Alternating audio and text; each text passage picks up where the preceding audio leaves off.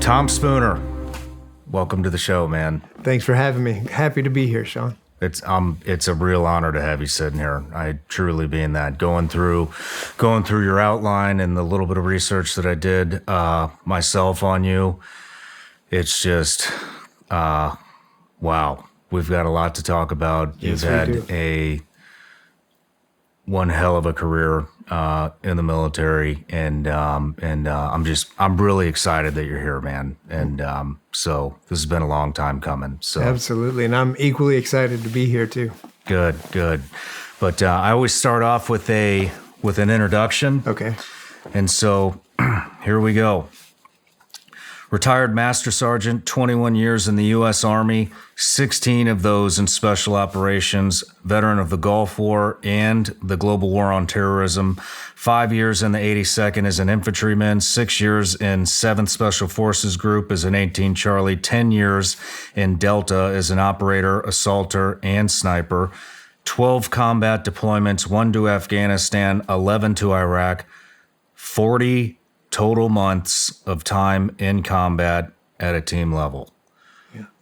That is almost 4 years straight. Struggled with chemical dependency, TBI, and unprocessed trauma, aka PTSD. You've been sober for 31 years. Congratulations. I just hit 2. Yes. My wife's almost at 14. Married for 33 years. Congratulations, and a father of 2 young men. And finally, you are the co-founder and president of Warriors Heart for the last 8 years, where you've assisted 3,000 plus warriors with their healing journey. Yep. We've got a lot to talk about. Yes, we do. But sober for 31 years. Yeah. I mean, that's crazy, isn't it? You don't, and what I love is that conversation, we had at breakfast. You were sober in service. Yeah. And especially where we come from, yeah. I don't know how it is, how your experience was, but that was frowned upon. Right. Where I came from. And I can't imagine the amount of pressure that you felt to go tie one on with the boys, and how, like, we're going to get into that, but I'm really curious. Like, how did you deal with that? Because one of the easiest ways to deal with, well, first of all, I mean, we'll go through it, like you said, in the story, but I had a really solid foundation, before I got into Spec Ops and all of that, whenever it was a lot more difficult, more accepted kind of deal. But I also just came back to I'm me. Like, yeah, here's one, right? Like, well, I don't trust anybody that I don't drink with. Yeah. And then I would say, well, I don't trust anybody that I haven't fought with. So we're going to get over this, or are we going to, so we talked about this morning. It's like, I didn't get sober and become a hippie. You know what I mean? I got sober and became even a more badass warrior, so that's the thing. We can either sit here and pray, or we can go outside and fight too. That's cool. I'm equally, would love to do either one. So it's like, so that was what helped me balance it, and just in the way I got sober, and the men that I was surrounded with that were sober also, that were like 3 jumps in World War II medics, you know what I mean? 4 tour Vietnam vets, all of those guys, you know what I mean, with sobriety. So I was trained appropriately, Yeah. Was it difficult? Yeah, difficult at times. There's some funny times, and what would the typical response be to, well, I don't trust anybody I haven't fought with? Yeah. I mean, that would have thrown me back on my feet immediately. Yeah. Because I meant it too. Because, I'm a little on edge because I get it. I mean, I was that guy at one time. Mm-hmm. You know what I mean? Before I got sober. But it usually just kind of settled things down because it put it into perspective. Like, not that I can whip all these people's asses, but I can guarantee you wouldn't want to have to fight me again. Yeah. So I might not win, but yeah. And I was absolutely willing. It wasn't just something I was saying. So they had to pause and be like, okay. Fair enough. But a lot of people, that's why I always loved, I never led with it. You know what I mean? I let them know me, especially on active duty. It's like, hey, here's this guy's resume. Here's, see what he's like on the team. Like, okay, really, wow, we want this guy on the team, whatever. And then they usually, at some point, find out, oh, he doesn't drink. Like, that's weird, or whatever. And then it comes into those kind of conversations. But yeah. Well, thank you for sharing that. So I have before we get too in the weeds with her story, sure. I have a Patreon account. They're our top supporters. They're the reason I'm sitting here. They're the reason you're sitting here. They're who helped me grow the show.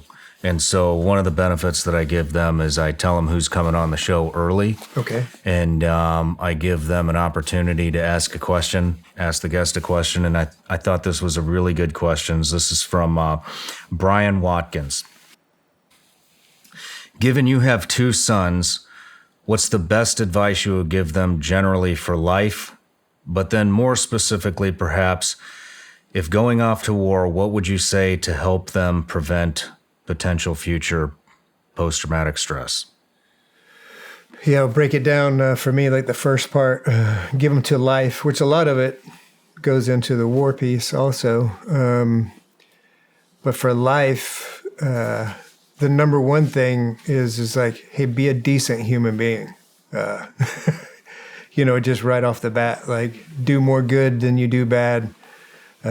Be as kind as you can be. Just on that side of the house, like be respectful, and I was raised country, yes, sir, no, ma'am, just be respectful, of yourself and of others. Be confident, is a really big thing. And know who you are and what you stand for. That's a really big deal, especially as young men or, growing up. I mean, look how long it took me to figure out who I was and what I stood for, but having that in mind and having loyalty chain in mind, like, hey, who are my people on this planet? Like, what is my priority, and that being families first, and so that would be, and then the other side of that is like, hey, you need to be dangerous. This world is, as we know, not just because of war and everything, like it's tough, man. Like you're going to deal with tragedy. You're going to deal with loss. You're going to deal with success, everything, and you got to be tough, not just physically, but mentally, emotionally, and I have 2 sons, so they're men. So be physically fit, to me, be ready to protect. I think that answered part of the first question. Definitely. And then when you're going, if they were to ever go to war, or anybody else that's going to war, is like, hey man, you got to know who you are and what you stand for, and then again, understand the loyalty chain. The loyalty chain is a little bit different, stateside.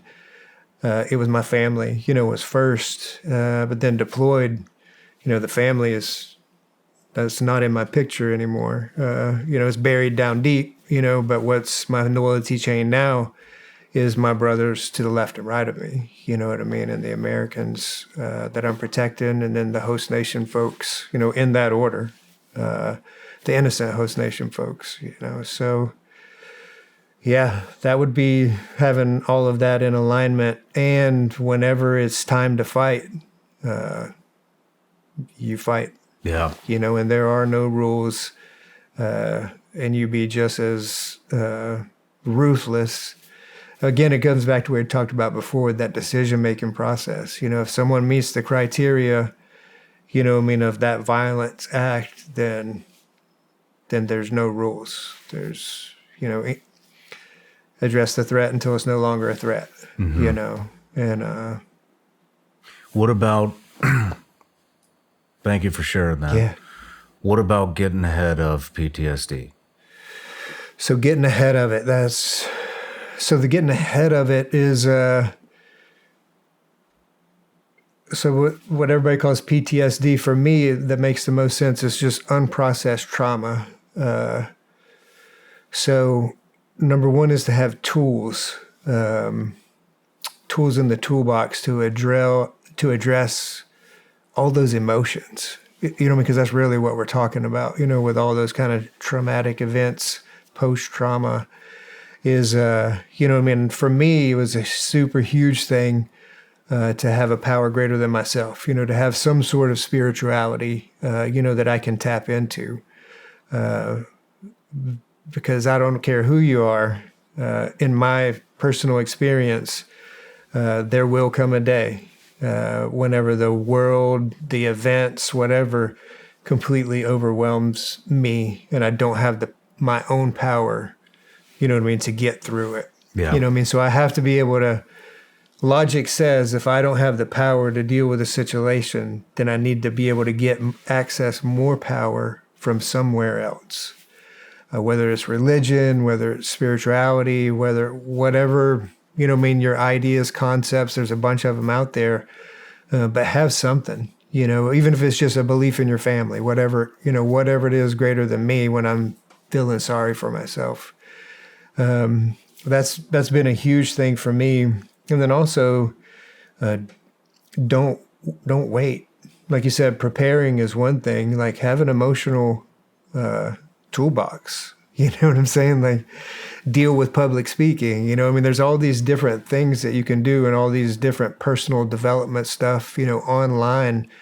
They call it emotional intelligence, right? And all these different things. It's like, and what that is like you're dealing with uncomfortable situations, so it's just like any kind, always revert back to training, obviously, because the military, am I trained or untrained? If I don't have any emotional training, then a hugely emotional event occurs, I'm going to be overwhelmed by it, but if I've got some training and I've got some tools, I can at least start chipping away at it, and potentially handle it on my own, with my own toolbox. So I think that's a huge thing. And then obviously if I have something bigger than that, then I'm going to need assistance with it, whether that's talking to a buddy, whether it's talking to, again, the spiritual aspect, or a licensed professional, and no one hesitates to go to the gym. If they want to be in better physical shape, they go to the gym and they do all those different things. But we talk a lot about mind, body, and spirit, because I have to be strong in each one of those. And the only way for me to be strong in those is to train in them. Yeah. So pick out something that, whatever you're into, heck, that could be yoga, you know what I mean? It addresses and is one of the treatment modalities for PTSD as far as accessing emotions through the body, so, and it's a good workout, and all that other good stuff for you. But I get to rambling sometimes. But I'd like to chime in on that if you don't mind. Absolutely. When it comes to getting ahead of it, the GWAT generations that fought in that war, you and I and a lot of the people that have been on the show, especially at the beginning, like when I left in 2006, there were no resources. There were nobody was talking about this. Nowadays you have gentlemen and women, who have spent 20 plus years in a wartime environment. You yourself, 1,000 direct action rates, 40 months plus in combat. And there are all kinds of people with more war experience than we've ever seen in the history of the country. Yeah. And lots of respected warriors are talking about what it took them to get, what methods they've used to get better. And dive into this show, dive into other podcasts, and listen to those methods. And I would say the one commonality, not the one, but a major commonality is addiction. Yeah. It's alcohol, it's pills, it's narcotics, it's all of that. And most of the time when I'm talking to somebody, including myself, I've had my own suicide attempt, drugs and alcohol or one or the other seems to be involved. Oh, yeah. And we both come from a team environment where that runs rampant, and sometimes the team pushes pills on you. Sometimes your friends push pills on you. Sometimes you just get whatever happened, the booze, like, get ahead of that shit. And if you get ahead of that, then you're 10 times ahead of the power curve of what everybody else is going to be. Absolutely, man. And there's so many methods. I mean, spirituality, religion, therapy, psychedelics. I mean, Warrior's Heart, what Tom's doing, All Secure. I mean, get your family right, get your wife right, get your relationships right, and get rooted in them before you get out, because the boys aren't going to support you, man. They have a job to do. Exactly. And they're going to continue on that train. They're not there to baby your ass. No. And they don't fucking get it either. No, because they're still until they're out. Yeah. And so you need to set up your new team, before you leave, and get them ready to receive what's coming. Absolutely. But I just wanted to chime in on that. Fast forward to the end of 2024. Think of your goals. What can you do right now to give yourself the best chance of succeeding? If you want to learn a new language, you absolutely should get Babbel. Babbel's quick 10-minute lessons are handcrafted by over 200 language experts to help you start speaking a new language in as little as 3 weeks. Babbel's designed by real people for real conversations. Now that my business is expanding, being fluent in multiple languages is more important than ever. Babbel's courses are convenient and work with my busy schedule. Here's a special limited time deal for our listeners. Right now, get up to 60% off your Babbel subscription, but only for our listeners at babbel.com/SRS.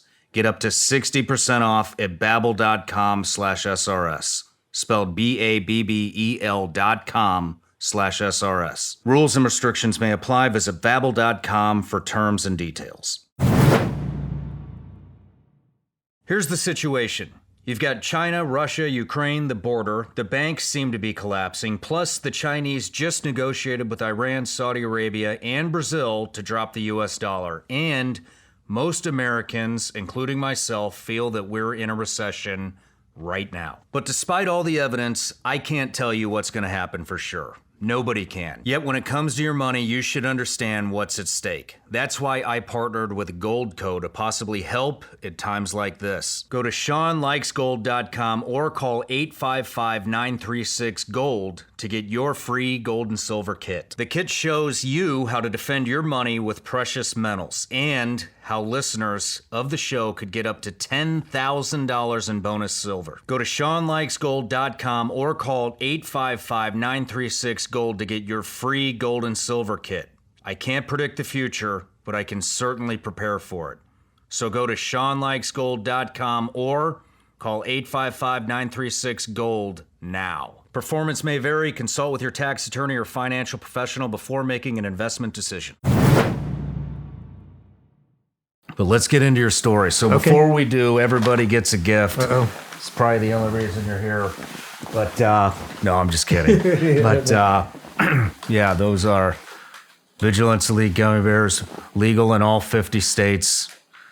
It's just gummy bears. Yeah, thank you. Just candy. There's all kinds of gummy bears, you know. Yeah, so there's a good one. Oh, that's what they all are. Thank you. You're welcome. But thanks. But all right, Tom, let's get into it. So I want to just do a complete life story on you. Okay. So starting from childhood, getting into the military, and then what happened afterwards, all the way up to Warrior's Heart and beyond. So it'll be a long day. I'm 54, Shawn. So we got, and I've had a lot of experiences. So yeah.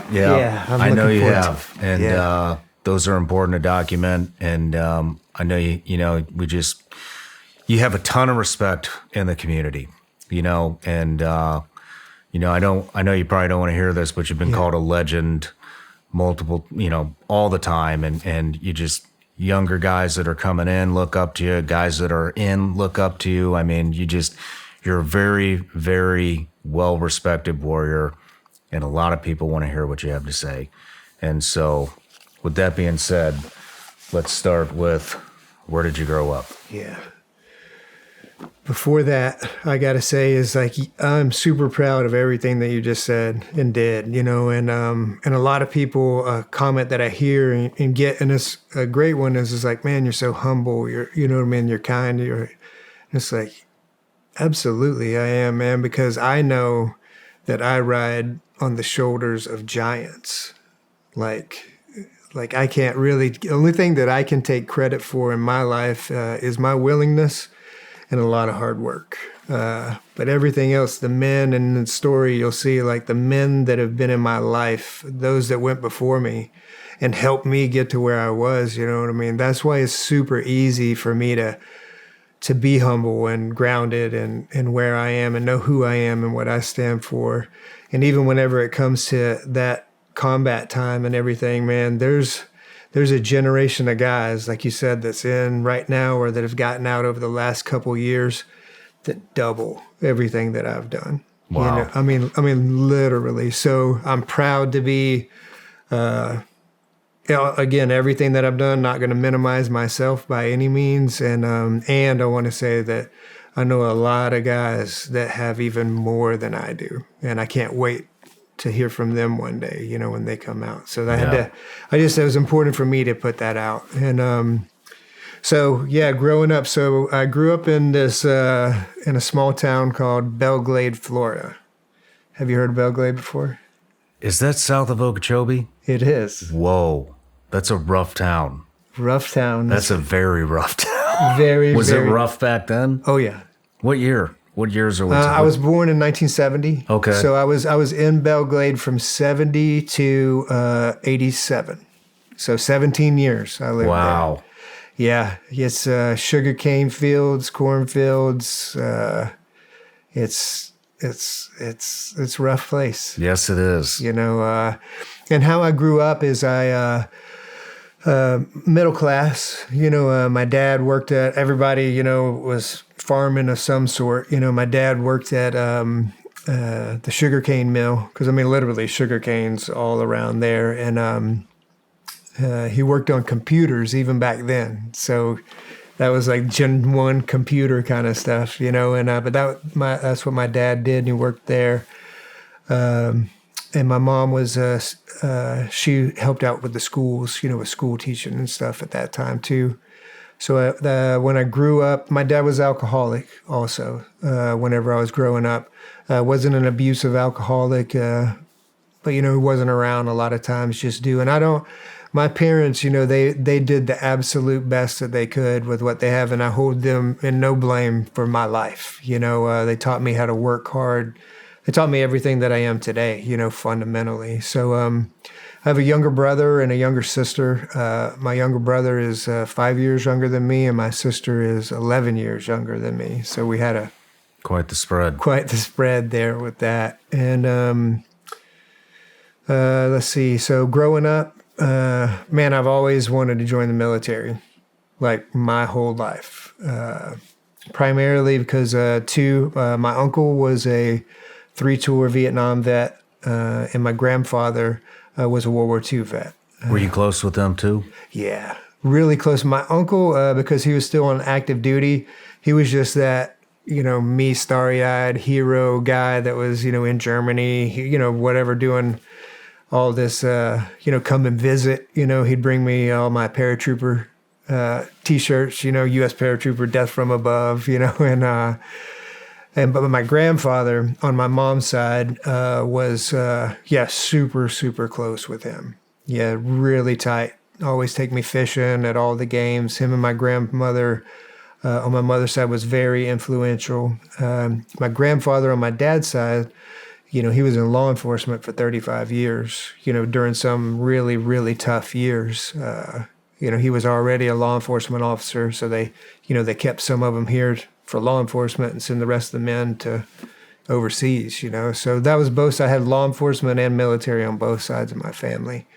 That made it kind of rough, too, as a kid growing up, whenever your grandfather's this legend, and you get in trouble for shoplifting something from True Value hardware store, Yeah. Yeah. Like, did that happen? Yeah, it happened. Was it worth it? No, it wasn't worth it, man. It was horrible, but it was, yeah. So, so that's kind of my family dynamics, at that time. What kind of stuff were you into? Man, I love my whole life. I love playing football. I was a little skinny kid. You know what I mean? My natural build is, very lean and skinny. And, and then when I was a kid, I was just this little skinny kid, man. But I loved playing football. Looking back on it, one of the reasons why I loved it so much, too, is it created a construct. There was a system, there was rules, there was things you could do and not do. It was consistent, it was regular, because my life was a bit chaotic growing up, and I grew up, in the 70s and, and in the early 80s, where both parents working. It was just like Lord of Flies, a lot of times, you know what I mean, with all the neighborhood kids and the older kids, the younger kids, you know what I mean? There was a lot of survival stuff going on, and again, wasn't poor by any means. We were just about middle class, always had plenty to eat. And, but when, that's where I really got my work ethic from my dad, because he'd work the hell out of us, you know what I mean? From yard work to getting stuff done to additions and that kind of stuff. So I've been working since I was 10 years old. And meaning working for money, like getting a lawnmower business, not a business, but just cutting grass for folks in South Florida. Grass needs cut 2 times a week, So, So, I've been working hard my whole life. You grew up in a rough town. Did you deal with a lot of crime or bullying or? They call it bullying now, you know what I mean? And it was then, but it was just kind of how it was. The older kids and the bigger kids always whipped your ass, you know what I mean? And you always had to figure out how to avoid them. And, it's just kind of part of life. Like, hey, figure it out, man. Like, would you defend yourself? What's that? Would you defend yourself? Oh, yeah, man. We have fighting. Violence is something that has been throughout my life, as far as that whole figuring out how to survive instinct. And, back in those days, like I said, they didn't even use the term bullies or anything. It was like, well, get stronger. You know what I mean? Like, learn how to fight better. You know what I mean? Like, it was, which was actually really good, Well, I'm just curious, what would your parents, what would your parents tell you to do in those situations? Or would they even know that was going on? Yeah, most of the time they didn't even know that was going on, because it wasn't like some beatings, coming home with black eyes. It was just like, a couple punches, in the parking lot, you know what I mean? Or the smart ones would just be all body shots, so not to mark up the face. And, but a lot of times parents, they really didn't know, especially during those times. The kids were just kind of on their own in everyone's household, and we were just tearing up the neighborhoods and stuff. But it was, Did you have... What was your greatest fear as a child? Wow, that's a good question.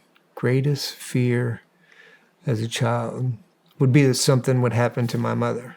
Really? Yeah. Do you know why you feared that the most? Hang on a second. Because I never really thought about it. What was my greatest fear? Because that wasn't a conscious thought. That was me thinking of it right now, looking back. My greatest fear growing up was that the older boys were going to whip my ass. You know what I mean? Who just lived right across the street. You know what I mean? So how do you E&E around this? But that was the greatest, a big fear. Yeah, that would be at the time. All right. Do you think that your father's trouble with alcohol affected you in any way?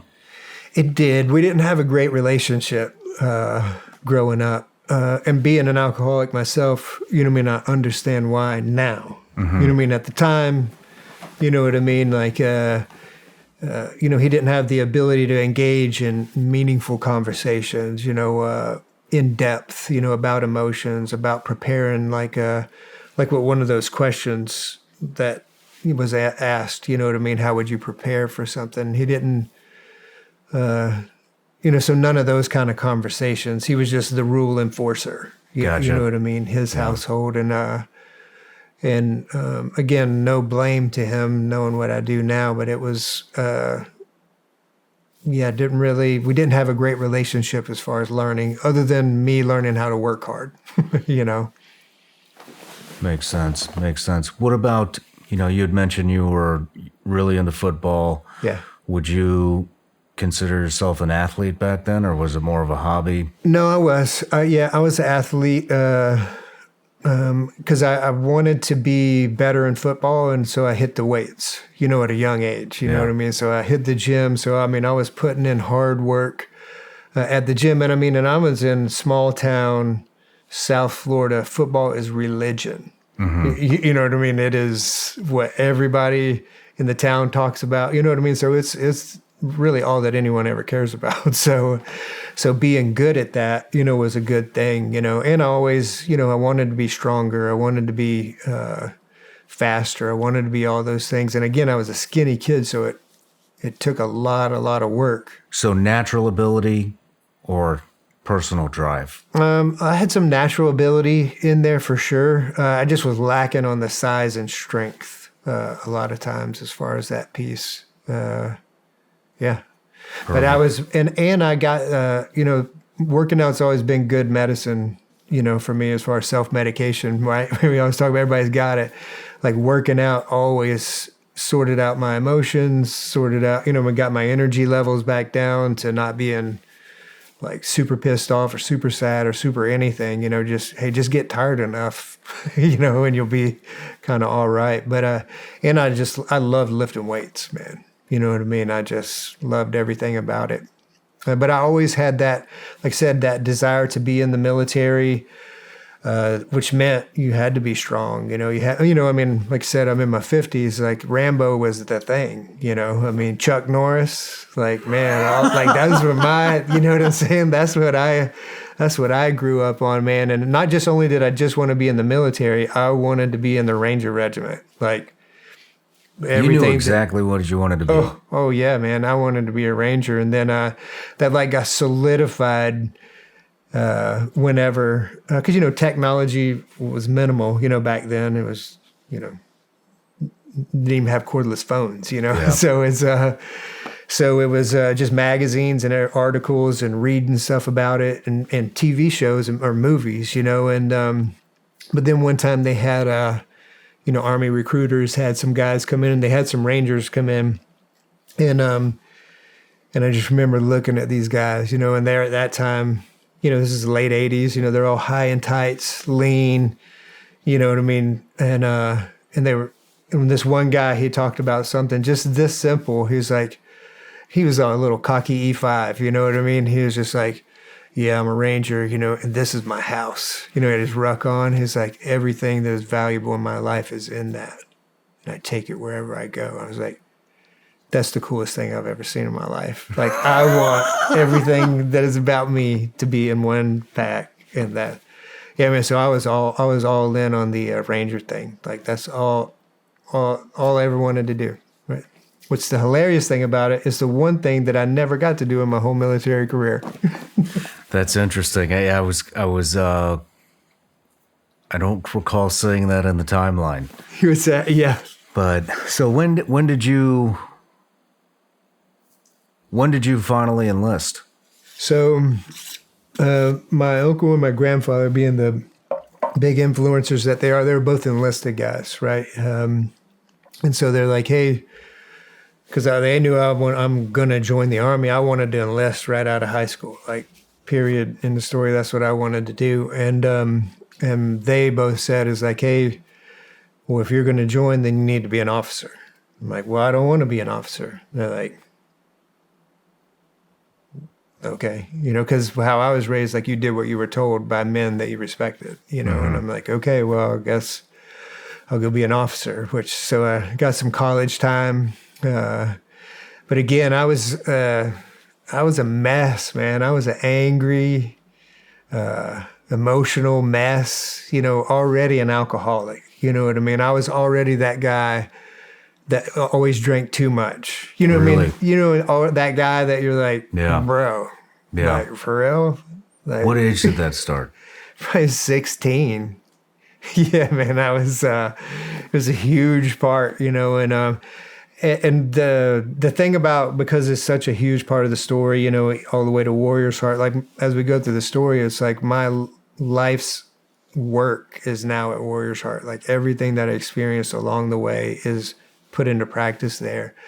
But like even like alcohol, man, was the only thing that made me feel normal. Like if I wasn't drinking, I was full of restless, irritable, discontent, shame, guilt, remorse, anxiety, panic attacks. Like that's what it felt like to not have a drink in me. Afraid all the time, like all of that. But it presented as like, oh, I'm just this shy country boy. You know what I mean? He doesn't say much. It's like, yeah, because I had all of that going on inside of me. And when I took some drinks, it all just settled in. Yeah. And it just made me feel like how I thought you felt. You know what I mean? It's like I just was normal and I could come out and play.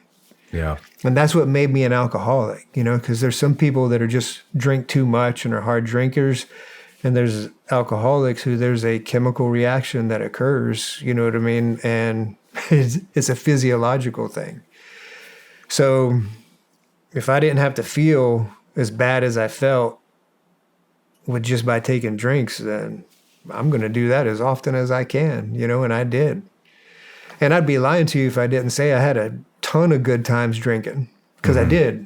You know, I mean, I had a whole bunch of really, really good times drinking, but then those times got less and less. And then at the end of my drinking, it was nothing but bad. Yeah. But at those times, yeah, from the time 16 on, man, I was just partying, you know, being a teenager and drinking too much. And so then I go to college. So I was at a community college, but I was participating in Florida State, their ROTC program, because they had an exchange there. I didn't make the grades to be at Florida State, but I was at their. So I got to go through jump school. So I went through Airborne school as a cadet. Oh, really? I sure did, in 1989. And so I went to jump school, and then, of course, like I said, I already was wanting to do it. And I'd been to like a ROTC basic camp, you know, and that was kind of whatever, okay, good. And so, but then my grades were going horribly. I was getting into more trouble. You know, it was just bad. And so I left Tallahassee after I'd been to jump school, successfully completed that. And then, but I wasn't contracted and I didn't have a scholarship. So I was just this dude that had gone to Airborne school. So hold on. Yeah. So when you went through Airborne, was it all cadets or were you mixed in with active duty guys? Mixed in all, just a regular Airborne class. So what was that like? Being introduced to that? It was super hard because I was just this dumbass civilian guy. Yeah. You know what I mean? I was a tough kid. I was in shape and everything, but I had never had to do any military stuff. You know, like, hey, when I got tired of running, I'd stop. You know, I didn't know what it was like to, like, yeah, if you stop running, you're going to get kicked out of this course, you know, so having to be pushed. Yeah, but it was a lot. But the cool thing about it is that uncle of mine, that he was still on active duty at that time. And on my fifth jump, on my graduating jump, him and his best friend, we got to do my fifth jump together. Like he was number one, I was two, and his buddy was number three. At Airborne school. So it was epic, man. You know what I mean? It was, and those guys, they had been static line jumpers their whole career, Vietnam vets, you know, and like, you know, over 200 static line jumps. Wow. Like, it's amazing they can still upright, you know? Yeah. Yeah. So yeah, but it was a normal class. Went and did that. And then, didn't make it there anymore. School-wise, more trouble. And so I just went to the recruiter. I don't know if you got a recruiter story, but most people have recruiter stories. So I'm super cocky. You know what I mean? I'm, 20 years old, you know, and been to Airborne school, you know, so I was already ridiculously cocky anyway. And so I go into the recruiter and I was like, hey, man, get me on the next thing smoking out of here. So I signed up on a 2-year 11 X-ray contract. Because again, my plan was I was going to enlist. Got me off probation early also. So, what were you on probation for? So just normal redneck stuff from shooting signs with a shotgun in the city limits, Just nice. Yeah. So got off probation early. That was a good thing. But I signed up and I in my mind, hey, I'm already Airborne qualified. I'm going to be an 11 Bravo infantryman. I'm going to go to, at the time they called it RIP, Ranger Indoctrination Program, and get into the Ranger Regiment. Like, that's what was happening next. So the recruiter, I signed a 2-year 11 X-ray, which means not the identifier of what you were going to do. I'm like, okay, what does that mean? He's like, yeah, you'll be 11 Bravo. It's just this paperwork. I'm like, oh, okay. So then I'm at basic training. While I'm at basic training, that was in summer of 1990. The Gulf War kicks off, or whenever Iraq invaded Kuwait. So that kicks off while I'm at basic. So now, wow, I was still in replacement whenever that happened. And okay, now that there's a war going on, and man, like I said, me in the military, so at that time in my life, I had read probably every book there ever was written about the Vietnam War, meaning the guys that were in the Vietnam War, all the Rangers, all that. That was all I could consumed, And so in my mind, like that was the deal, was trying to get to war. My heroes have gone to war, this part's, it's like you join the military, it's like, yeah, I want to go to war. And so that kicked off. And man, when I joined the military, it was like home. I finally fit, 100%. And I was good at it, so it was just, because most of the time in my life at that time, I really didn't fit wherever I was, what I mean? Like with the college guys, even with the athletes, I just kind of didn't like get my spot. When I got into the military, that was my spot. And then, so then we switched over from, at Fort Benning, it went basic and then AIT, one-site unit training. So you did them both there. So the advanced training, they give you your regular MOS. So they made me an 11 hotel. I'm like, what is that? No, I'm 11 Bravo. They're like, no, you're 11 hotel. You were an X-ray, so that means we get to pick. I didn't know that. So 11 hotel, I'm like, okay, well, what's that? And it's like, yes, a tow missile gunner, and vehicles. I was like, oh, that's stupid, but okay. So I can still go to RIP. And they're like, nope, they don't take heavy gunnery. They knocked out that part. So then I couldn't go to RIP. So now I can't go. So now the dream has died. You know what I mean? Now this part of it, is like, yeah, totally screwed. I was super pissed off and everything, but nothing else that I could do. And so anyway, make it through basic, AIT, now is 11 hotel. And then they had me, my orders, everything was all screwed up. Like my airborne wings weren't in there because in my mind, like, hey, I was going to go to the 82nd, airborne unit.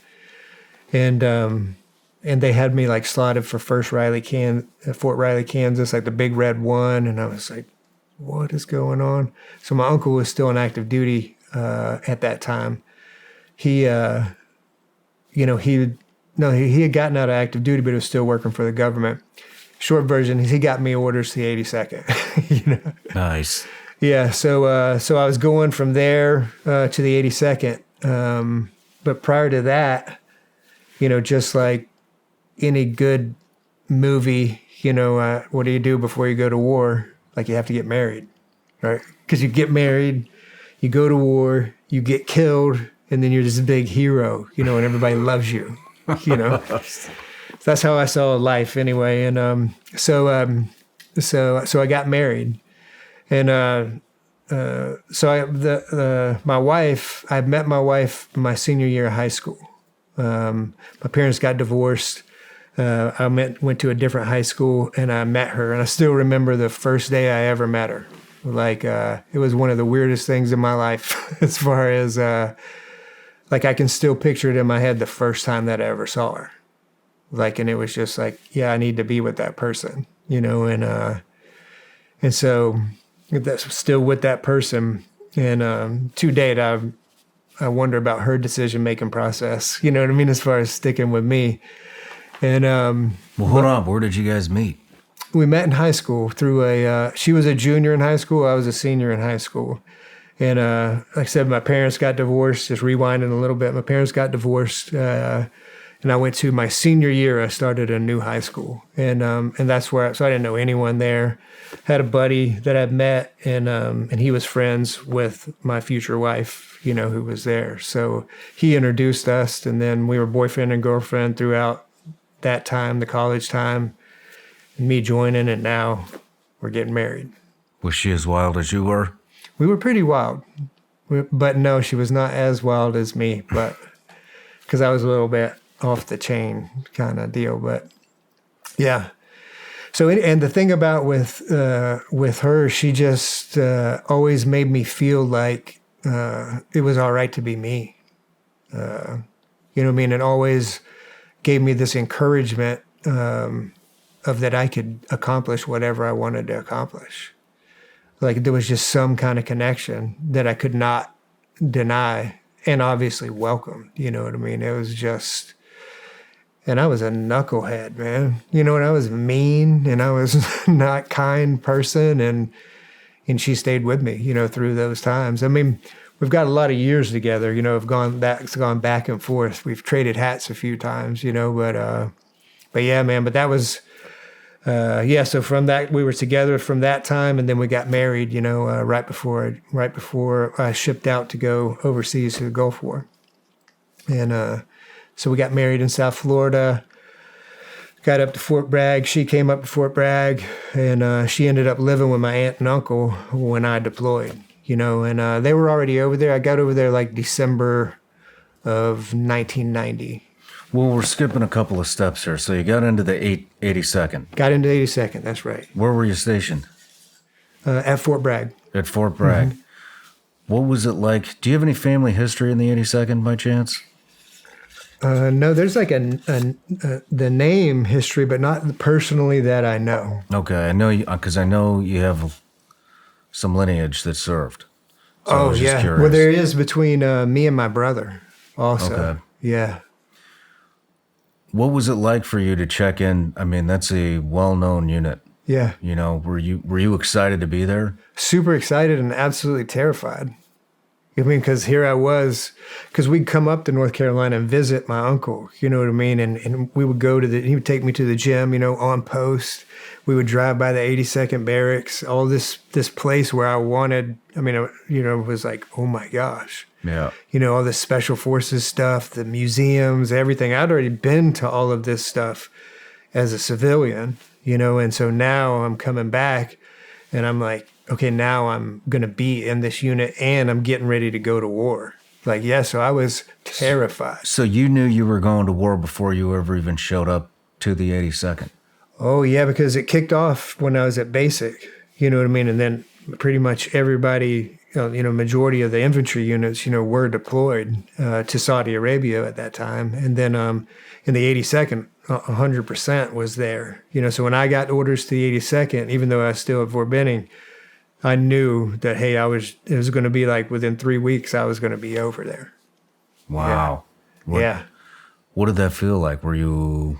It was, again, I didn't have, like what we had talked about before, I had no emotional tools. My only emotional tool was alcohol. Like, I mean, it was the cure-all, you know what I mean? It was like, hey, I wasn't always insanely drunk, but I always had drinks, you know? I mean, I always had beer or shots or whatever, and so obviously a lot of emotions going on. And for me, all that I would translate those emotions into was anger and hate and violence, you know, because I can deal with that. I don't deal with sorrow and sadness and anxiety. Like, I don't. So what it felt like going on one hand, I was like, I'm like living the dream. Like now I'm stepping into a world that I've been reading about in books my whole life, you know. Hey, I'm going to be able to do what my heroes, you know what I mean, have done. You know, so on that one hand, I was like, hell yeah, like winning the Super Bowl kind of deal. And then on the other hand, I was absolutely terrified because I was still a civilian, man. Like, Yeah. And even though, what I experienced in post 9/11, was nothing compared to, the minimal that I experienced going from the street to, a combat zone and to war was significant, and had huge impact on me. Yeah. What was it like checking into the unit? In the 82nd? Yeah. So it was, went to Saudi Arabia, got to Saudi Arabia, and then, because then we didn't move forward until January once the ground war, and then crossed. So when I got to my unit, and man, it was crazy. We had this thing called the Thunderdome. It was like almost a whole brigade of folks, and they called it Champion Maine. That was just what they called it. I don't remember what town it was in. It was basically almost a full brigade and all the artillery elements, the infantry elements in one open bay with just cots. So it was called the Thunderdome, right? Because the lights go out, soup cans get thrown, like all kinds of, it was just ridiculous. But so I get to my unit and, you know what I mean? And there's all these Vietnam vets that are still in, you know what I mean? So it's like, holy cow, I'm just like wide open. And then there's all these ruffians, young guys, my age, guys that have been there longer. A lot of the unit that I went to was 1st of the 504th Parachute Infantry Regiment. So that unit, the year prior, had jumped into Panama. So a lot of these guys, had gold stars on their jump wing, had experienced a little bit of combat, already. Yeah. And I'm this new guy, showing up. Yeah, man. So it was a lot, but I was prepared for that. Like I said, growing up, I'd been fighting folks that were bigger than me and, and figuring stuff out, surviving, real quick, real fast. But I was just super pumped, obviously nervous. And then, met with my platoon that I was assigned to, and the funny thing is that, I didn't even think we'd get this deep, but I guess we are. Is like they have back in those days anyway. They had cherry parties, they called them, for the new guy. You know what I mean? And usually, well as that is that they rough you up, scuff you up, and they give you a red belly. You know what I mean? Like pull your shirt up and smack the shit up. It ain't fun, but it's not anything stupid. You know what I mean? Like minor hazing. Yeah, minor hazing kind of deal. And so I knew that was going to happen at some point, and but I didn't know how this world worked. You know what I mean? I'm used to looking out for me. You know what I mean? Like, and so they my buddies, and I made good friends right off the get-go. Certain guys you click up with, make just connections immediately, and they're like, "Hey Tom, yeah, Sergeant so and so, he wants us to meet down at the motor pool." And it's like late at night, and it's like, well, I'm like, what for? And he's like, I don't know, man. He just said super important, come down here. And I'm like, okay, And so I'm an E1, or E2. I got promoted to E2, out of basic. And so I'm the lowest guy there. So I get down there and I see how everybody's kind of posturing and like, my spidey senses, are, I'm like, man, something's going to go on. And I'm not thinking about a cherry party, you know what I mean? I'm thinking like, man, these guys want to whip my ass. And I'm like, all right.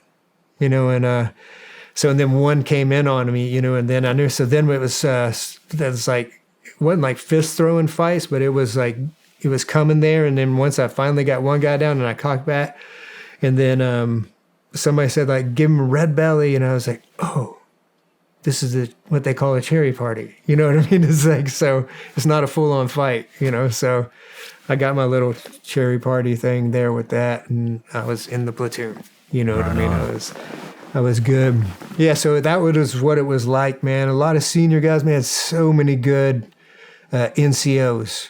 Guys that were showing me the ropes, right from the get-go. I mean, we were getting ready to go into combat. You know what I mean? So some of them themselves, a lot of them hadn't been there before. Some of them had, so it was just, and I just was learning from all of them. I mean, as we go through my story, you'll see this theme of these strong men that are in my life that's showing me the way if I'm open to listen to them, you know? And so it was just about training and learning and getting me up to speed with all of that stuff. And then, you know, and then January, the air war kicked off. Like we moved up to the border, and then air war kicked off. And then we went in February, you know, was the ground war.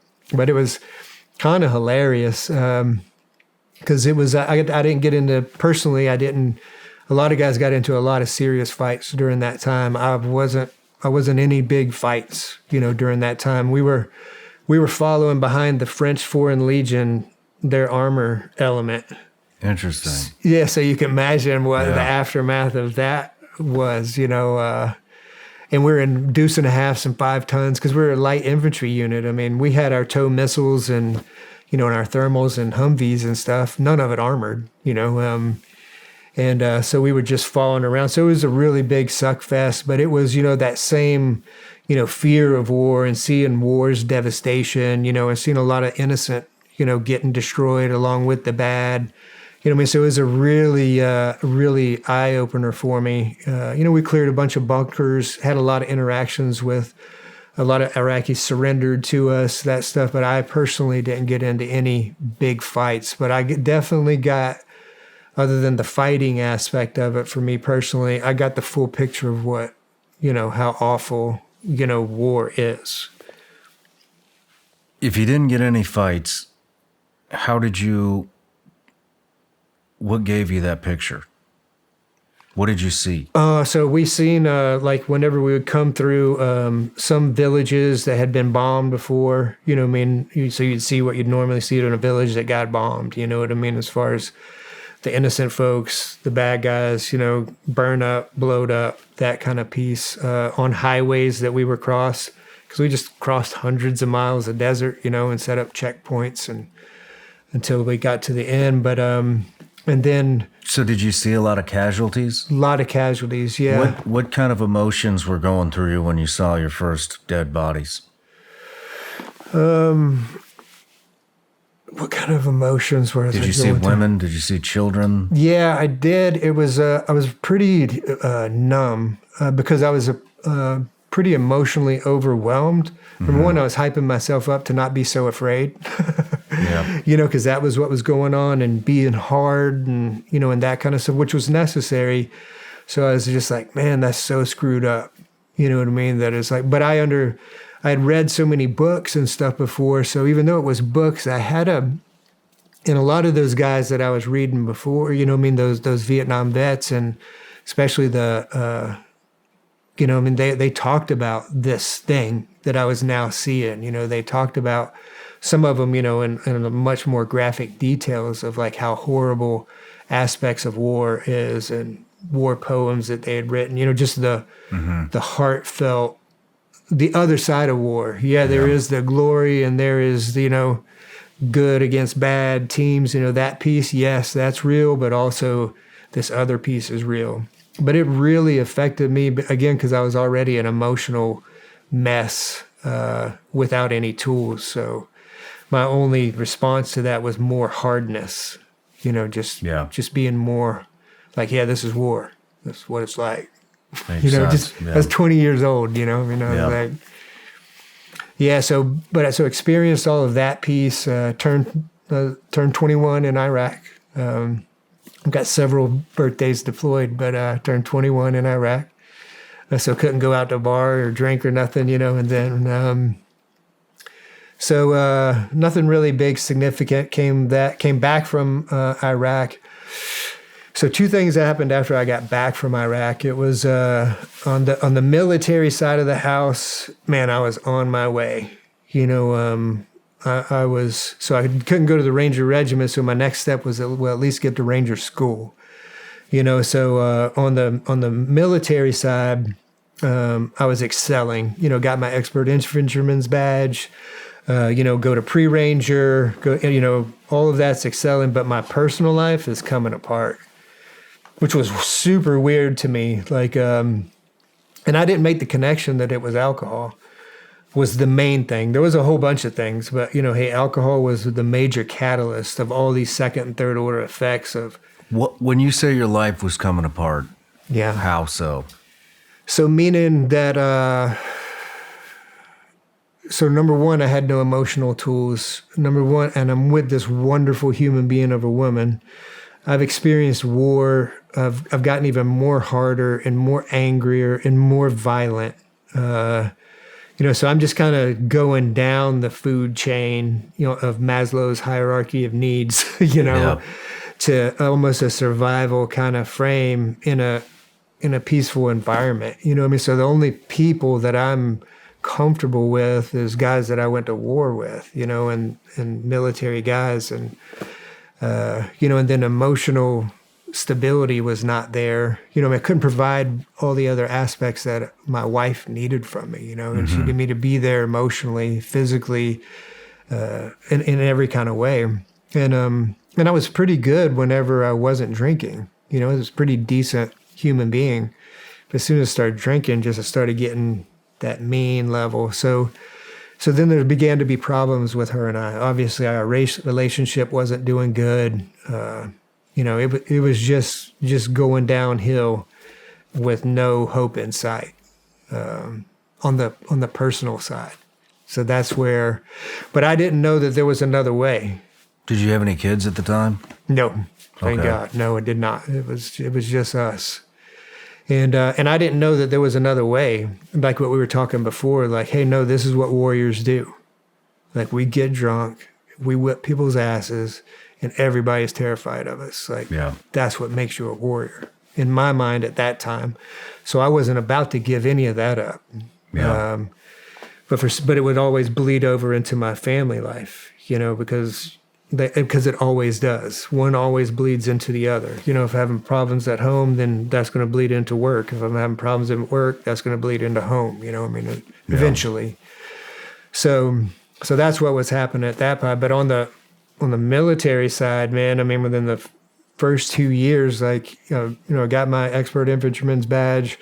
It went to pre-ranger twice. I failed. I passed both times, but it was just, you had to go to Ranger school within 30 days. And let me back up a little bit. So when I got to the unit, got back from the Gulf War, started doing, now we're just in peacetime training, everything's wonderful, back into doing it. I'm trying to get into Ranger school. So we got a new platoon sergeant. And my platoon sergeant was a Vietnam vet. So this was a conventional Army unit, right? The 82nd. But here are the players that are in this unit, right? Just a conventional unit. So 1st Brigade, right? The 504th. So General Abizaid, you remember Abizaid from the Global War on Terror? General Abizaid. Can you talk about him for a second? Yeah. Why he was influential? He was our brigade commander at that time. So, and then one of the battalion commanders was General McChrystal. Wow. And then, so you've got that epic of human beings in the 82nd in this particular regiment. And it was all throughout. So it wasn't like you just had and then guys sprinkled in there, lower enlisted, they're NCOs, but they got over 20 years in and stuff, and they're E7 because they've been busted 3 times, but he was a door gunner in Vietnam on 3 tours. You know what I'm saying? So I've got these kind of people. Sergeant Major Hogard, who's the book Charlie Rangers, he's in that book. You know what I mean? So that I read, and now he's my sergeant major.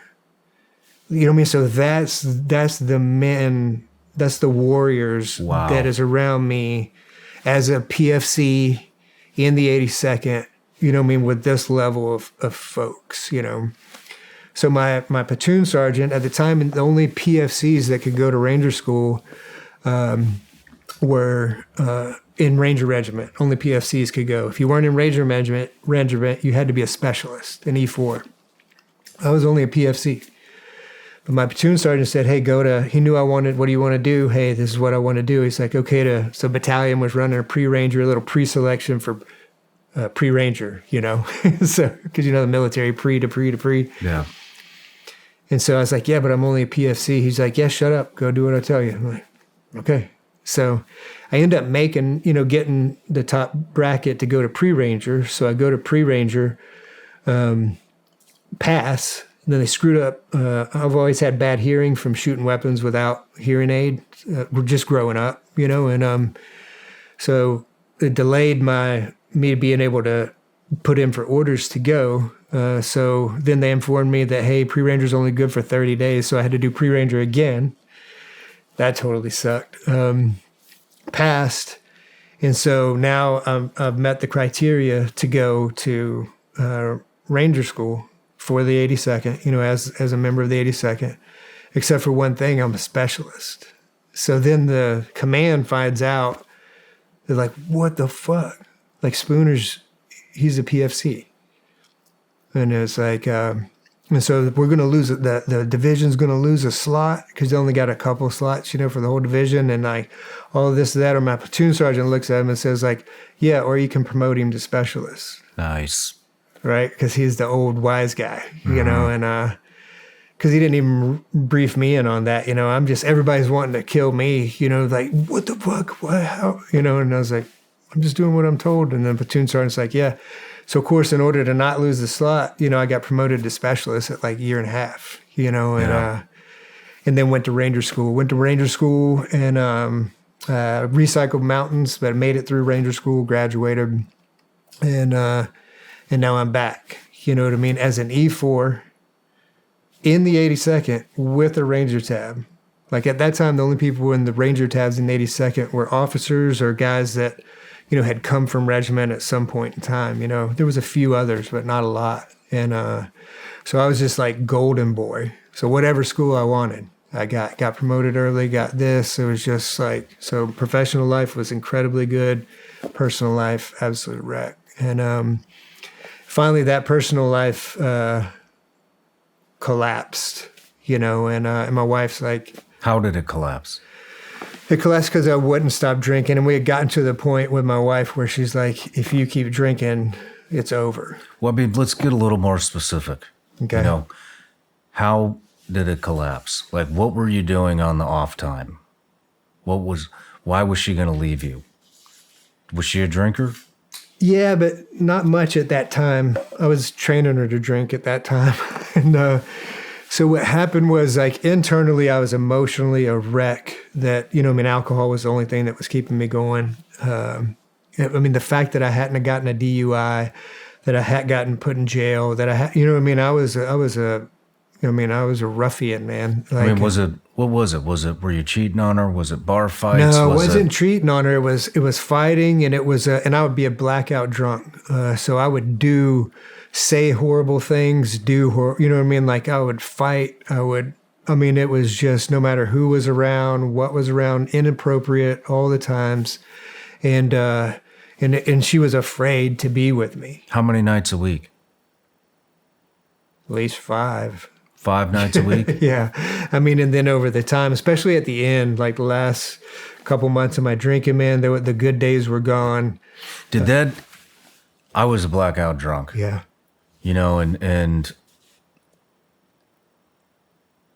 how do you, would you be humiliated in the morning? Did you wake up a lot knowing that there had been some type of an altercation or argument or whatever, and you don't even remember what it was about, but your ego is still gonna let you play into it and go, I don't even know what I'm pissed off about. I don't know what we argued about, but I'm picking up on the body language from the people around me that I have obviously done something. Yeah. And I'm just gonna pretend like I know what it is and ride this out. Yeah. It would happen and a lot of times, it would, people would say like, yeah, this is what you did, but I didn't believe them because, I would do things when I was drinking that I would never do when I was sober. Mm-hmm. Like I would set myself on fire. You know what I mean? Like bully someone or like walk up and punch some dude in the face. You know what I mean? Like something that I would never, like kind of be a bully. Like I would never do those kind of things or be mean to my wife or say mean things to her or even cuss, a lot around her, at those times. And then I'd get drunk and then it was like, yeah, you did this and you said this. And At first I was like, you're lying. Like, why are you making this up? I mean, it was driving her a little bit crazy too, because I believed that she was lying, because I knew that I would never do those things. Yeah. But nonetheless, I was, so all of that had been going on for a long time. I was a mess, and the only solution I had was just drive it even harder and faster, and so then it got so bad, and I couldn't stop this train that I was on, like, that, and I knew it wasn't going to end. Like, I'm just a rotten son of a bitch, man, and that's how it is, alcoholism's a family tradition. Mm-hmm. You know what I mean? This is just how it is. Like, hey, shame on you for tying your wagon to mine, and that's not how I felt inside, but that's what came out, you know what I mean? Because inside, I mean, I loved this person more than life itself. I mean, I had two loves in my life, my wife and the Army. Like, at that point in my life, lost her because, we ended up getting separated. I moved into the barracks, and it was just... you got separated. Yeah. Yeah. It was because I finally, like, hey, if you get drunk tonight, we're over. I got drunk that night because I couldn't not get drunk that night. Of course, she knew because I told her, yeah, and it was like over, so big blow up, get out. Totally appropriate. She's a smart woman. You know what I mean? Like, mm-hmm. The best thing she could done in her life at that moment was to get away from me, mm-hmm. For sure. So I went into the barracks. I moved into the barracks. And meanwhile, like, no one knows how bad my so when I asked my platoon sergeant, like, hey, I need to move into the barracks, he's like, why? Because they think I'm this golden boy. Yeah. But they don't know me outside of work. You know what I mean? They just know that all of this piece of it. So I come back and ask him, like, hey, I need to get a room, and they're like, for what? I'm like, yeah, my wife and I are separated. And they're like, for what? And I was like, I'm not going to tell him why, but it's just like, sure, man, whatever you need. You know what I mean? And it's like, okay. So now I moved in the barracks. So the hilarious thing about me getting sober, because that's what this is leading into, is that it's kind of like trying to get sober at the bar. Because most of my drinking started in the barracks, because that's what you do in the barracks, mm-hmm. And then we went out and then came back to the barracks. Usually, is how it all goes. So now I'm in the barracks, not drinking, and that's where I'm going to get sober. So you can get sober. That's testament to be like, you can get sober anywhere, anytime, if you really just want to get sober. And so my wife and I were separated. She was moving on with her life appropriately. The only thing that saved us from getting a divorce right then and there was in the state of North Carolina, you have to be separated for a year, legally separated for a year before you can get a divorce. So we had put in the paperwork. We were legally separated, and she was going on with her life, and I was going on with mine, but I just focused on the military and, and getting sober. When I first started this whole podcasting thing, an online store was about as far from my mind as you can get. And now, most of you already know this, but I'm selling Vigilance Elite gummy bears online. We actually have an entire merch collection that's coming soon. And let me tell you, it is so easy because I'm using a platform that is extremely user-friendly, and that's Shopify. Shopify is the global commerce platform that helps you sell at every stage of your business. What I really like about Shopify is it prompts you all the things that you want to do with your web store, like connect your social media accounts, write blog posts, just have a blog in general. Shopify actually prompts you to do this. You want people to leave reviews under your items? You can do that on Shopify. It's very simple. Shopify helps you turn browsers into buyers with the internet's best converting checkout, 36% better on average compared to the other leading commerce platforms. Shopify is a global force for millions of entrepreneurs in over 175 countries and power 10% of all e-commerce platforms here in the United States.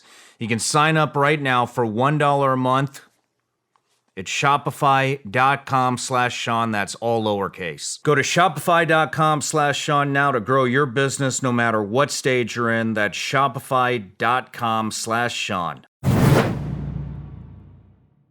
This show is sponsored by BetterHelp. We all carry around different stressors, big and small. And at times we keep carrying them around rather than processing them and letting them go. Keeping everything bottled up can start to affect us negatively. Therapy is a safe place to get things off your chest. Therapy from BetterHelp is helpful for learning positive coping skills and how to set boundaries. It empowers you to be the best version of yourself.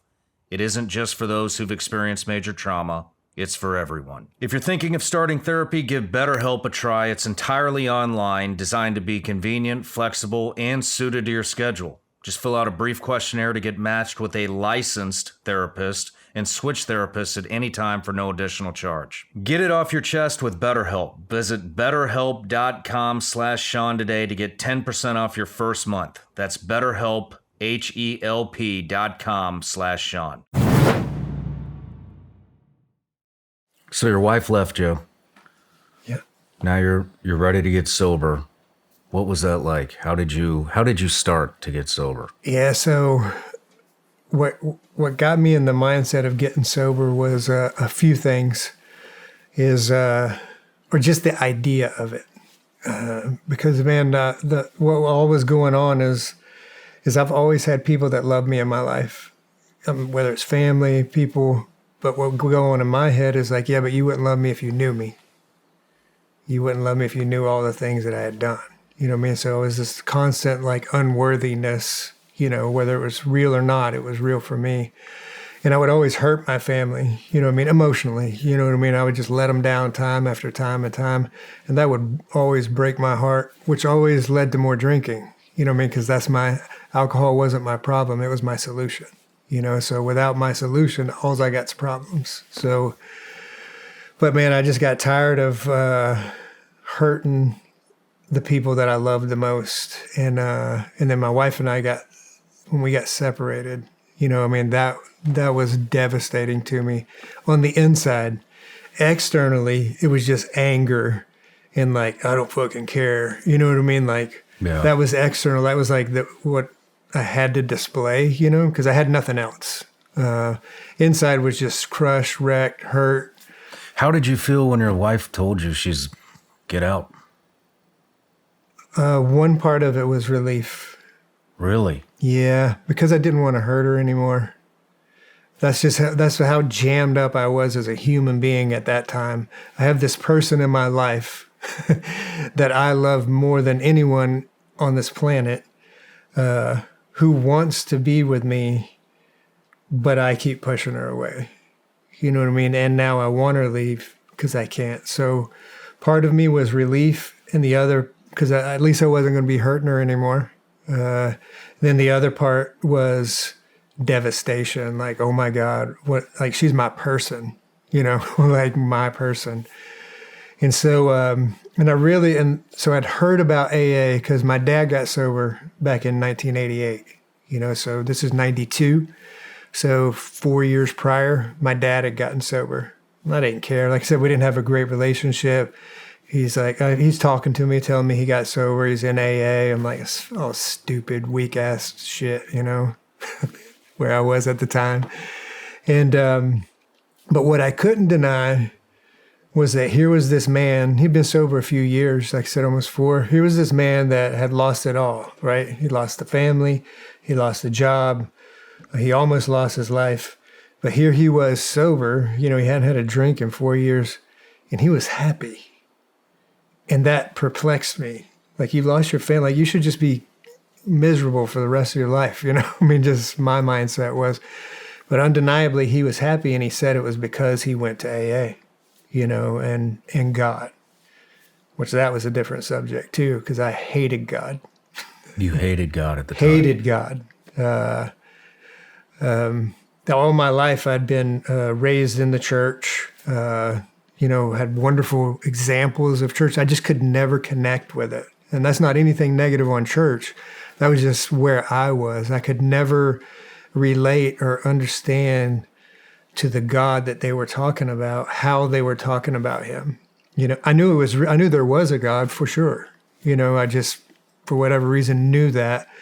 And I knew that what I had seen in this life, like how rough my life had been, all the innocent people I'd see get destroyed, like, it was like, yeah, man, if there is a God, it's the devil. Like, because how could you allow this kind of stuff to go on? Meanwhile, I wouldn't see all the beautiful things, that were going on. I was just focused on the negative because that's where I was at, and so my dad had mentioned that, and he had called me, and hey, I'm gonna quit drinking. That's what I said. I'm gonna quit drinking, because anything I'd ever decided to do in my life, I'd done that I had told myself. I might tell you some shit, and that might or might not happen, but anytime I said to me, like, what's the big deal? I'm just gonna quit drinking, Well, the big deal if you're an alcoholic and you quit drinking, things get bad. And then if you stop drinking, they get worse. And then if they stop drinking, they get intolerable until I have to have a drink. I have to, So, so that's why I wanted to get sober, man. But really, like down in my heart, but my heart was covered up by a whole bunch of heaps of other not good stuff. It was just all this stuff blocking me. And, but in my heart, that's what I wanted. I wanted what was best for my wife and all of that. And I wanted to be better. But in my head, I was just so screwed up and pissed off, So I went to AA at first just for another reason that I could get back my wife. Manipulation. Like, hey, I'm going to AA, want to get back together? So there was another side of just the relief. Yeah. What's that again? There was another side. You said you felt relief when she said she wanted you to leave. Yeah. So there was a whole nother side to this. Yeah, the other side of it is that, again, I hated hurting her the whole time.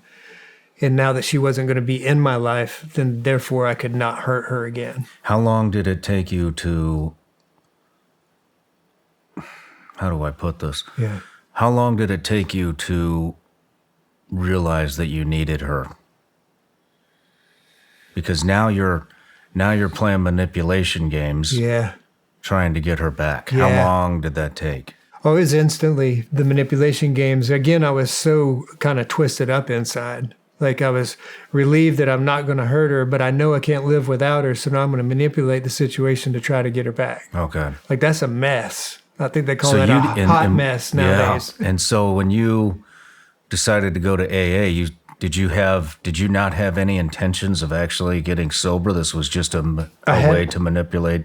I had intent. The thing that I did have an intention of was not drinking anymore, right? Because I was like, I finally fully realized and understood that, number one, I can't drink like regular people. Like I take a drink and then all this happens. Like these other people, they take drinks and then they just kind of stop drinking or whatever. I always thought they were weird, but then, but I did not want to drink anymore, but I didn't think AA would work. It was all a bunch of bullshit. AA is for a bunch of damn weak people that can't control their own lives. Mm-hmm. That's my mindset going in there. So for the first amount of time, meanwhile, I'm in the barracks, still doing the duty day, still working, still doing the Army stuff.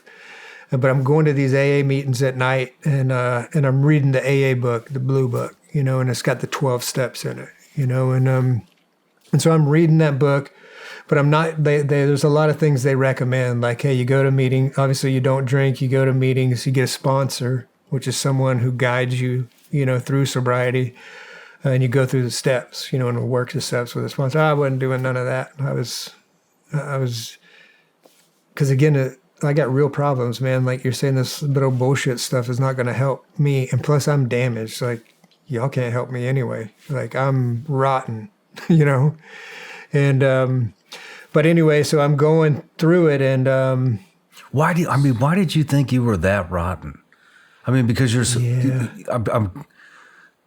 I feel like we might be missing something because all of the stuff that you're describing is pretty common everyday life for a combat infantryman, special anybody who's in a combat role at least in that time period. I don't know how it is today, but it seems pretty par for the course. And so I'm wondering, where's the extra guilt coming from? The extra guilt is coming from, I ended up becoming the guy that I hated the most. Okay. Meaning the bully. Okay. Right? You know what I mean?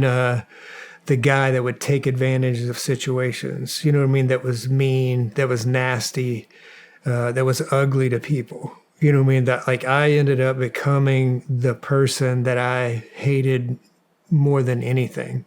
Like I said, the only thing that was above the level of hate I had for me was God. But just and then growing up, there was a lot of things. Like I was a mean kid growing up, like to my brother. You know what I mean? So I just always had this. I had always had this unworthy, damaged. So self-concept is what a lot of people talk about, right? And that's what we are talking about. So my self-concept is that whether it was real or in my head, my self-concept is that I was a damaged human being and didn't deserve anything good in this life other than to suffer. That's what went on here. Some of that was justified in actions that had happened. A lot of it maybe something people said, experiences that I'd had or that I had come up with myself. So that's basically where I was as a human being at that time. And I'd already lost my wife. The next thing was the Army. Because, I just hadn't gotten caught drunk on duty. I hadn't gotten caught drunk and drunk. You know what I mean? Like, the only difference between me and guy in prison or in the ground is inches and seconds. You know what I mean? That's it. The only difference. Wasn't getting caught. But, I'm not an idiot. Like, I keep doing it. Like, statistics happen. It's going to happen. So I didn't want, I'd already lost number one thing and I'm about to lose number two, if I drink. So I was solid on not wanting to drink.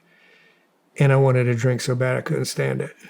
Because again, drinking wasn't my problem. It was my solution, And so eventually I got a few things happened. I got promoted to sergeant. Again, I'm this golden boy militarily. Now my wife and I are separated, but I'm really focused on like getting sober, and I've done a lot of hard things in my life, a lot of really hard things. To date, for me, the hardest thing that I'd ever done my entire life is early sobriety, because I was having to change core beliefs, change how I'd acted my whole life, change every person, place, or thing. You know what I mean? I was only had to change one thing my whole fucking life. You know what I mean? And I'd never been able to do that before. So doing that, like no kid, not talking about it, like actually putting in the work and doing that and continuing to not drink was the hardest thing that I'd ever done. That's why a lot of guys don't stay sober, because it's hard. Yeah. The reason why a lot of guys don't make it to the SEALs, because it's hard. Like, any super hard thing that's worthy in life takes an incredible, enormous amount of work. And for me, to date, that's the hardest that I've ever done. But I was making it harder on me because I wasn't doing what was suggested. Like, hey, idiot, here's the plan. Like when I went to Ranger school, I went to pre-Ranger, I followed the regulations, you know what I mean? The Ranger handbook, like all of that stuff. It was like, hey, man, there's a book. Follow the book. You get the results. Just like the gym. Like, hey, you want to get stronger, you go to the gym, you pick up things that are heavy and you move them around. Like, then you go, you get results. The real bottom came whenever I couldn't imagine my life without drinking, and I couldn't imagine my life with drinking. And I just hit this surrender point of where I had to go all in. On this sobriety gig, this steps and sponsors and all this crap that I didn't think would work. So I did, but I resisted that up until the end where I couldn't resist it anymore, and I finally gave up. I surrendered. What I mean when I say I gave up on trying to do it my way. Like, I'm going to get sober my way. Like, hey, if you can get sober your way, like, right on, man, go right ahead. But I couldn't, and so I got that sponsor, and and we started going through the steps, and then I got what I always needed, which is relief. I drank because I needed relief. I needed relief from my emotions, from my from everything that was going on. I needed relief from that. Alcohol gave me that peace. Now I don't have alcohol in my life. What am I going to use to get relief? And the cool thing for me and it really relates into Warrior's Heart, when it comes up, but I got sober on Fort Bragg. So I got sober with Warriors. You know what I mean? So significantly different atmosphere than being in a civilian AA meeting, or health 12-step group meeting. Because I was with military guys, and the majority of them were Army. It was Army base. We had some Air Force mix, but it was mainly. And so we all spoke the same language, same analogies, the military lingo. They would attach spirituality to military decision-making processes. They would attach sobriety, all these different things to the construct of how my brain worked, which was military-minded, And so it was huge. I got sober with Warriors, and like, again, hero warriors, Vietnam vets, like World War II vets, like, holy crap, like these are badass warriors who are sober and also men of God. What? Because for me, it was a lot of all or nothing. It was that team mentality, which I was all into. I'm not judging or hating, you know what I mean? It was like, yeah, if a warrior means this, you know what I mean? And then now I'm trying to be this other thing. It didn't fit in that construct of what a warrior. It's like, what am I going to be? I was really afraid of getting sober too. It's like, man, am I going to turn into some kind of hippie, And like in my mind, and this was just in my mind, but in my mind, if you wanted to follow God, that meant that if you gave your life and your will over to God, that meant you put on a white robe and you went down to South America, and that's what you did for the rest of your life, was tell people about God. Well, I didn't want to do that. I want to be a warrior, man. Like, I'm just getting started. 22 years old. I've got this military career that's just, I'm going somewhere. I don't know if I'll get my wife back or not, but like, but it's terrifying, the idea of trusting in God. It was for me, it was, because it meant I didn't know what it meant. Did it mean I have to give up my life or what? I didn't know.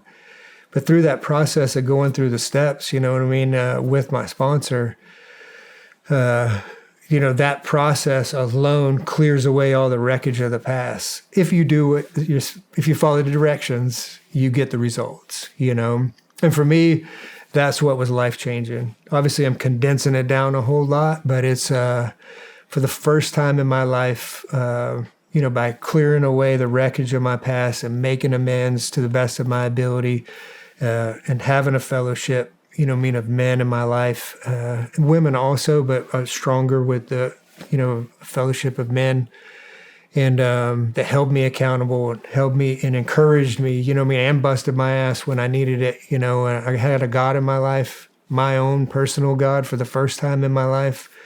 It was amazing. I was happy, joyous, and free without drinking for the first time in my entire life. How long did it take you to get to the 12 steps? How long did you give yourself, or I guess a more appropriate question would be, from the time you decided you wanted to stop drinking to the time that the miracle happened, hit bottom? Yeah. What was that time frame? 62 days. 62 and days. I know it was 62 days. Yeah. From the time I had stopped, and then I just resisted, went to meetings and had a book, and read the book, but not all in. That was 62 days. And then that was the surrender moment. And then I got a sponsor and was on board. And I told my sponsor, I was like, so here's the deal, man. I'm going to do whatever you, this is me telling my sponsor, like, here's the deal, man. Here's the deal, man. Like, that's how this is how I'm going to do this. Yeah, this is how arrogant I am. I said, I'm going to do whatever you tell me to do. 100%. I'm going to do what this book tells me to do 100%. I'm going to do what these steps say to do 100%. And when this shit doesn't work, I'm going to go get drunk. And he said, deal. I'm like, what? He's like, yeah, man. That's all you got to do is try. You do all that stuff, That's all I'm asking. So my intention was to prove that that shit didn't work for a damaged person like me.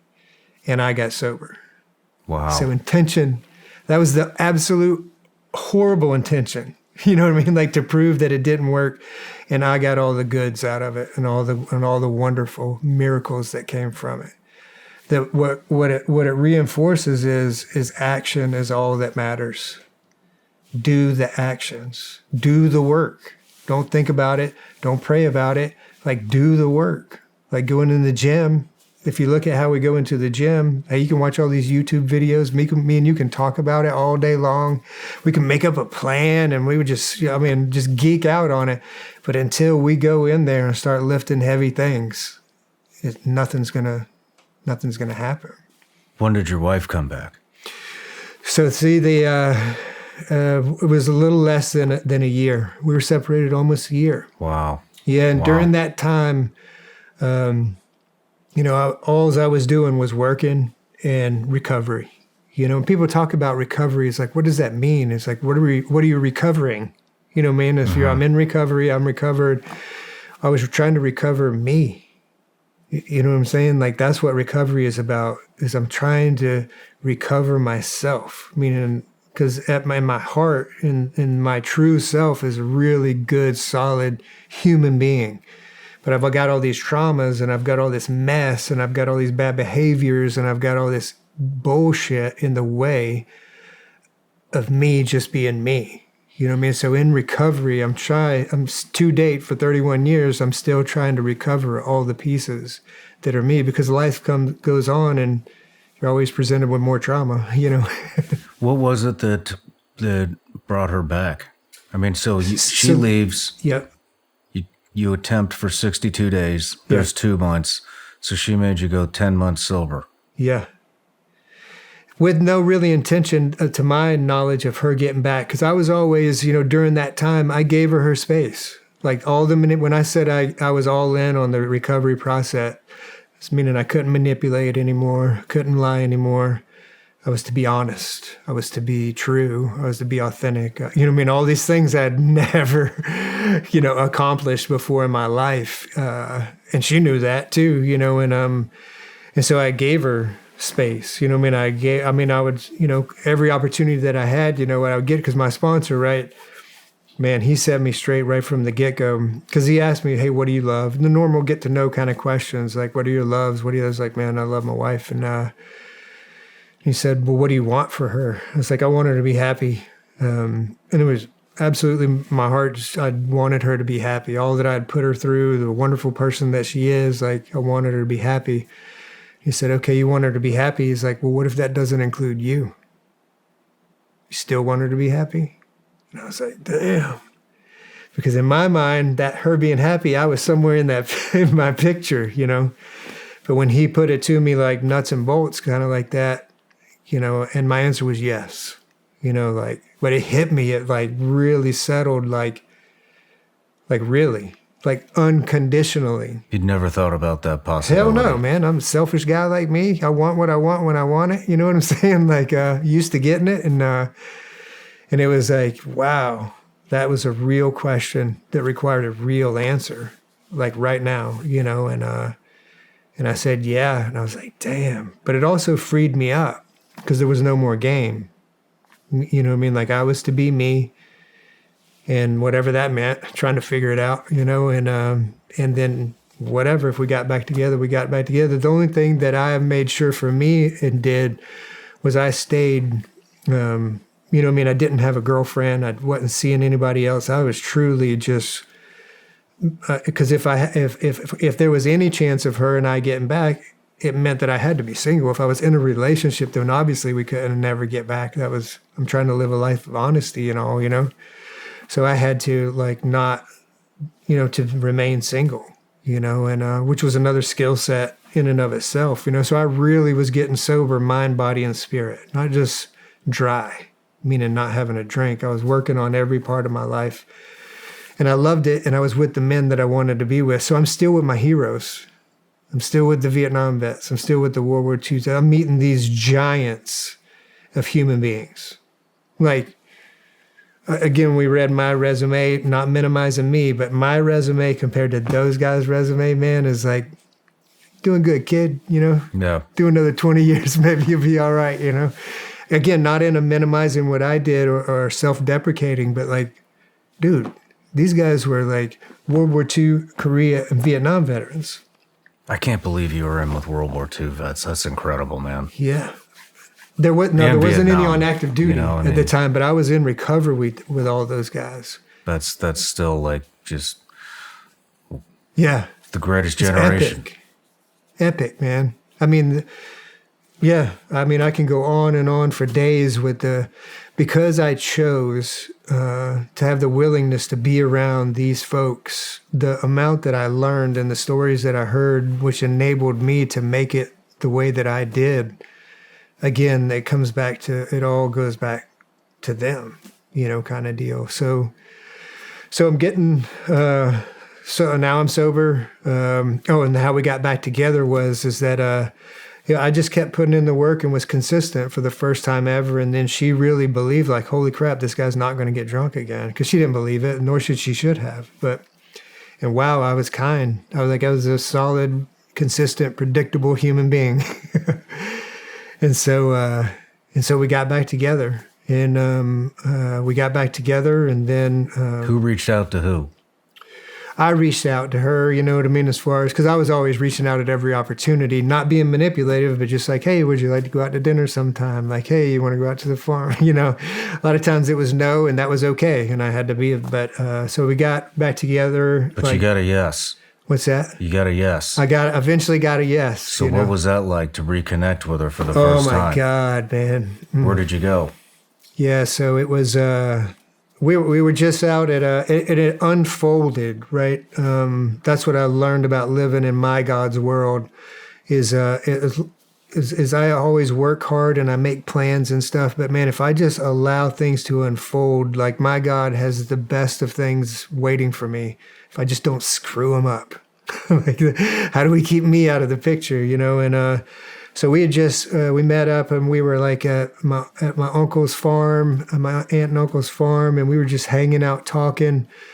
And then one thing led to another, and she missed me terribly, and because I wasn't a jackass anymore, you know what I mean? She couldn't blame me anymore, just on the past stuff. But in the near future, you know what I mean? I was decent, and she was like, yeah, because I'm in the whole time, I mean, it's like, she knew I was willing and able and wanting to be back together. That wasn't a question. The only question was what she wanted to join that party again, Mm-hmm.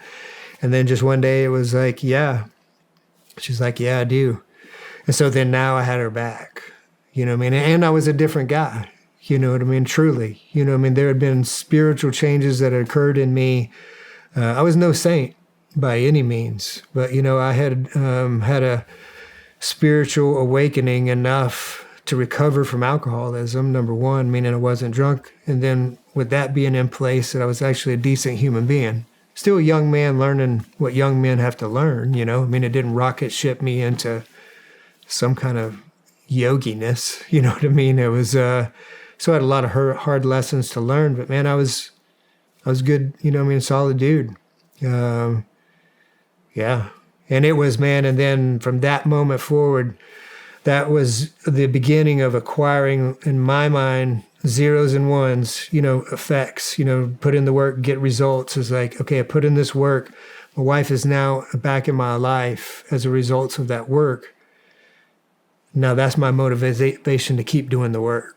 Right? Don't get complacent. Don't get like, hey, this can be gone. Most people don't get the opportunity of a second chance. I mean, I know that, so I was gifted this second chance.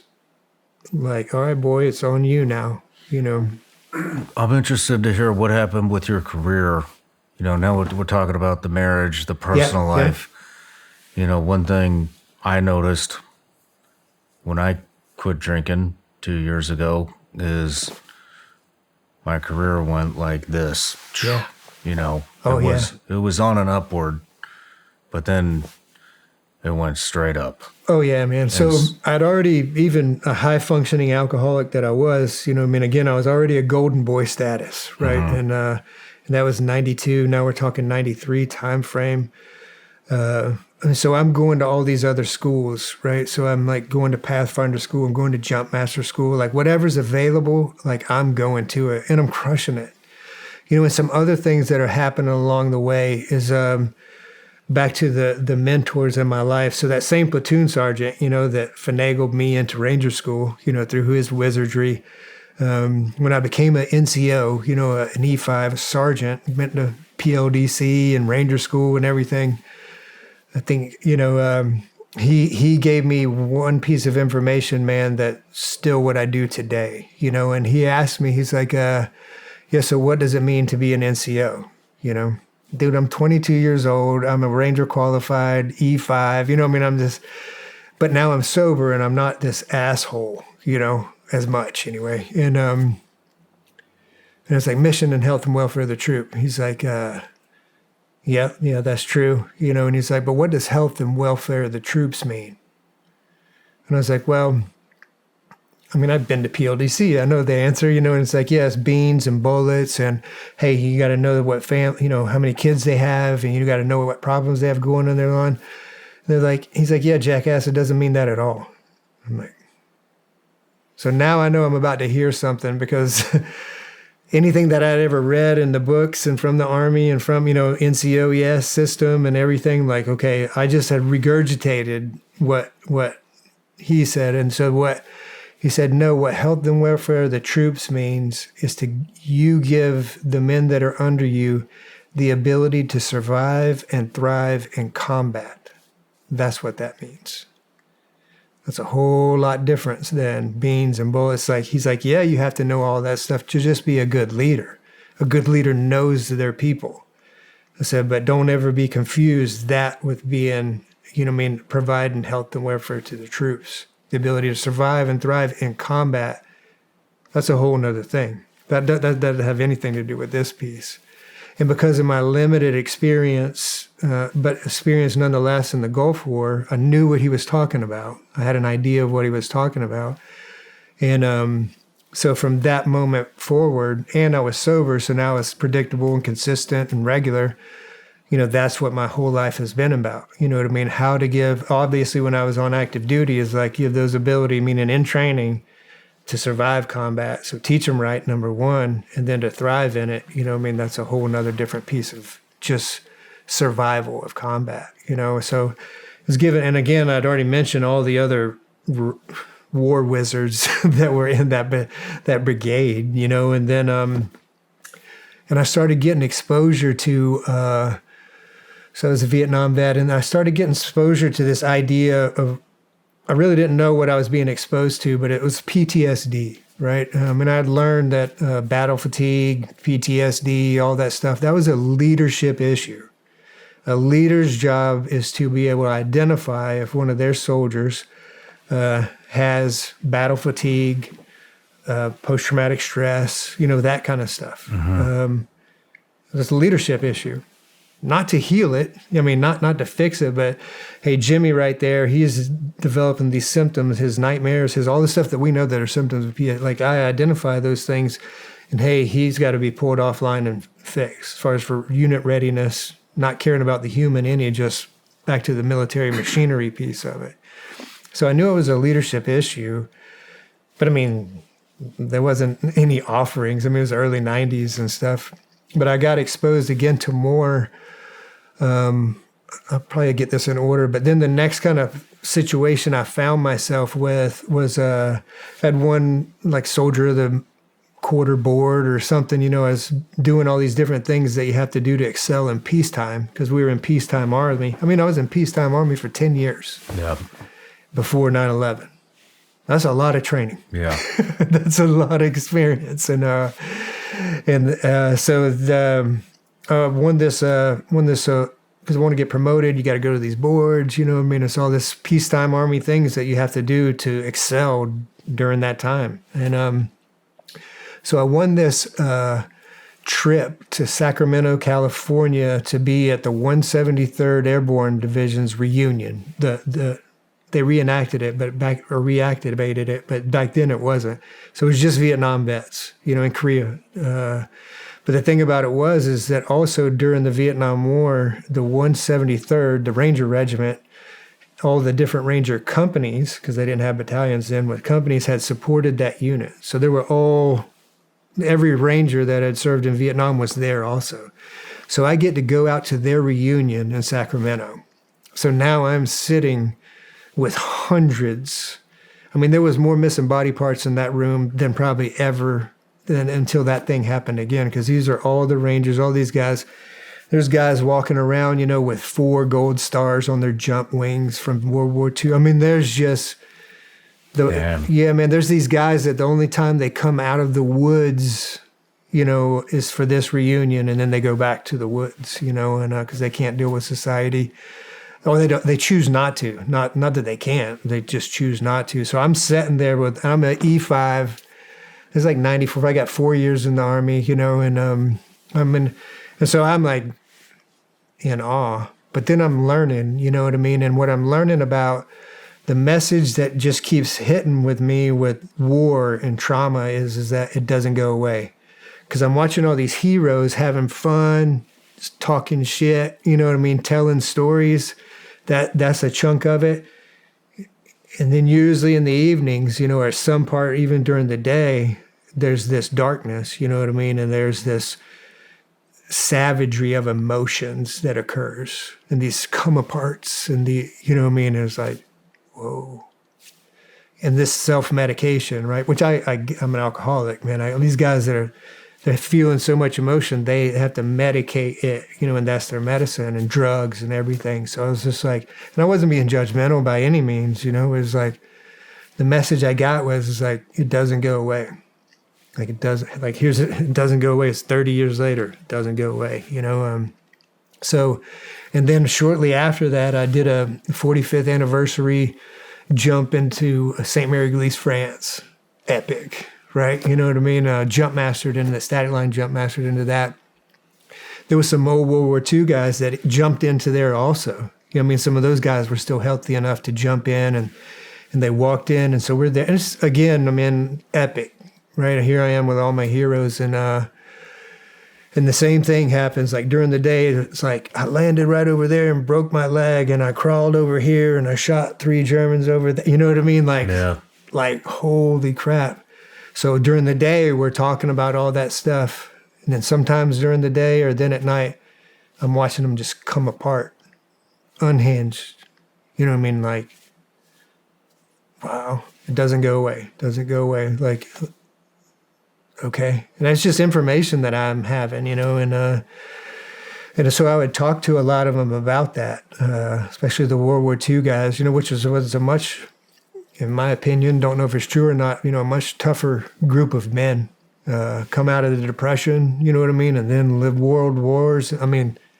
I'm with you. Yeah, man, like greatest generation to date, in my opinion. That's what they call them, the greatest generation. Yeah, man, and so as they... and when I was in sobriety, now I'm in sobriety and I'm in meetings and I'm talking to veterans and stuff, because now some of that stuff a little bit is gurgling up from me, even though I did my step work, I hadn't been to any psychology help or anything like that, so I still have a lot of emotions that are not processed, and some of those hardcore World War II guys, you know what I mean, they called it, some of them would say like, yeah, don't shake the net, boy. And what it meant is that, all the pictures of the D-Day invasion and the big cargo nets on the big ships that were putting them on the landing craft. You see the pictures and they're just full of it. Well, these are those guys' stories. It's like, yeah, guys that would be shitting themselves, you know what I mean, or freak out, having panic attacks and like, I'm not going kind of deal, and start freaking out and shaking the net that's about to make all these other guys fall off of it. They'd pull them off of it. Because either you go or 10 of us go, kind of deal. And so whenever it came to the talk of war, trauma, those kind of stories, the ones that we have that we don't even really talk amongst ourselves about, You start bringing that kind of stuff up, they'd be like, don't shake the neck, son. They'd be like, dang. So one part of me got it, but then the other part of me was like, something has to be done with that because it doesn't go away.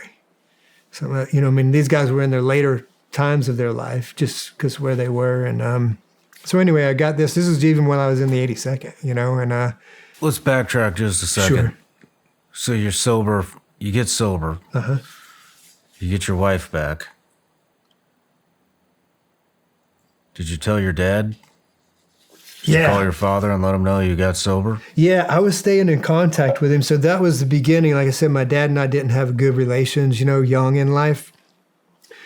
And and he did the best thing because he knew I'd tell him what I was doing. Like, yeah, I'm still going to the bar, but I'm not drinking. And because I'd call him every week or so and just check in with him and stuff.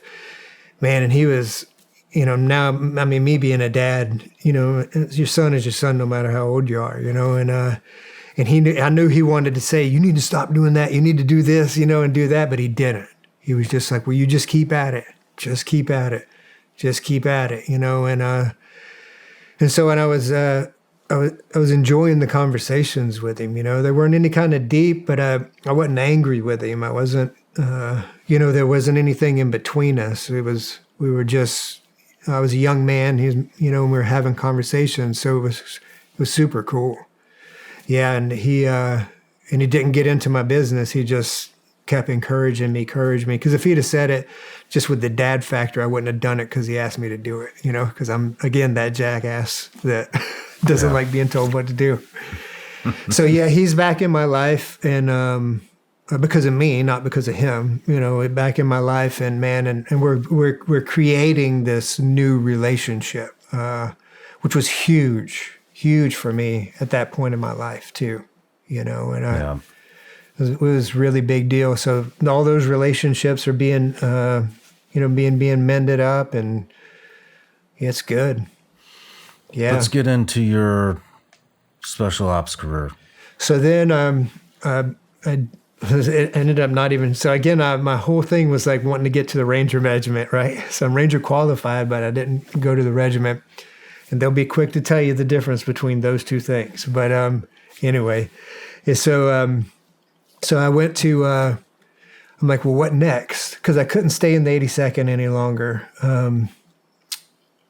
Some of the best NCOs to date were those men that were there. But I just always wanted, like, what's next? Like, I'd done everything that I could do there. What's the next challenge, and being an SF, Green Beret, it's like, okay, well, that just was kind of like the next thing. And it was like, hey, I was already on another enlistment and I couldn't switch over. So let me go to that. So in December of 95, I went to Special Forces selection and made it. How did that come on the radar? Going to Special Forces? It was just that I wasn't, I was like, man, what's next? That was kind of the what's next. It was what was next. It was like, well, I can go to Special Forces. Did you always know about it, or? I mean, I always knew about the Green Berets, but it wasn't like one of those things that like, hey, that'd be cool. But it wasn't like man, I want to devote my life to this purpose, and it was really like, hey, I didn't want to be a drill sergeant or recruiter because that's right at about 5 to 6 years, you get tagged for being a drill sergeant or a recruiter. I didn't want that. I was like, so let me go to selection because that trumps anything there. So not a lot of really huge reason for going other than giving it a shot, and that it was going to be super hard. That was the motivation for it. It's like, hey, do I have what it takes to be at the next level? So I go to that and and at that time, each one of these things that I experienced, whether it was pre-Ranger, then Ranger School, then Best Ranger, then SFAS, was the hardest thing I ever done in my life. Each one of those. Not one of those that I just breezed through and like, well, that wasn't too bad. It was like, no, that was the hardest thing I'd ever done in my life until I got to the next hardest thing I'd ever done in my life. And then at this point, SFAS for sure was the hardest thing I'd ever done in my life. Made it through that. Super exciting, I'm like, holy crap, past selection. As an 18 Charlie, that's engineer, Special Forces engineer. started, what did I do? Went to the Q course, qualification course for that. And again, man, I'm now living even more the dream. You know what I mean? Like, now I'm going to be a special forces guy. So at this time, I'm about, this is 96 time frame. So I'm like 4 years sober. And what I've seen in sobriety is like usually between years 4 and 6, a lot of that unprocessed trauma comes out if you haven't seen a psychologist or, work through those kind of issues. And for me, a lot of that emotional stuff started coming out from childhood, from past, from, whatever. It just started coming out. I didn't have any really processing tools other than sharing it with another alcoholic or another warrior. So there was some tough times, having panic attacks, anxiety attacks. Again, not to do to anything. It was all from past stuff, and it's a natural, what I've learned is that it's a natural progress of the body has to be rid of all of that stored emotion. The body will be rid of it at some point. Usually it comes out sideways. Like if I'm not dealing with something that I know I'm not supposed to be dealing with, it's going to come out with an inappropriate emotional response, inappropriate behaviors, like saying too much, getting mad. It's coming out. I always revert it back to like a thorn that's stuck in my skin. Like my body is going to kill itself to get that out. Like, it's going to, there's be red and then there'll be pus around it because it's trying to force it out. It'll go so far as if it doesn't force it out, then I'll become septic and die. But the body is going to try to get it out. So all those stored emotions, stored in memories and events, were coming out. So I was having these weirdo panic attacks and stuff. I didn't even have the words for them. Because again, it's mid-90s. No one talks about anxiety and panic attack. Not in my circles anyway. It's just like, man, I don't know what's the matter with me. Like, whatever, just don't do anything stupid right now. And so I was going through that. And one morning, again, now what I know, when I was in language school, I ended up having this panic attack. And it just so happened that morning I was supposed to go in for a PT test, like at 06:30, and then normal, like be in class at language school, at 09.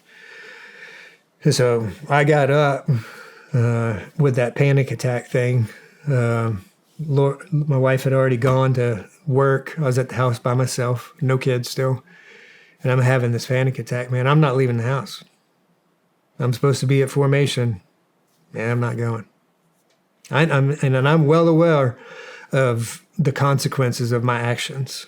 Like I'm probably going to get kicked out because it was almost like a zero tolerance kind of thing. Man, I'd seen guys get kicked out for stuff. And I was not well, man. I was reading my books. I was praying my prayers. I was just like, just riding it out. But I wasn't leaving the house. For whatever reason, I'm not leaving the house. And so cool things, people that knew me and I was predictable, the first sergeant, of course, SF, long tab guy is like, hey, where's Spooner?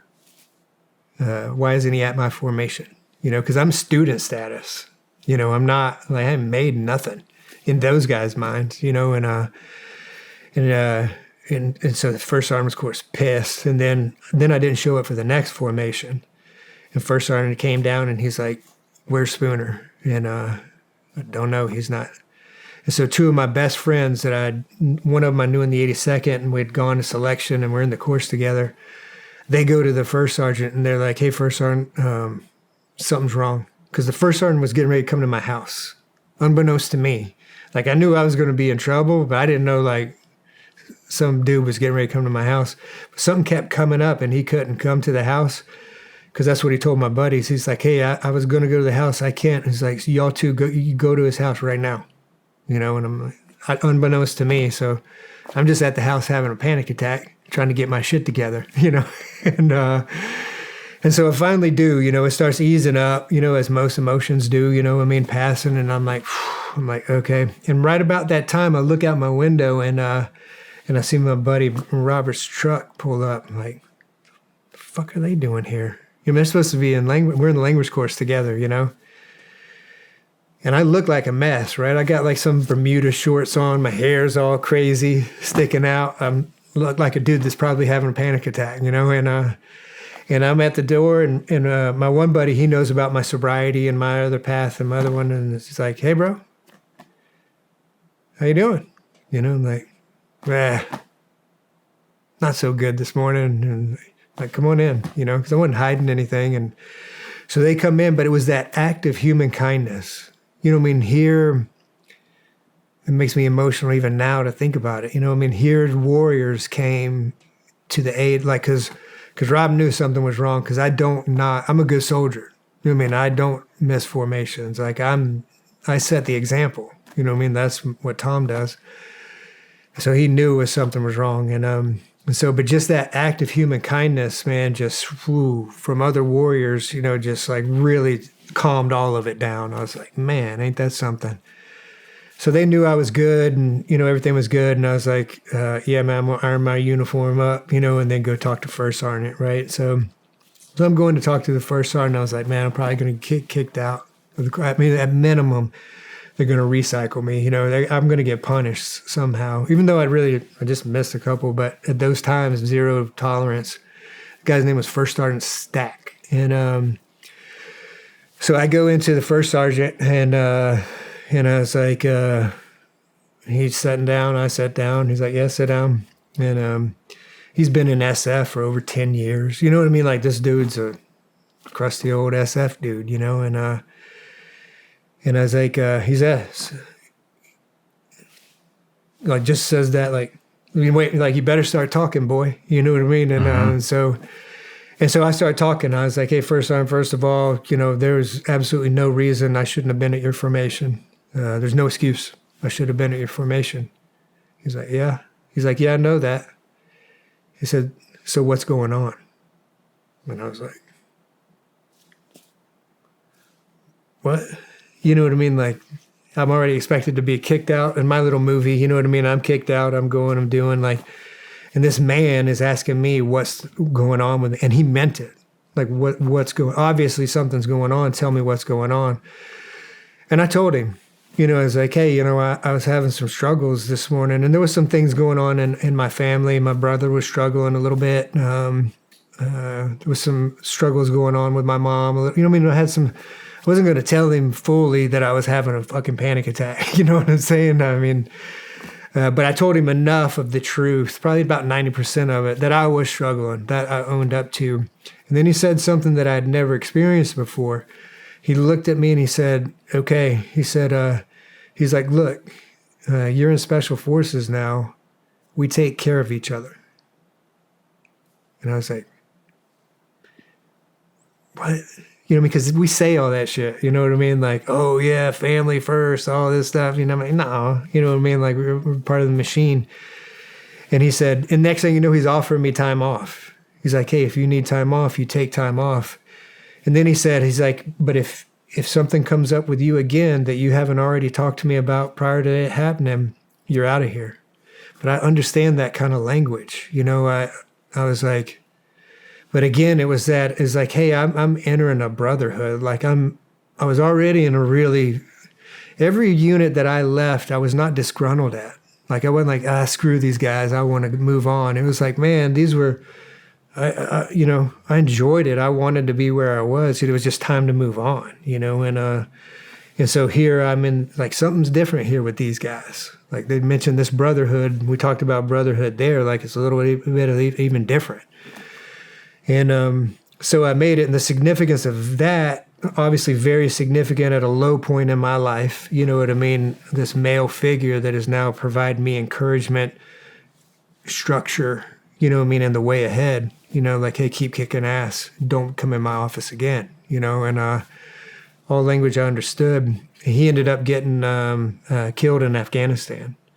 After the GWAT, you know, kicked off. So again, just men like that in my life. So I finished up I'm in this new kind of brotherhood thing. So then I get my team in 7th Group. I went to 7th Group, you know, Central and South America. Again, man, I won the Super Bowl again. You know what I mean? Like, championship. And it's all pre-war. I mean, it's all no war time frame. Mm-hmm. You know what I mean? So Central South America, pretty dicey, you know, drug on war. You know what I mean? It was at least dangerous place to go, you know. super happy, loved the culture, loved the people. You know, it was dangerous as shit at a lot of times, and there was a lot of good times, and yet the pool of quality of men that were around me was even better. You know what I mean? There was guys that I was trying to be like. You know what I mean? It was like, holy crap. And again, the first team that I rolled into, like the team sergeant is an ex-unit guy. You know what I mean? So there's that, you know, who's in Grenada and all kinds of stuff. And then there's a couple other guys on the team that were veterans of the El Sal wars. You know what I mean? El Salvador and all that. So here I am again on this new team, now being instructed or being gifted with, this is how you do it, boy. You know, like learn. And, you know, and at that time I was 26 years old, unbroken. I was a beast physically, you know, and a little bit cocky, you know, and some of the older guys, you know, were a little out of shape, but I didn't know what they had gone through because I didn't know what it was like to be on a team for 6 years, you know, or what happens to your body in special operations, you know, and I was a little judgy internally. Thank God it never came out of my mouth, man. But I just was like, man, I really need to learn this job. Like, don't be judgmental. Like, learn, man. And I just watched how these guys work downrange. You know what I mean? In non-combat time, you know, we would go and we were just doing foreign internal defense and, you know, teaching POIs and working. But they were wizards, man. You know what I mean? You want to talk about if somebody that can create, they were special forces soldiers by, with, and through, and like they could mobilize a battalion at their whim, which, you know, I mean, through buzz, that just gets your foot in the door, man. You haven't really done, in those guys' minds that are working in those units, there's like, they don't care. They don't give a shit, man. Like, you've just got your good job, you got your foot in the door, now you're going to get tested. When you get in there, especially with the guys that are putting you through, I mean, the Mogadishu guys, Tom Satterley and his boys, and we've interviewed Tom. Yeah. And, I mean, what was... And then knowing they know more than anybody else what you're about to walk into. Yeah. And so, you know, I would think that that had to be fucking tough. Yeah, man. I mean, those had to be some hard men to please. And I would imagine that did it seem like they just despise you? Like there's no way that you could ever rise to their expectation to be able to work alongside with them? Wasn't that at all? No shit. Yeah, man. I mean, they were super tough at upholding the standard. So there wasn't any extra, like the standard was so hard, number one. But now the intensity level has gone up. Maybe it's always been that way. You know what I mean? I don't know. I only know my class and the classes after that I was cadre on. But it was like that level of intensity of the focus on the standard of doing it right, man, was off the charts. And that's we had a really small group.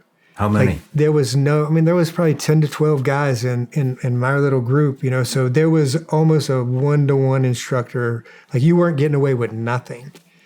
And they were not going to send a product to, like, all of those guys had already, obviously, their instructor status now. They had spent, you know, years on the teams. Like, they're not sending any shitbag back to their friends. So there's that aspect of it, too. Like, because there's a good chance that they'll be working with them. You know what I mean? Because after they finish that time as being instructor, they're going right back. You know, so that's what keeps it so fresh. So, yeah, it was super intense, man. And then so it was the normal pressure and then the self-imposed pressure. Because here I am now, another Super Bowl win, right? Like, now I'm going through the gate of this compound that I've been around for 11 years. And I'm actually going through the gate. So for a little while, and the intensity and every week they made a decision where you were staying or not. I mean, that was common knowledge. They had a little meeting, and with the instructors, it was whether you were staying or not. And there were guys getting chipped off, you know what I mean? And then, I mean, just because you made it through that, so if you had to make it through the last board at the end, you know what I mean? It was intense, but I loved it. You know what I mean? And again, it was during that time. So that was just amazing, right? And so back to month 2, you know, basically of it, January timeframe. My son was born in the middle of January, right? So, and during that time in the training course, you know, it was a lot of basic stuff that they were doing at the time because they're getting the whole group up to speed. Because, you know, they're pulling from guys with all different backgrounds, you know what I mean? So they're getting everybody, setting everybody up for success along the way. So there's a lot of stuff marksmanship-wise that I was already good at and a lot of things. So my son was born, and awesome, you know what I mean? 2-year-old infant, you know, newborn, and wife, everything's good. You know, have a little bit of time to take care of that. Then family's coming in to help take care of, you know, obviously very planned for because I got to be in this course, you know what I mean? So it was all good. Everything was good. And then some complications occur with my wife. She has very hard time with pregnancies. And so, but that was mostly during pregnancy. This was post. So usually no problems after that. Well, I don't know that there's a problem. I'm on the range, black Suburban pulls up, you know, with the sergeant major of the training, you know what I mean, who was a team leader in Mogadishu, by the way. So that whole crew, you know what I mean? So he shows up and he's like, yeah, where's Spooner? Yeah, I'm fired.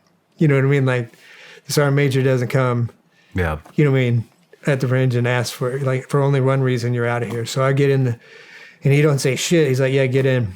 And we get in and I'm like, I'm fired, you know what I mean? He's like, hey, your wife's okay, but she's in the hospital. There's been some complications.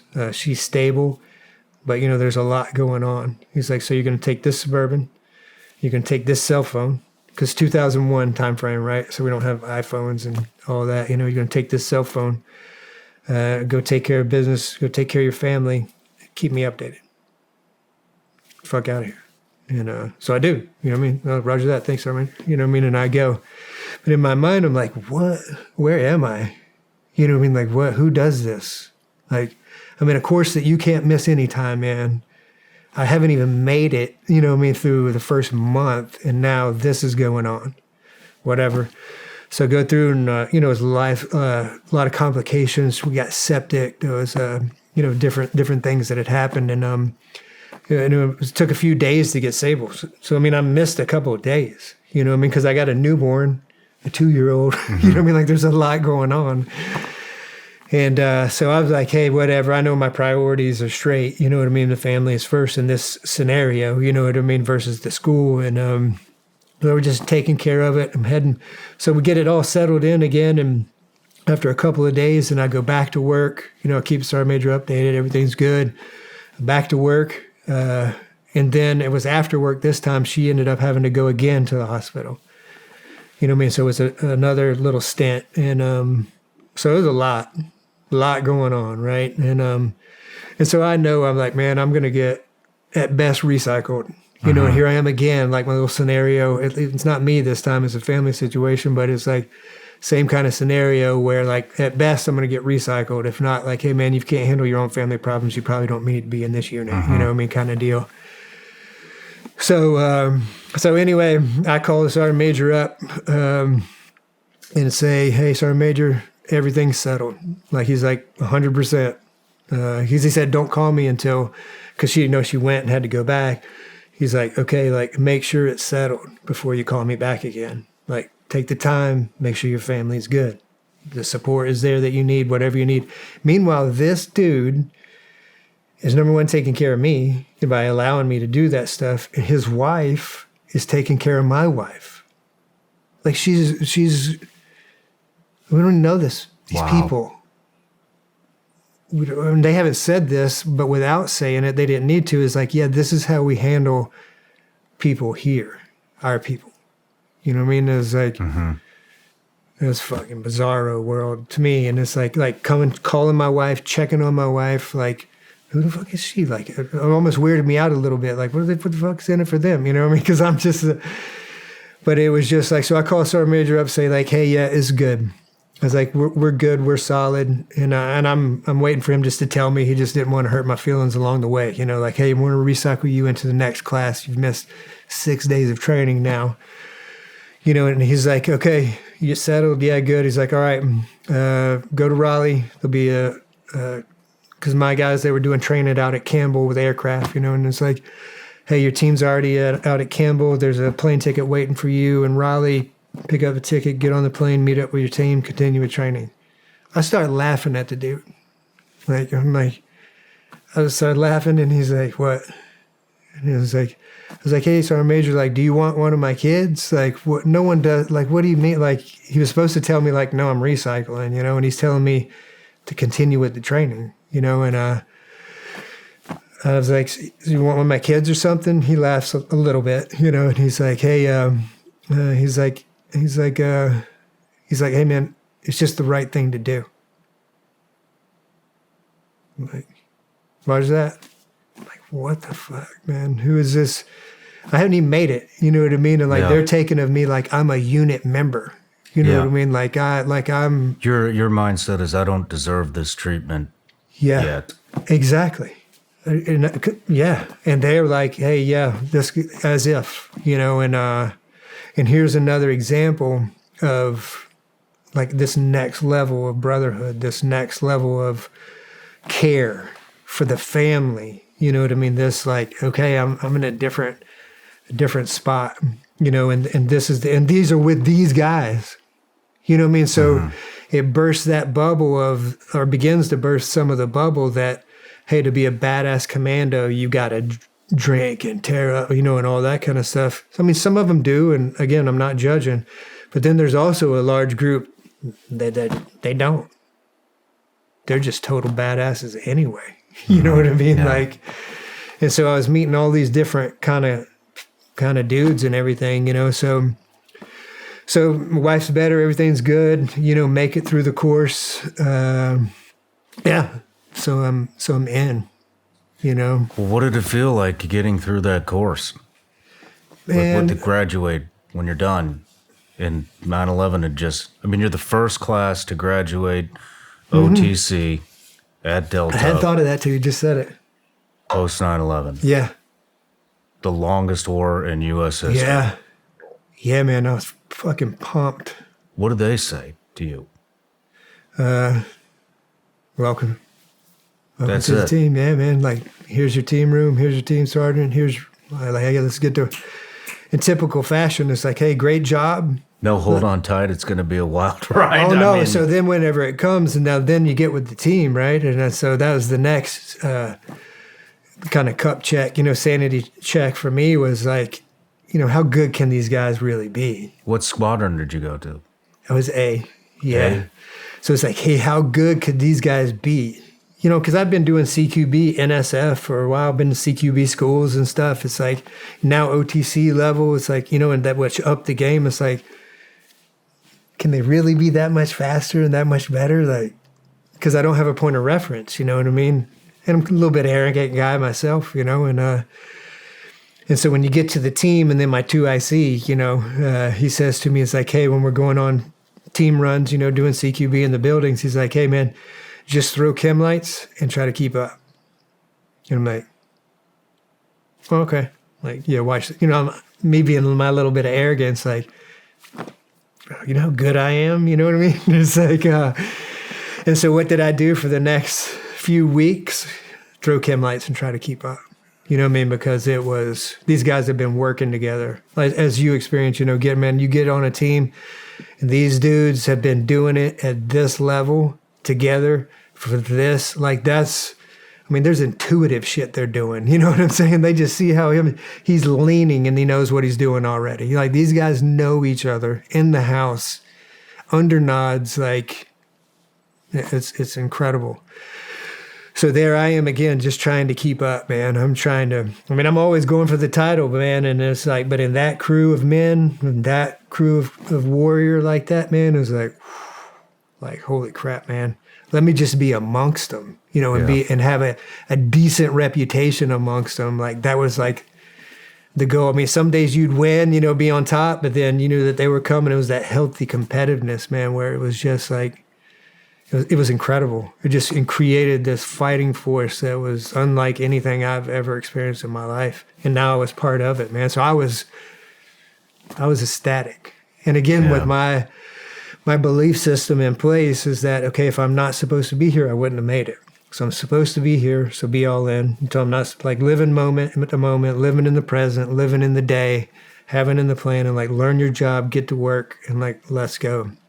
And let's go to war, man. Like, I am, you know what I mean? I spent 11 years, you know what I mean? Like, my whole life for this moment. Yeah. Like, and obviously there was some naive to that, because I mean, I experienced some of it in the Gulf War, but just a taste, you know?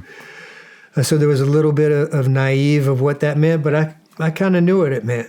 You know, and I was, again, now I'm almost 12 years in, a lot of hard stuff. I was pretty hardened, trained, hardened mind, body, and spirit dude. You know, like, I was about as prepared as you can get to go to war.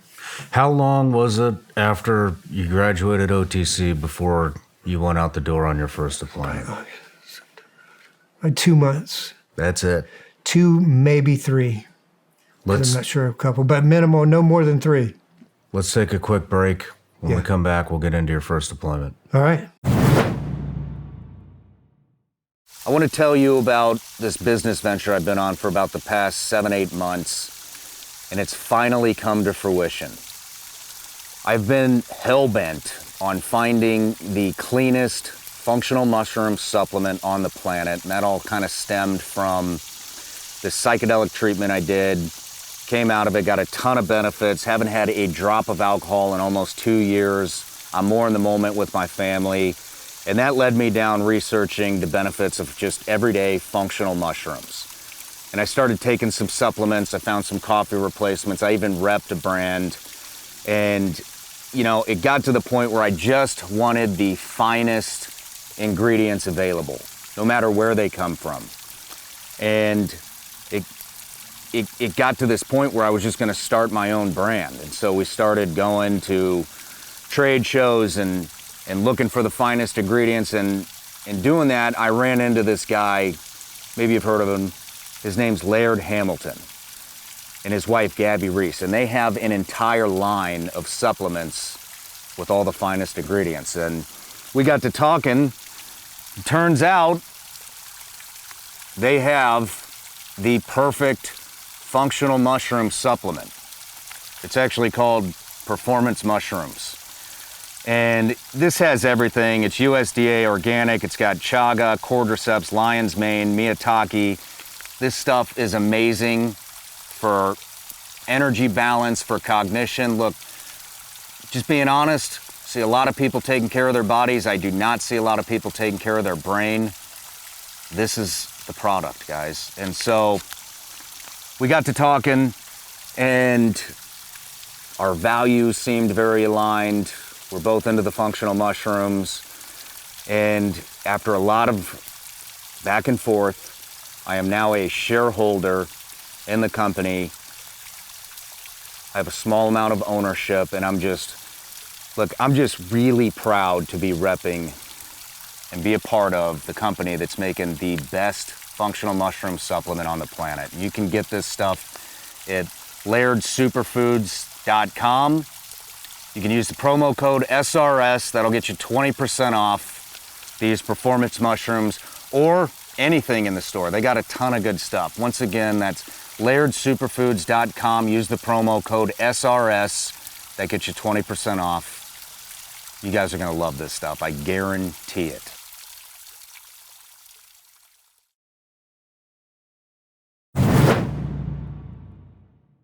Over the past several years, Vigilance Elite Patreon has fueled what you now see today, The Shawn Ryan Show. Because of our patrons and their support, it has enabled us to produce the best quality productions that you see weekly, including our small team that continues to grow. I've done a complete restructure of Vigilance Elite Patreon in 2024 by adding new and improved tiers and giving them a unique name. Tier 1 is now known as The Seeker. Tier 2 is known as the Protector, and Tier 3 is now known as the Defender. And our newest tier, Tier 4, is known as the Patriots. One of our top benefits by joining Tier 1 is getting early access to all of the Shawn Ryan shows.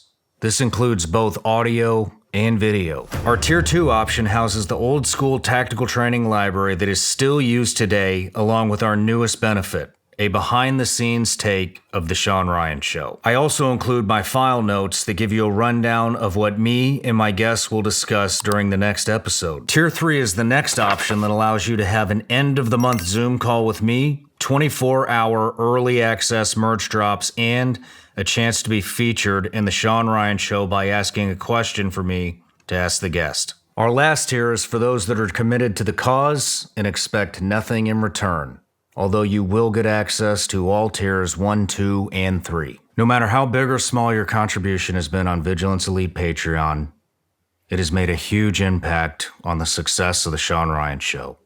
You see, without you, there would be no show. There would be no team to support me. And the thousands and thousands, possibly millions of lives that we've been able to have positive impacts on would have never happened. And for that, I would like to personally thank you. You can join me today for as little as $5 a month by visiting Vigilance Elite Patreon. All right, Tom, we're back, and we had just finished up Delta selection. You're on your team. You're getting ready to deploy. Mm-hmm. Where are you going? Yeah, so that the first one that I went to was Afghanistan. That was in the fall of 2002. And we were on it was just a TST, time-sensitive target task force that was there. So we just, if anything hot came up, we went and did it. So it was a lot of time on base.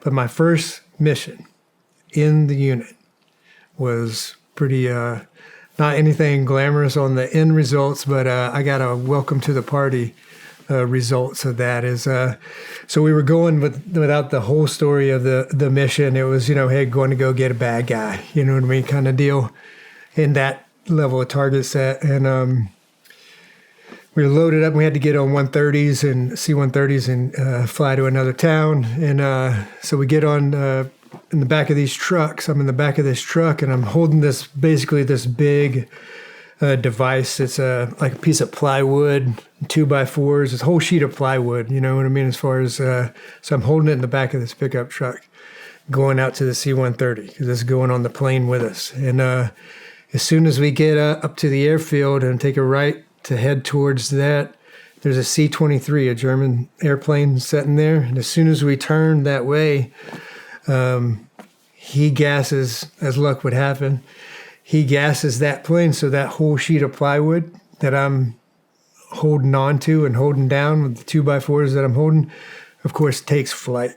And that thing comes up, snaps my nose right here, big time, hits me in the cheek there, and knocks me back. I mean, it's just like a big piece of plywood flies away, like a piece of paper, except with me in the middle of it. And so it knocked me back, and the other guys in the team back there, I come to, set back up in the back of the pickup truck. I set back up, and then I was like, this can't be happening.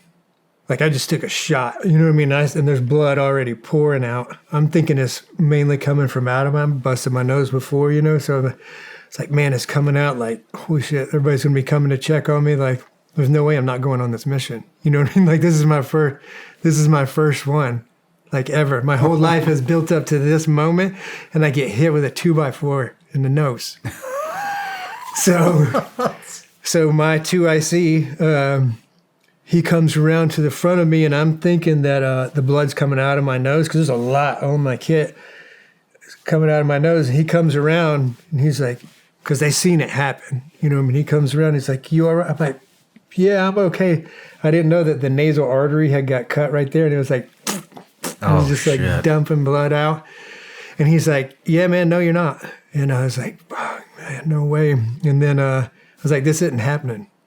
There's no way that this is happening to me right now. And everybody else is loading the plane.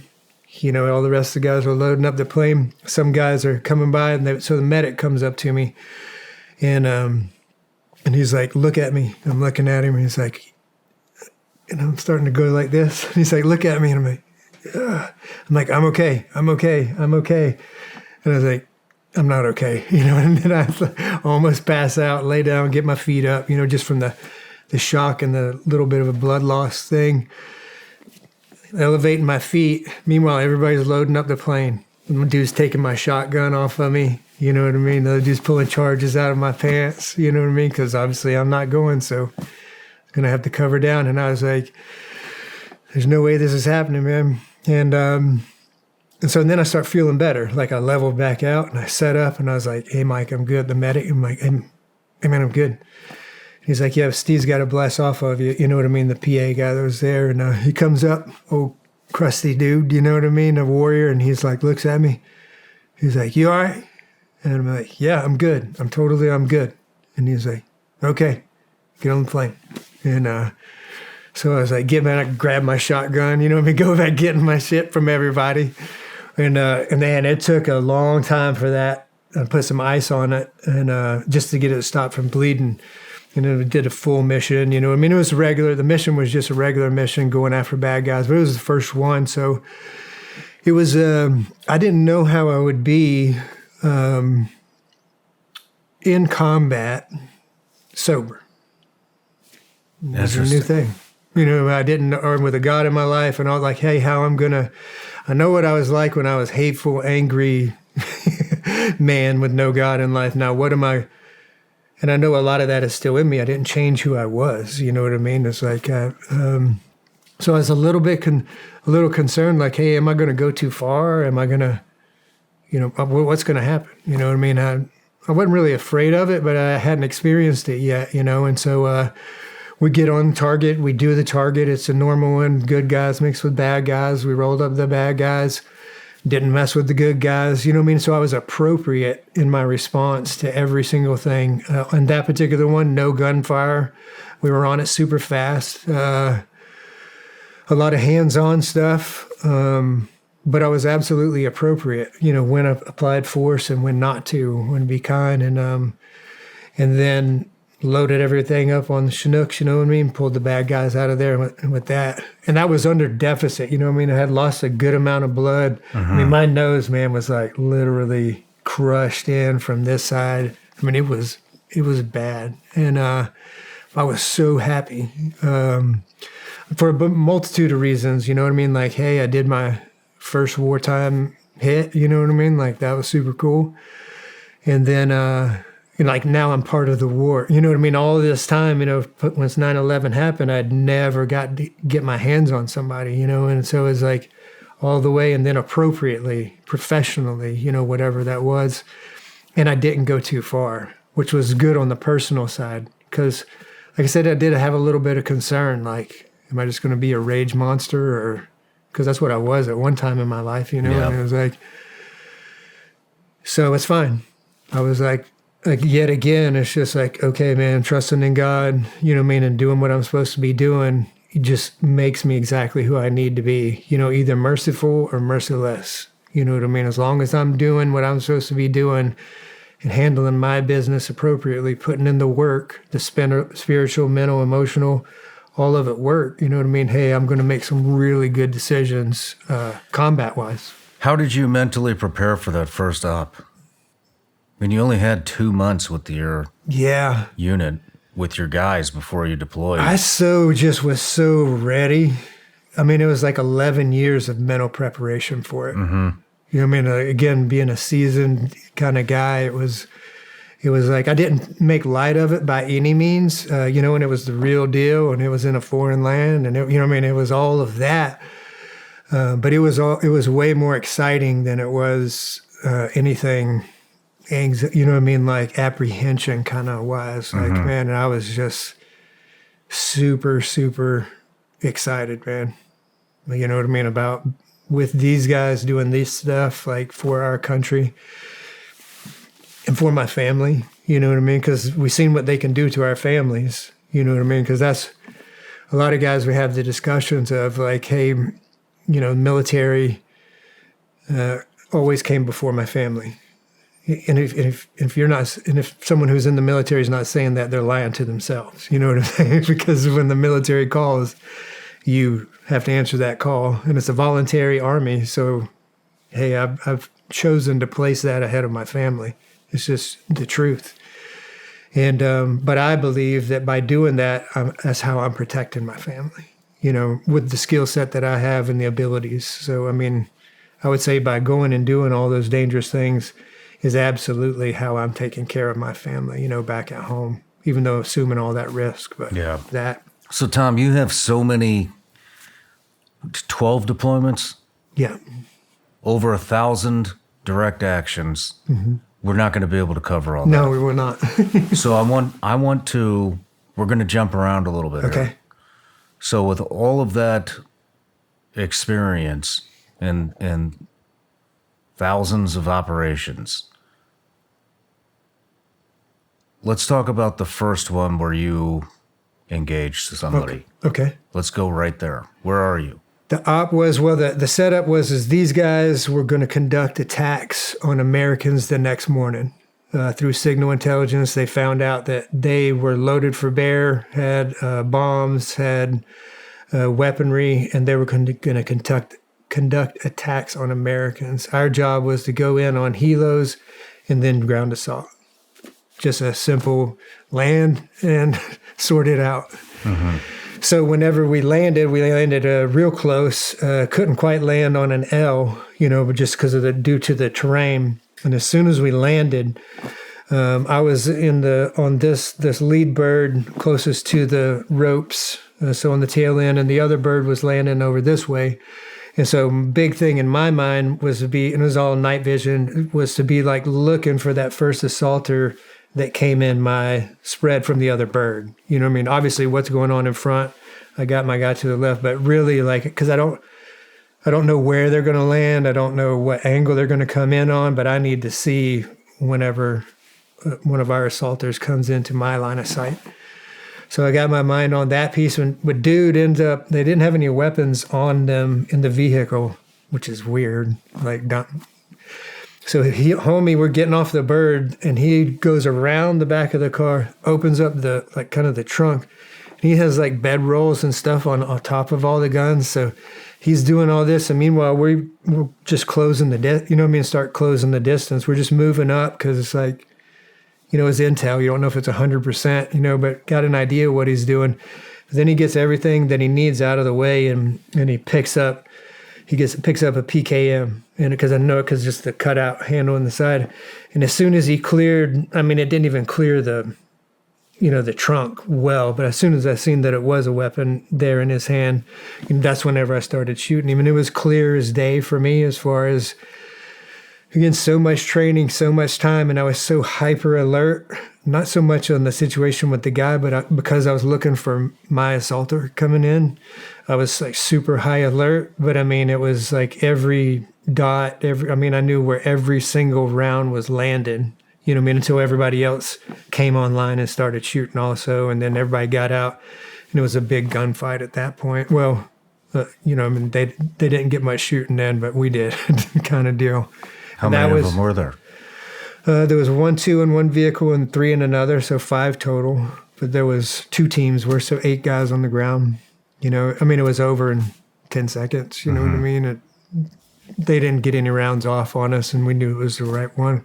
But that was the first time that, I had killed another human being, 100% sure, me right then at that time. So throughout our interview so far, you've talked a lot about God. Yeah. You've talked a lot about being merciful, mercifulness. It sounds like you have been almost concerned that it would go out of control. Mm. That you were gonna embrace this rage. And it didn't, so how did it feel the first time? Man, nothing. Yeah, none. It was like I did my job. Like finally. you know, not like, oh my God, yeah, I kill. I'm not a sociopath. You know what I mean? So it's like, hey, my job as a war fighter, you know what I mean, as a, you know what I mean, hunter of men, you know, bad guys, is like, okay, I finally just did my job. It was almost like a relief, like, finally, you know what I mean? I fulfilled my job description. Not like, you know, a notch on the gun or like got my kill on, you know, none of that, but like pure professional and purely like, man, all right, I did my job. As a Christian, did it affect you spiritually at all? None at all. Was there any question, like, Zero. what happens now? Yeah, no, I had none. I was super clear. So I wasn't one of the, and I'll just categorize it, I'm kind of stereotyping, but I wasn't one of the crusader guys, right? Like Islam, Christianity, you know, some guys develop that crusader kind of bond. For me and my relationship with my God is, and I am a Christian, but how my relationship works with is like when I go to before my maker, and I will, and I tell him what I'm done, I'm going to tell him that I murdered people. Because murder defined as, you know, you had a plan and you executed the plan and you killed a human being. Like, I believe that it 100% absolutely is necessary, and I have my whys of why this human being needs to die, and I killed them. But it's going to be up to him whether he says yeah or no on it. You know what I mean? But I'm not going to hide in some piece of the Bible that says it's okay that I kill other human beings because this says that. If that is the truth, cool, I win on that anyway, you know? But I'm not going before my God with some weak ass shit about like, well, so-and-so taught me and I was raised, you know? But that's just my own personal belief. A lot of guys fully, you know, need to and understand and embrace that mindset. But no, without a doubt, this human being had met the criteria of being executed, you know, and I have never had a problem with that. It's never affected you mentally? No, it has affected my humanity. Yeah, but as far as in my job description, doing the job, no thrill or glory of it, and and it's like just the job, just the professional piece of it. But what was the question? I got lost. Well, basically what I was asking is, you know, a lot Humanity of guys, I think a lot of guys sometimes struggle with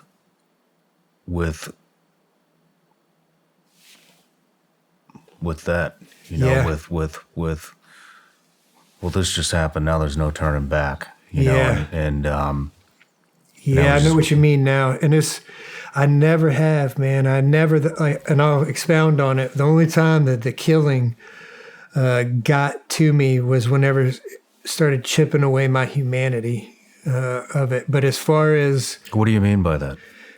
Yeah, so what I mean by that is my belief system is I really, after all that I've learned about humans and spirituality and everything, like, hey man, we're not meant to harm one another's. We're not. We're not meant to do that. We're meant to be social, meant to procreate, you know what I mean, and provide for one another. You know what I'm saying? Like, I believe that at our core, that's what it is. However, we also know that humans are humans, and, well, you know what I mean? And war has been forever. And some people just need to be killed. You know what I mean? Like, I don't really know how to describe it. So 9/11, right? 9/11 happens. Our country, collective decision was a reckoning. Like, they killed us. Y'all go kill them as a nation. I mean, there were some folks humanitarians that, you know, understood peace and that kind of stuff. But, you know, I mean, that's what we all went and did. And that's the job description. But this is what I learned throughout all the deployments, and I mean, I've killed a good amount of people, is that when a human being that takes another human being's life, and they're not a sociopath or a psychopath, it chips away at the humanity. And I'll just use I statement because I don't want to impose anything that I'm saying on any other veteran or any other person. This is only on me. Is that over the years and over the deployments and over the amount of times done, the humanity starts going away, meaning it's, what am I trying to say with that? It's easier for me to be hard, a little calloused around my heart as far as lose the humanity of it. I understand what you're saying. Yeah, where I'm not looking at this person, like I'm looking at this as a person until I PID them, and now they're not a person, or, they're demonstrating a threat. Now they're not a person. However, they are a person. And as a human being, taking another human being's life, in my experience, there was a toll on me because I am a human being.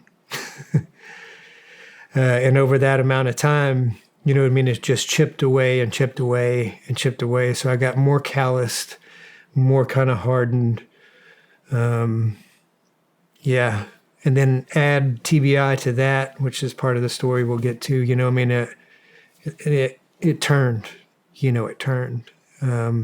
But that was what I mean about the humanity piece of it. Okay. But I fully get back to me being a realist, man. Like, war is hell. Like, they didn't just come up with that slogan. You know what I'm saying? Like, that was come from the generations that experienced it, man.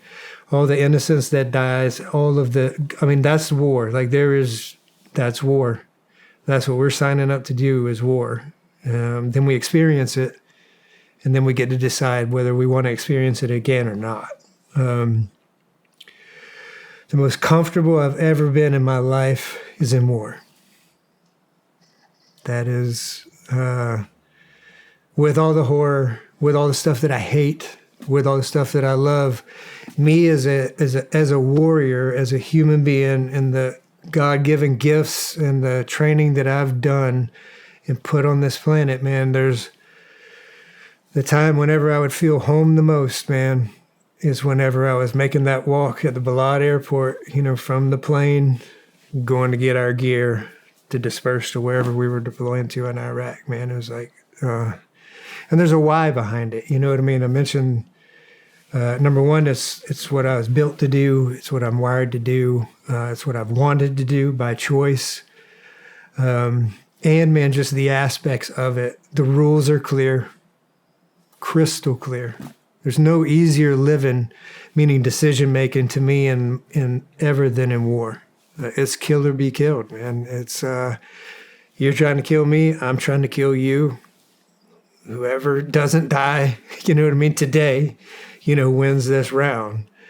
And it's just so clear. Do you think you ever became addicted to it?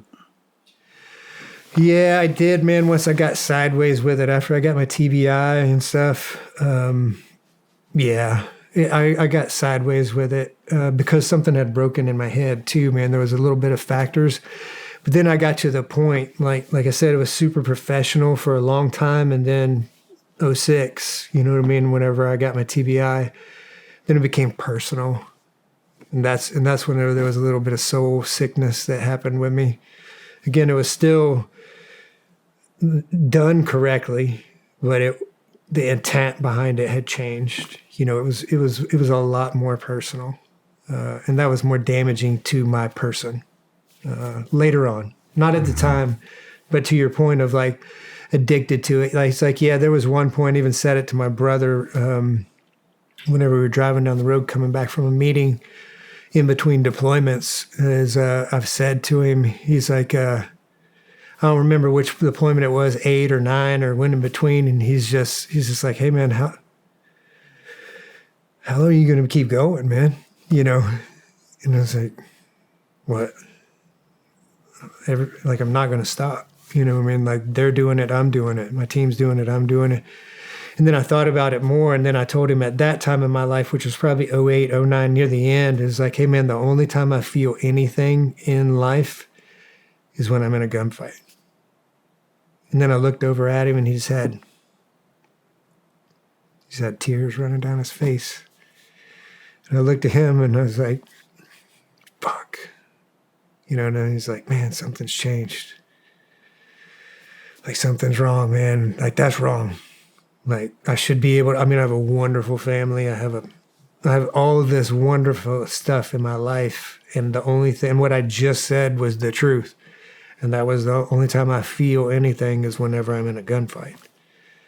Yeah, and I knew that something had changed. Do you understand why that is? Completely. What is it? So everything was professional, you know what I mean, throughout, man. I was pro, unbothered, really tough times, lost some guys, you know what I mean, like dealt with a whole lot of things. But the things that I began to have to deal with wasn't the killing. You know, it wasn't what war. The thing that I was completely and totally unprepared for and fucking crushed me was caring for wounded American soldiers. Like, that was what got me.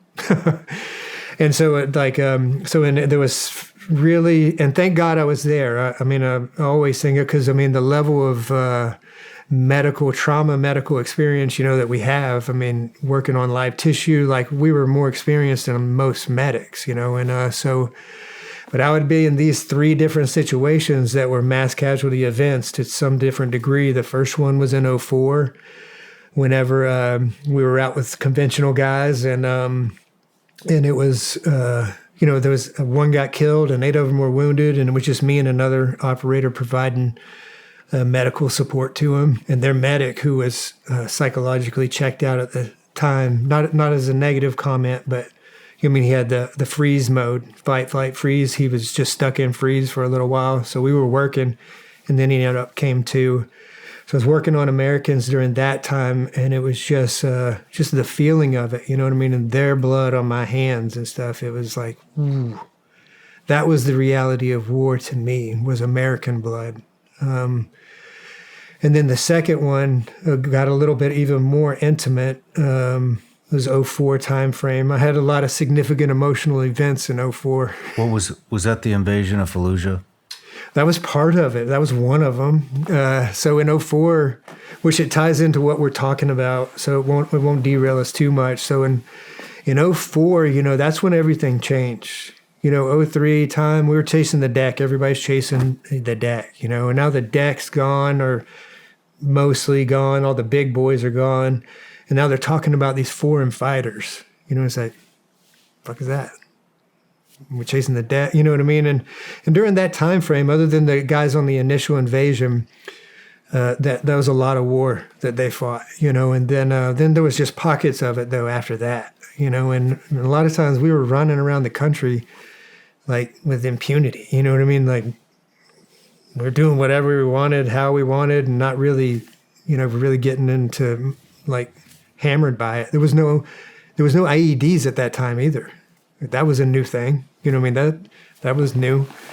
So 2004, the whole war had changed, even though it was back to Iraq. And, you know, that was when one of my deployments started whenever they hung up the Blackwater guys.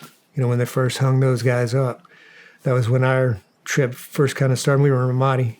And so that's where we were. So prior to the first battle of Fallujah, we were in Ramadi doing different stuff, and then there was a mass casualty event. So we're at our little base that we were at. The big base was called Junction City. There was a big Marine base, you know, it was all that in Ramadi. And then they came over the radio. It's like, hey, anybody with medical training, come to the cache at Junction City. You know, it was like, fuck, all right. You know, so we go over there, and in bed, this is the surreal kind of stuff, you know, is like, okay, they're calling for everybody. That's a full up cache. Like, it's a running cache already. Like, it's something ginormous. Figured they brought in a convoy or something, you know, because you normally hear mortar fire and shit. I mean, it's Ramadi in 2004, man, and it's hot. And so we're going over there. We don't really know what has happened. We're supposed to be going to the cache, but we come by this big open field and look across this open field, and there's a small crater there, and then there's 3 dudes. One guy, he's dead, you know, and the one guy of course, is his best friend or buddy who's doing CPR on him. And then there's somebody, the medic, that was just allowing him to continue to do that because that was obviously his best friend. And because he's dead as shit. And so we go running up there, and it was like, and we had a unit medic with us, and we actually had a few surgeons that were traveling with us. So we had God had placed the dream team for this event on top of what they already had. I'm talking almost 3 surgeons were with us. And so that goes down. So we see that, and our medic, he understood what was going on. This guy couldn't stop doing that because that's his buddy. He's going to die before he stops doing that. So he grabbed him, and he's like, hey, man, he's dead. I'm a medic, you know what I mean? And then the other medic took over. Hey, where's everybody else? Because this is not what they needed. Everybody. It's like everything else is at the cache. And we still hadn't known what had happened. We didn't know what had happened.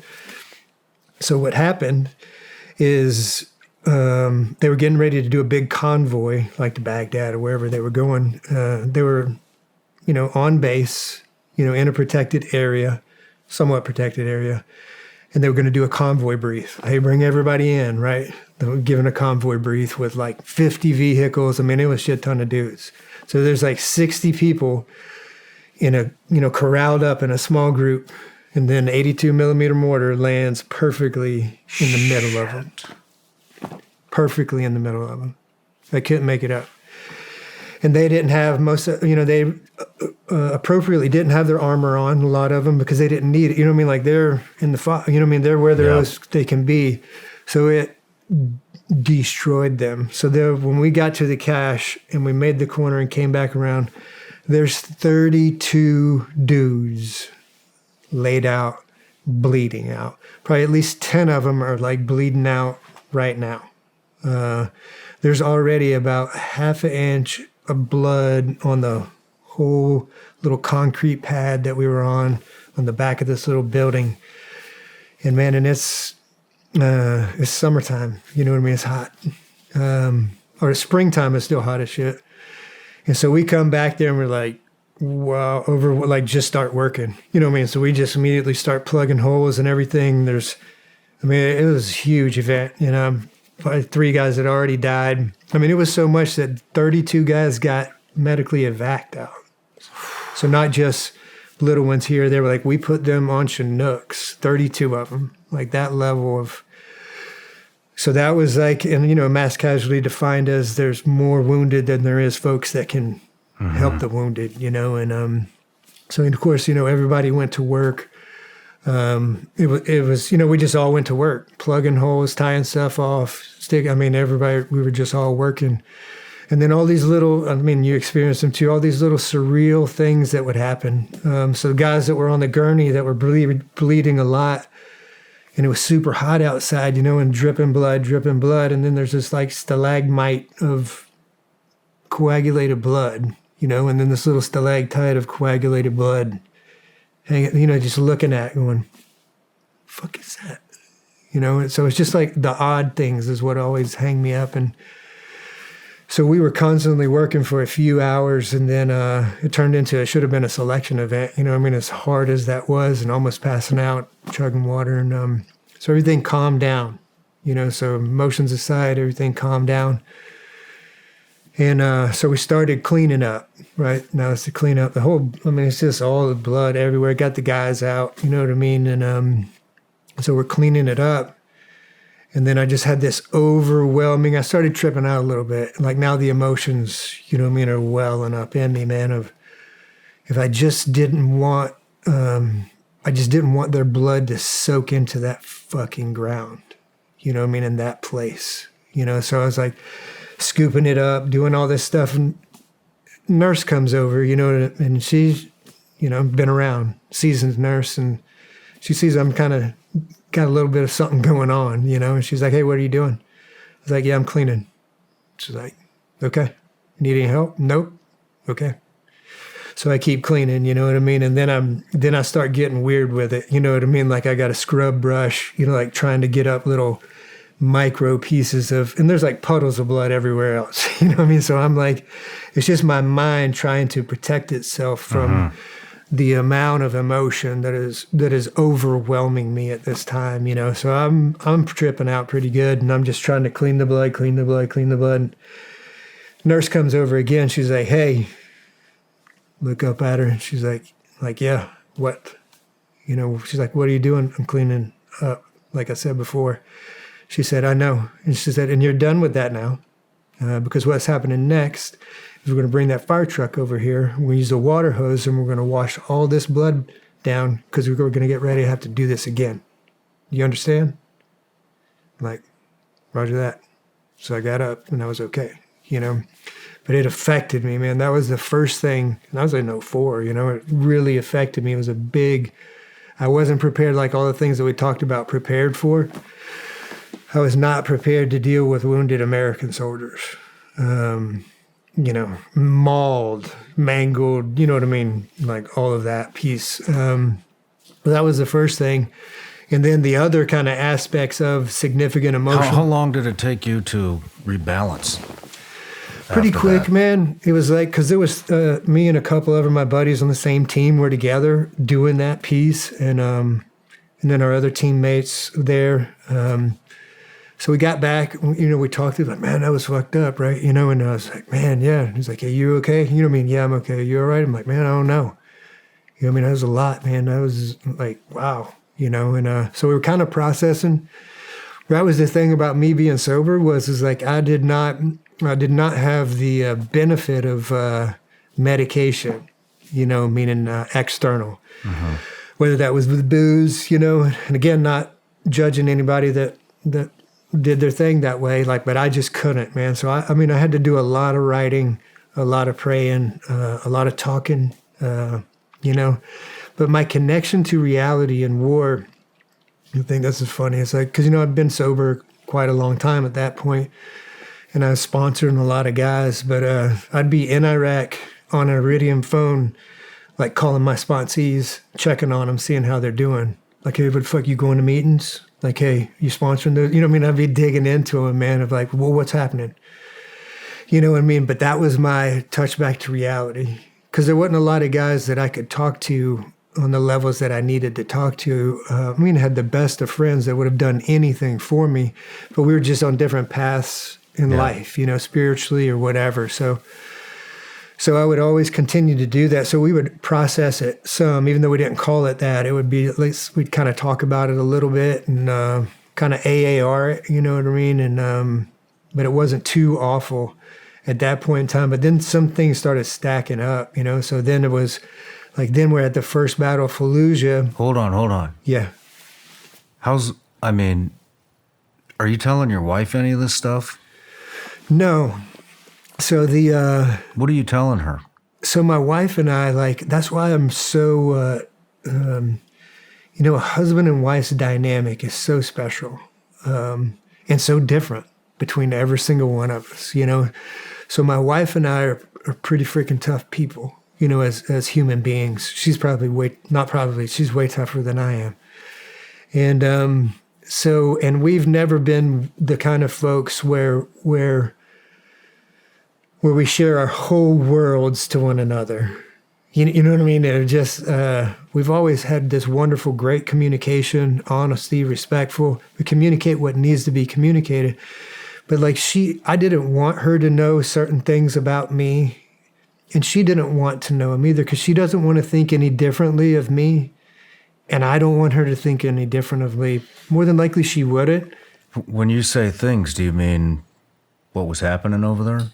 Yeah, whether it was, so here's an example, because it happened to us one night, you know, we're laying in bed, and I told her, I was like, "Hey, I'm going through a lot, you know, just from the deployment, just kind of, you know, but I'm hitting my meetings, I'm talking to my guys, you know what I mean, I'm working, I'm got in that process, because we don't get into each other's business. She has her girls that she handles her stuff with, and I have my guys, and what we need to talk about together, we talk about together, and but this is how, when we realized that, yeah, we're never going to get it right between the two of us, is so we're sitting in bed, and I'm going through a lot of stuff, and she's thinking that, oh, this, you know, I told her it was, hey, deployment, you know, and she's like, "Man, he probably feels really bad because he had to kill people, right? And you know what I mean? That's not the truth, and then and for me, I'm feeling super bad because the injured guys, wounded Americans, you know what I mean? That's what I was trying to reconcile, was war, and this is part of war, and like piecing all that stuff together that no one had talked about us yet. And so she finally just came out with it and said, like, hey, I know you're upset. I know you don't want to talk about it, but I want you to know it's okay. And I know that you're upset because you had to kill people. And I started laughing. She's like, what? I'm like, what? I'm like, what are you talking about? And she's like, what are you talking about? I was like, no, I don't feel bad about it at all. And she's like, well, I don't need to know that. And I was like, okay, so here's our rules moving forward. We won't talk about what happens unless it's necessary for us to talk about them, So that's our little dynamic. So a lot of the stuff, like Lori won't even watch a lot of this. You know what I mean? I was like, hey, some of it's about... Still to this day. Yeah, because she doesn't need to. She doesn't want to. She has no desire. She doesn't care. And she's not impressed. You know what I'm saying? She's always been my grounding agent. You know what I mean? She's been what's connected me to reality. True reality, not what I may believe reality is at the time, So yeah, she has no interest. Like there was a lot of times, like see me in training, teaching guys or talking about teaching guys. She's like, "Wow, I didn't know you knew that," And I'm like, "Yeah, I kind of know stuff about this," It's a big joke with us, but she's always been that's why she's my person, man. Wouldn't have made it through all that stuff. Then and now. Yeah, so but stuff started, I think the kind of a theme that I've seen with some others, not everyone, is there's, for me, it was an accumulation effect. That's when I talked about that chipping away of the humanity piece. Uh-huh. So I was, it was more war, and it was real, and it was intense, and there was a lot of gunfights, man. It was a lot of really messed up stuff. All the way, especially bloody 05 into 06. And then in 06 was where it all changed for me. Short version of the mission is that short version. Well, the OPSEC-wise short version is we were on a 3-day mission with a conventional unit. This team that I was, it wasn't my team, it was all guys that I knew. But they were short of 2 IC, and they needed me to come with them on this 3-day op. And it was in, they called it the Triangle of Death, Mahmoudiya, Yusufia, just south of Baghdad. It was the southern foreign fighter pipeline. And at that time, we had just lost a guy, the trip before. They shot down 3 or 4 helicopters. I mean, it was on. So we wanted to clean up that area. It's full of foreign fighters, and so it was good. And this battalion, so it was a battalion operation, and we were just there to augment and assist. And we had our sniper team, and I was a 2 IC, had a team leader, and 2 other dudes. So 4 of us, and so with this conventional unit doing battalion ops. I mean, it was textbook, like companies out, mortars in the back, fire support, blocking positions, it was like textbook. It was kind of epic in this shitty area. But it was also a kind of a setup, like they knew that we were coming, and those were real fighters, that are there. That's where they had, it's the old Russian power plant where they had mangled the 101st guys that got, that they mangled them all up. Remember, they captured them, and that was that same area. Okay. Same bridges, same places where they found them. So we were in that area, and we're helping them out with fires and all the different stuff. But we also got a sniper, duties that we're doing. Well, man, we're taking like easy 20 rounds, probably more, but minimal, like 20 rounds of mortar fire within a 100-meter radius of the position that we're at. That was a lot. You know what I mean? Like, it's damn near dial. They're just walking it, adjusting fire on each one. And it's along along the river. So it's all that single canopy jungle, where they're firing the mortars from. So companies are going out looking for them and that kind of stuff. So So we're sitting there eating all these rounds, and in this area that we're at is our sniper position, and then you got the rest of the battalion is out doing ops. Headquarters is in an area, but the mortars are at near our position. So you've got the mortar tubes are there, and the mortar gun teams, and in this little trailer. There's a pre-existing structure that was there, but it's literally a single-wide trailer that's there. The FDC guys, mobile ballistic computers, you know what I mean, the mortars, the mortar guys, they're in that trailer because they're running fire missions out of there. They're dropping, mortars for the teams that are out. And we're just doing that. So we eat all those rounds, and we go and talk to the command because they were friends of ours. The guys were like, hey, they're dialing that position in, man. Number one, we're not staying there. And number two is like, hey, let's, you don't have to have that position. Like we can cover that bridge, you know what I mean, back from over here. And they made the decision to keep guys there. And I don't fault them for it because it's conventional guys, a conventional mindset, kind of die in place positions. You know what I mean? Yeah. It's just, I understand it. I don't fault them for it at all. I'm BSing with a couple of the dudes, and we're all kitted up. Everybody's doing what they're supposed to be doing, and and man, then 82 millimeter mortar round lands 20 yards from me, and it landed in the trailer between the FDC guys, right in between the two of them, right there. That mortar round landed right there in between them. Damn. So these two guys are hit. So. I mean, it's super close. Got blown off my feet, broken wrist, knocked out for don't know how short or how long. But then come to, and then when I come to, there's nothing but I mean, we ate the round, so it's just nothing but dirt and dust and smoke and fire. Because you ever seen a single wide trailer? Like a single wide trailer burned from end to end within about 7 minutes. You know what I mean? So that thing was already on fire, cooking. And but then I come to and I look around and realize like what has happened. And then man, the screams start.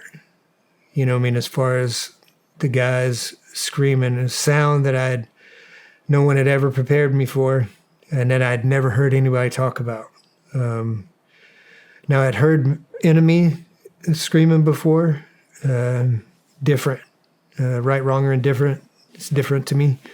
But it was Americans, men screaming and making sounds that grown men shouldn't make, And so it was like, all right, what? Overwhelmed, and something's wrong. Like, I knew it just got blown up, so... I was like, okay, whatever. So there's a fire, and I know what had happened. Like, holy shit, it hit the guys. I knew there was 4 guys in that thing. So it's on fire. All their gear's in there. They're fully kitted out, combat loaded. So cook-offs are about to start. There's all kinds of, not primed. I can't think of the word. Live mortar rounds, 81s, sitting right there to be in the tube. They're prepped, ready to launch. You know what I mean? Fused up, ready to go. And so I'm pulling these guys out because there's not really any medics around. And we got 2 guys that are up on the gun. Me and another operator are down there working, and all the other guys are working in pockets of different dudes. And yeah, man. And it was so just start working. I end up putting 4 tourniquets on, 3 different guys. They were bad, blown up, and I'm just, man, I'm not, something's wrong. And so anyway, doing all of that stuff. But what had happened in that moment, when I'm going through it and all the emotions that are going through me and my mind, that has now received a traumatic brain injury, because I can trace my life up to September the 1st of 2006, what my life was like before that, and my life, what it's like been after that. So, but during that time, everyone that I knew had been blown up to some degree, and so I didn't think of nothing of it. But at that time, what happened too, that was my 3rd mass casualty event. And so I had something broken in my head. But also, man, my heart like broke into a million pieces. And then those million pieces broke into a million pieces. Man, I was devastated. And the reason why I was devastated was because when we were around the conventional guys, especially, like we were like big brother. You know what I mean? Hey, we're around, everybody feels better. Like, hey man, we're like, oh fuck, dudes are here. Like we're all right, you know, and I loved that. I mean, that's who I want to be, you know. But I had just a little bit of distorted thinking and you know, misconception that like I could actually protect them. It's unrealistic expectation, but my job was to protect American soldiers, especially the ones that were around me. And so now for the third time, I had failed to do that. So what does a protector do when he's failed to protect that which matters the most? Because deployed status, my loyalty chain is American soldiers, the number one. And I can't protect them. I have failed in that mission. So it was devastating, man. And then everything and whatever else was going on inside of me, now with a broken decision maker, you know, in the executive functioning of my brain. So it was the big heroes, you know, of that day, man, was because then the whole time they were packaging the guys up, the dead guys packaged up. It's daylight still, man. Those birds aren't coming. This is the triangle of death. Yeah. They call it because the helicopters have been shot down. It's like, man, but I know we're just going through the motions to keep the morale up for as long as we can. You know what I mean? Because how it affects wounded soldiers. You know what I mean? Like, hey, you got it. Hang in there. And, man, and just sitting there. And then next thing you know, fuck. Yeah. Like, I was just like dumping of emotion, man, because I had already accepted that I'd already got into the mission planning of like how we're going to talk through this out, like why they're not coming and like, hey, you know, I was trying to problem solve of like how we're going to keep morale up because they're not fucking coming. So I was already way down that road and then they started coming in, man. And it was just overwhelming, man, because that was at that moment, at that time, in that place, the most dangerous thing any humans could ever do. And I guarantee you that they got asked if they wanted to do that mission because that was a no-fly zone. Yeah. Period. End of story. That's it. And so they came in, man, and they came in and landed and, you know, we loaded the guys up, went back. So obviously super intense, but that wasn't the end of it. So I'm like, hurting physically, you know, now, and then all of that emotions going off, and then all of those screams just on repeat in my head. And I failed at protecting, you know what I mean? You know what I mean? All of that is just like on me, in me, and through me. And so, hey, we switch out with the guys on the tower, and some of the guys that we switched out on the tower was a guy I went to Q course with, you know, and so we switch out with that. So they're there. So here we are in our new position, September the 2nd.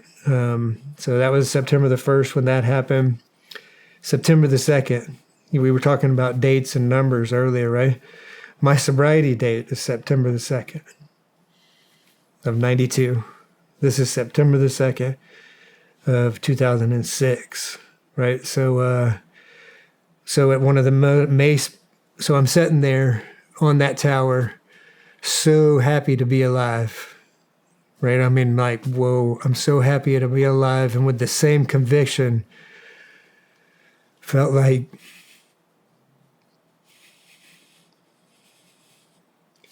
such a coward for being that happy about being alive when all these others had died and all these other families had just lost their loved ones. And I'm happy about being alive. Logically, I know that doesn't make sense, but in that moment, in that time, it was just overwhelming. So this miraculously beautiful day for me, meaning my sobriety date, you know what I mean? And everything that had come from that time, from then to now that same date is this date, you know?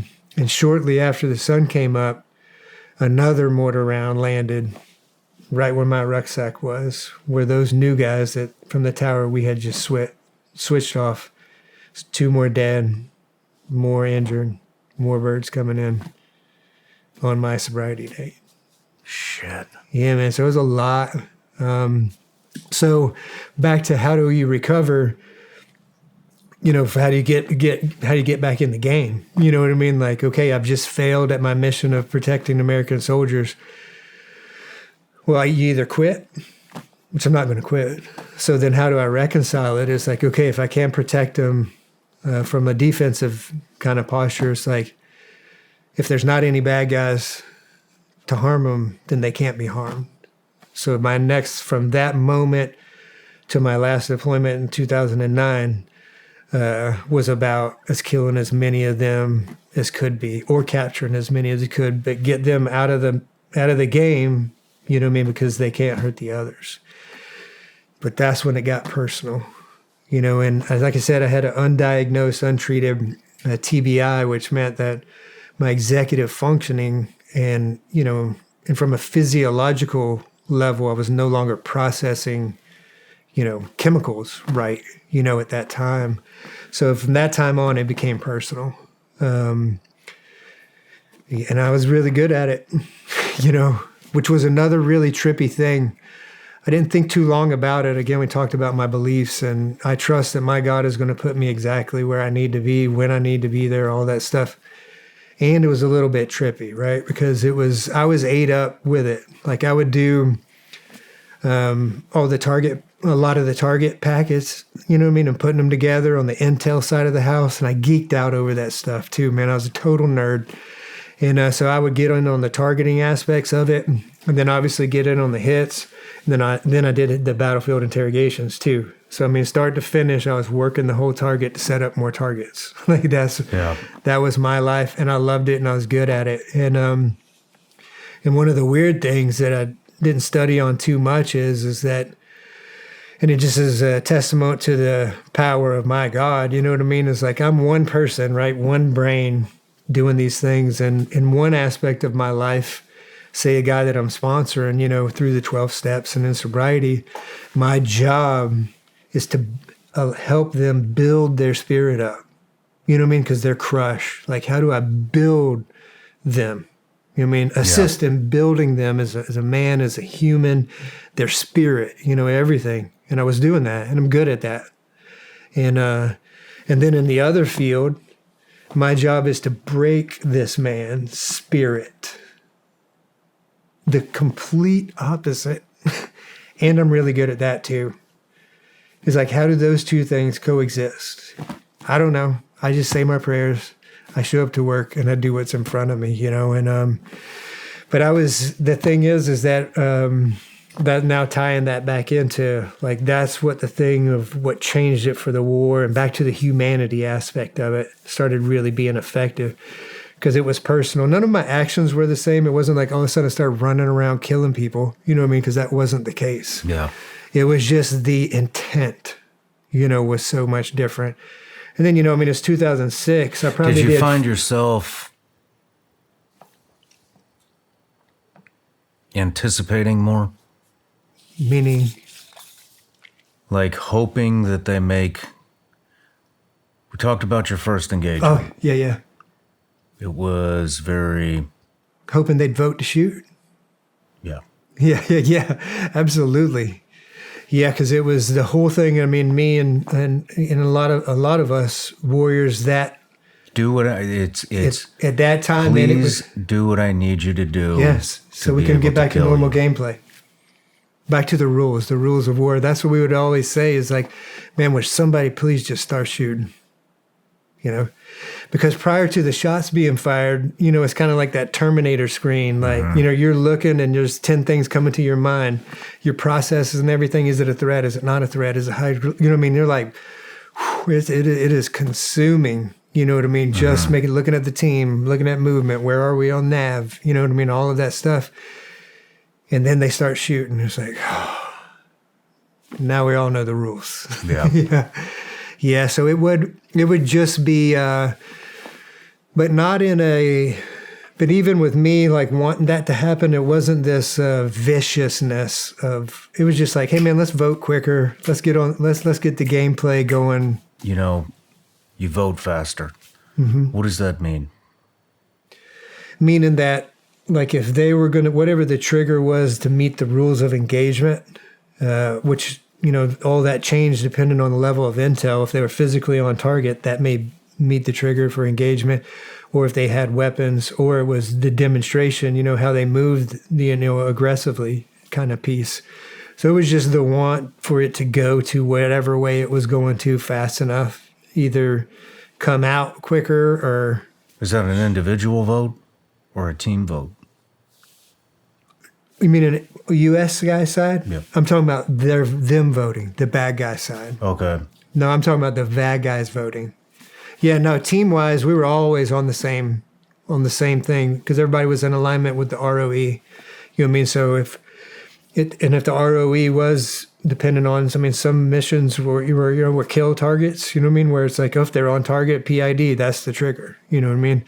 If they have guns, they have guns, trigger. If it was they need to be shooting at us, then it needs to be. You know what I mean? So per ROE, but whatever that was, we wanted them to vote quicker. Gotcha. You know what I mean? Like to get on. So let's get on with it so we can get on to the next mission. So You're the only unit that I've heard that uses that term. What? Vote. Oh, really? Yeah, I've heard. Yeah, I've heard several. Yeah. I've interviewed several of you guys now, and I've not heard the term before. Yeah, So. because we're willing to go with. We're going to go with our ROE.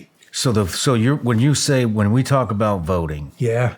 you're saying, are they going to vote to live or vote to die? Yeah, absolutely. Okay. So especially if it's like a vehicle interdiction or something that's hard and fast, and you have to make quick decisions, super fast, or a lot of people are going to get hurt. It's like it might be like, hey, if they do anything other than compliance, immediate and 100% compliance, then they voted that we're now rolling it into the next phase. You know what I mean? Which is now, is it from capture to kill? Got it. Because of the ROE. But yeah, it's always their vote, not us. Got it. Yeah, so that, as far as when I'm using it, that term. Yeah, makes sense. Yeah, so that was, man, it was a lot of those, and I just always had incredible teammates, man, and they really kept keep me on the rails because those last few years, you know what I mean, last few deployments, I was not okay. Not okay emotionally. I mean, my performance was still fucking perfect. You know what I mean? But it was, I was already struggling a lot, and I always knew that I was like, man, something's bad wrong. Like, cause my tools aren't working, prior to this point, all my tools, whether it was prayer, meditation, talking, reaching back. I mean, one thing that I haven't talked about this whole time is my actual brother was with me in the 82nd, in Special Forces, and at the unit. We were in different subunits. Wait, are you shitting me? Was that? Your brother was with you? Yeah. Not in the exact, like, with me on the ground in the same subunit, you know what I mean? But, like, we were in, like, when we were in the 82nd, we were in different brigades, but we were in the 82nd together. When we were in Special Forces, I was in 7th group, he was in 3rd group. When we were out at the unit, he was in the breacher side, I was on the operator side. So our path was the same path along the way. Whoa. So I would be able to... Hold on. So let's go back to that conversation. I did not realize that. Yeah. So let's go back to that conversation in the truck. Yeah. So he's also an operator. No, on the breacher side. Okay. So he was on the pure breacher side, but a lot of the same training criteria and on the same deployments, just different job set. Yeah, so he was, direct support, for Sabre. So it was, he was on all the targets, doing all that stuff, in all the fights and stuff, but he was on the breacher side. And, yeah, man. Holy shit. Yeah. So this isn't even so. It's a family ordeal. Yeah. I mean, what I'm getting at is I had assumed that your brother was a civilian who had not been exposed to any type of combat trauma. Yeah. And And you struck an emotion with him when he realized that killing no longer affected you, correct? Yeah. Whenever I said the only time I feel that's even anything. deeper than what I had originally thought, because he had been exposed to all of that. Oh, he had been. Yeah, man. And to hear you say it with his exposure to it, is I mean, why because he was killing crying. it's a fucking, I mean, it's part of it. Exactly. You know? And wow. Yeah, man. That was why he was crying. That's a lot of killing. Yeah, man, because he was qualified, you know what I mean? He really knew what he had felt the loss. He had been in the fights, you know what I mean? All of that same thing. He was, you know what I mean? He got a different job while he was still being out there. He got moved into upper management kind of deal. So he wasn't, on the ground as much. But, when a civilian sees the change, it's just, it's a different level. It's different. It's a different level because he'd been exposed and been a part of it. Man. And so he's also has to be somewhat emotionally detached and calloused. Absolutely. And so to have somebody close to you, it's just different. It's different than a civilian friend who has no context, no point of reference. Exactly. There is no point of reference for them. They know that it's sad. Yeah. But for that it takes it to a completely different level. Yeah. So I think a good comparison between the two is my wife, because she's badass. You know what I mean? As far as, that piece, but she's civilian piece of it. And my brother, right? So my brother, gets sad. And my wife sees, because you talked about seeing the change, seeing the difference. So my wife, who knows me inside and out, you know what I mean, just has to look at me and know what's going on. Her response is like, yeah, you brought the monster home, in her words. She said that. Oh, yeah. Yeah. Because she knew what was going on, man. You know what I'm saying? Like, she's been in the game just as long as I have. I mean, not doing the game, but in that world. Like, during our whole deployment time, it was the kid. I mean, it was like some movie, man. Like, we lived the times. Like, there was 6 of us living in the same subdivision. All of our kids were kind of the same age. They were running around the neighborhoods. You know what I mean? We told them that, like, yeah, Daddy's going on a soldier trip. That's what we called them. You know what I mean? But then as they got older, you know what I mean? And we're going to hospitals, and now we're going to Arlington. Well, what happened to Uncle Mikey? You know what I mean? Like, oh, he got hurt on a soldier trip. Like, oh, so now it's, you know what I mean? So all of our kids, like, are growing up during that time. So everybody had to grow up super fast. You know what I mean? The kids, the wife, and then the wives holding it down. Like, I mean, single mother for, at least half of my children's life. She was a single mom through it. And she's a badass, you know what I mean? We're always respectful with our words, but we also don't hold back, Where she meant it was like, meaning like, hey, you need to do something about that because now you brought the monster home. How did that make you feel when she said that?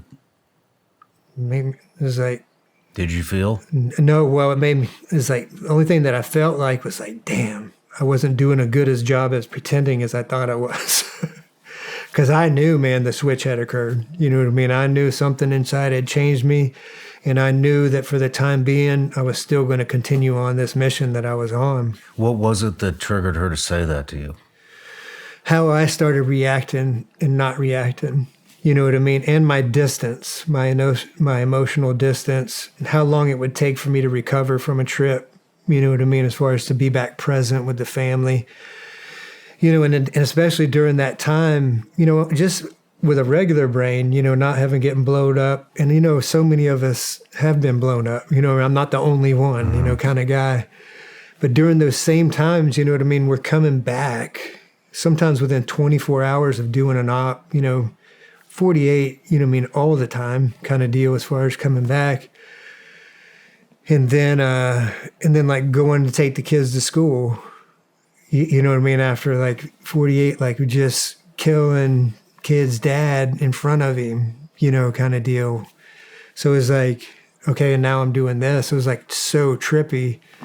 That's why my hat's off to law enforcement. They do it daily sometimes, but back to me, it's like, and then I would be in the kids' world And this was one of the things, man, that was just always so, I go back to the humanity aspect of it, where I didn't ever lose my humanity, but it was kind of like it was being obscured, like covered up a bit to enable me to continue on, almost as a survival skill, because my true humanity would be exposed whenever, like, I go to my kids' elementary school, you know what I mean? And there's all these 8, 9-year-olds, right?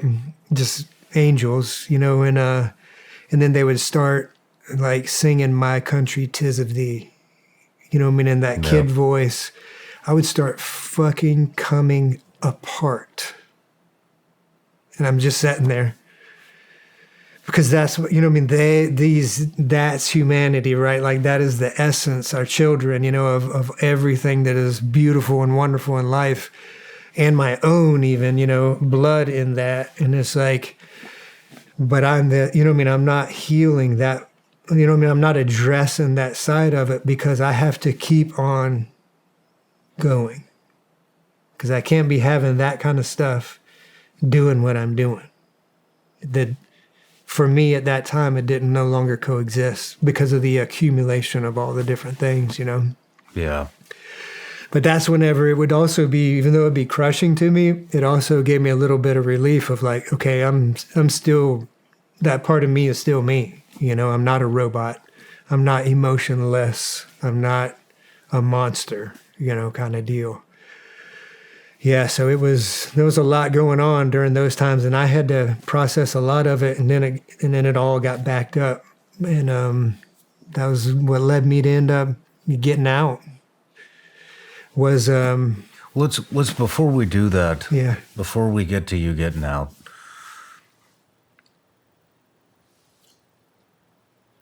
I'd like to. I know this is a tough ask, but a lot of guys struggle with this. Okay. And so it's something that I like to bring up because of at least half this audience is coming are GWAT vets. Yeah. Who've experienced loss. And I know we've talked about your experience with American loss, but what about a brother? Yeah. Yeah, I've experienced a teammate loss. Yeah. Yeah. Have you experienced that? Not on my team. Good for you. Now, but on in the troop though. You know what I mean? And really, really good friends, best of friends that they didn't die with me, but I mean like in the moment right then and there. But I have lost them, you know. How do you deal with that? How I deal with that is like honoring them. Yeah. And I think the better way of demonstrating, not so much as, because then the next question will be, how do you honor? I think the next question should be, or the next thing to talk about is how we dishonor them. Because that's the easier one. So I honor the dead by the life I live now. Or I dishonor them. And how I dishonor them, I mean, dude, like getting pissed drunk and slobbering and crying and like, oh my God, I miss you so much. Like, is that honoring them? Like, if you know what I mean? Me and you are best friends. I died, you know what I mean, for you, in place of you, or I just died and we're teammates and you did it. You know what I mean? Let's say that I did. Maybe I even saved you or something. You know what I mean? And now that gift that you've been given, you're going to just like, bro, that's the best you can do with like the gift I gave you. I'm glad you're saying that. Yeah, bro, because it's bullshit, man. And live life to the fullest like they would want you to live. That's our responsibility, man. Anything other than that, and I have failed at it miserably. Let me tell you that. I'm not, again, I got all the t-shirts, keychains. I don't judge any other man, but I judge what is a fact. And it is a fact. If I am not living my life to the best of my ability because of their sacrifice, that shit's on me of being a shitty, dishonoring teammate. That is my judgment of me, not of you, but that is my judgment, man. because like all that they did for us, like I go back to like what we started this with, man, me riding on the shoulders of giants, man, all of that stuff that all those guys did. And I'm given this gift of doing better. There was a time when I was ignorant and I couldn't do better. I was just a dumbass, you know, but now I have an option, and I'm choosing to stay in this bullshit, self-pity, dishonoring thing. Yeah, fuck that. That's what I say to that thing. And it's totally dishonoring if that's what you choose to continue to do. And I'll be happy to fight over it. You know what I mean? Where it's like, because our job, man, is to honor them, tell their stories, like talk about them, like, but it's painful for us. Like we don't want to, like, I'll talk about this and that, but I don't want to, I'm not going to talk about that. That's what we need to talk about, man. You know what I mean? That's what we need to celebrate. That's what we need, you know what I mean? That's what it's all about. But it's so hard, you know what I mean? It's super hard to do, man. But I live my life and fail at it miserably on times to honor the sacrifices they made, man. Without being enthusiastically, you know what I mean? Joyfully. I mean, I get sad as shit, you know what I mean? Like, we've all experienced like a lot of, I'm actually sad a lot of the times, you know what I mean? It's like, because there's a lot of shit to be sad about, you know? But I'm also super happy, you know what I mean? I'm also living a good life because I don't, you know what I mean? Like we're going to see them again. I mean, my belief system is I'm going to see those guys again, and they're going to be like, hey, motherfucker. Yeah, it's going to be AAR time. In the team room, it's going to be in the team room with the door locked, and now we're going to have an AAR on what Tom did and didn't do. I know that, man. Like, I know they're waiting, you know, and I mean, that's just my belief system, man. So I don't want to fucking deal with them, man. Like, you know what I'm saying? Because I don't want to have them hand me my ass. Yeah. I mean, they can handle me screwing up at times, and you know what I mean, in that piece, man. But I don't want to dishonor them, man. I want to dishonor my current family. It's hard, bro. Man, I tell you, I don't know a lot of guys that came through that don't need any help. In fact, I don't know any.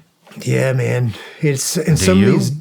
Well, no. I mean, yes, I have seen guys that have like that are doing. In my opinion, they're doing really well.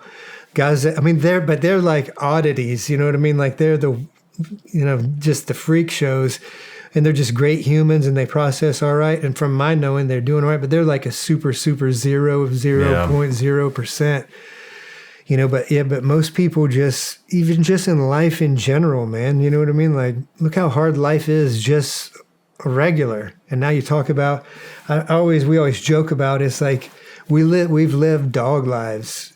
You know what I mean? Like, because one deployment is like 3 years, a minimum of 3 years of a regular human being's life. Yeah. I mean, most people just lose a significant other a few times in their life. Yeah. Like, we would do it maybe twice in one deployment.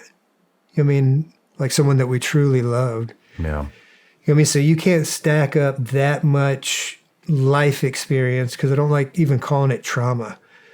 Like, it's war, man. Like, we go to war. War is fucking horrible. You know what I mean? But that's what it is.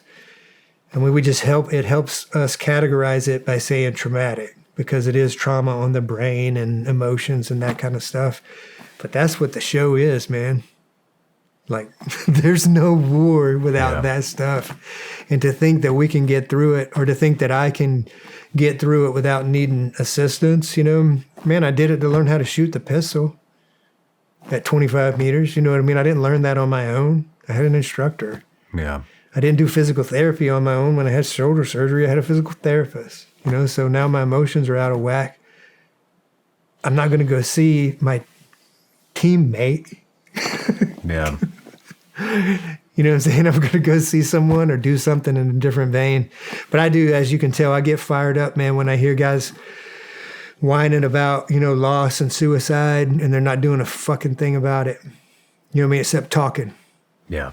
They're just talking about how awful it is and how we need to do something about it. I mean, there's a good group of dudes that is, you know what I mean?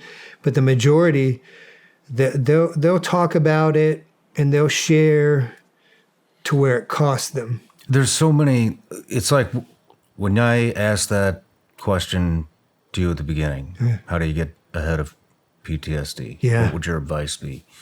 You know, and I know I get fired up about it too, because this isn't 2006 when you got out and nobody was talking about this and nobody knew how to deal with it. Yeah.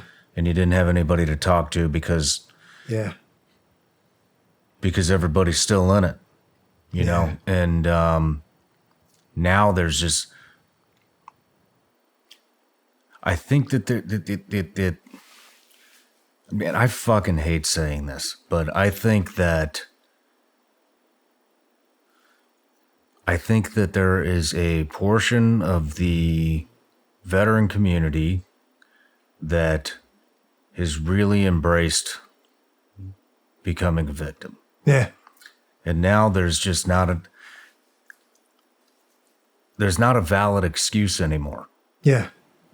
No. Just like we had said at the very beginning, there's so many, even just on this show, you know, there are so many different avenues that you can go and find what fits for you.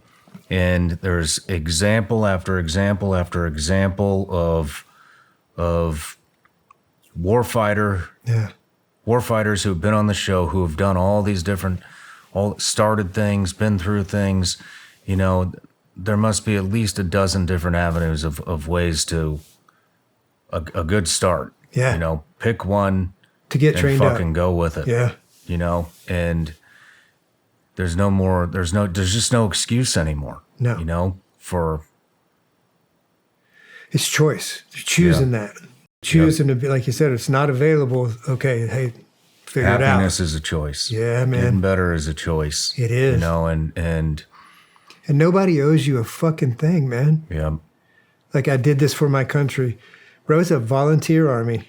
Yeah. Volunteer military. No, I didn't get drafted. Yeah. Now, I believe in the workman's comp aspect of it. You know what I mean? As far as injuries that I got, like, okay, on that piece. But I mean, like, hey, like American owe me for what I did. Like, no, man, no one owes me anything. Like, that entitlement mentality. Like, hey, yeah, the U.S. government owes you something because you were government equipment that got damaged. And now, like, okay, they need to compensate that piece of what's damaged, not for what's made up, but what's for what's actually damaged. But then other than that, man, it's like, what are you doing? Yeah. Like get to work. Like, because it's total victim mentality and that entitlement.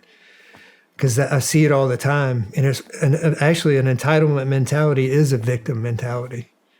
Like you owe me something, you know what I mean, because of what I did. You know what I mean? It's conditional. That's a great point. Yeah, man, because I just look at that whole, like, having not taken responsibility for your own self, you know what I mean, and what you have done in your life and what you know, where you're at and where you're going, you're being a victim. Well, I had all these traumas going, like, okay, but there's all these avenues of seeking help that most of them will be for free if you look hard enough. Somebody's going to pay that shit. If you don't have any money, and for real don't have any, not just money that you don't want to spend, you know, because that's, in this population is a lot too. It's like, again, because they think they owe something. But I mean, that victim mentality, you can never get better. Yeah. Because if you're my problem, I'm screwed. Because I'll have a problem anytime you want me to have one. But if I'm the problem, now I can do something. You know what I mean? Because that's complete ownership. I'm at choice. Like, yeah, all these things happened to me. And yeah, that sucked. And yeah, I struggle greatly for it now, like on the TBI side. And this is what I'm doing about it. Because if you ask me, hey, would I change anything? I say, hell no. You know? Just that accountability, the better word is responsibility, of me taking responsibility for myself. And it's hard. You know what I mean? A lot of us aren't trained. I wasn't trained to do that. I've had all these teachers throughout my life. Yeah. You know what I mean? Especially post-military, you know what I mean? It was I had a guy on here the other day. There are over 70 nonprofits designed just to help special ops guys. Oh, yeah. That's 70 different avenues that you can go to for free, you know?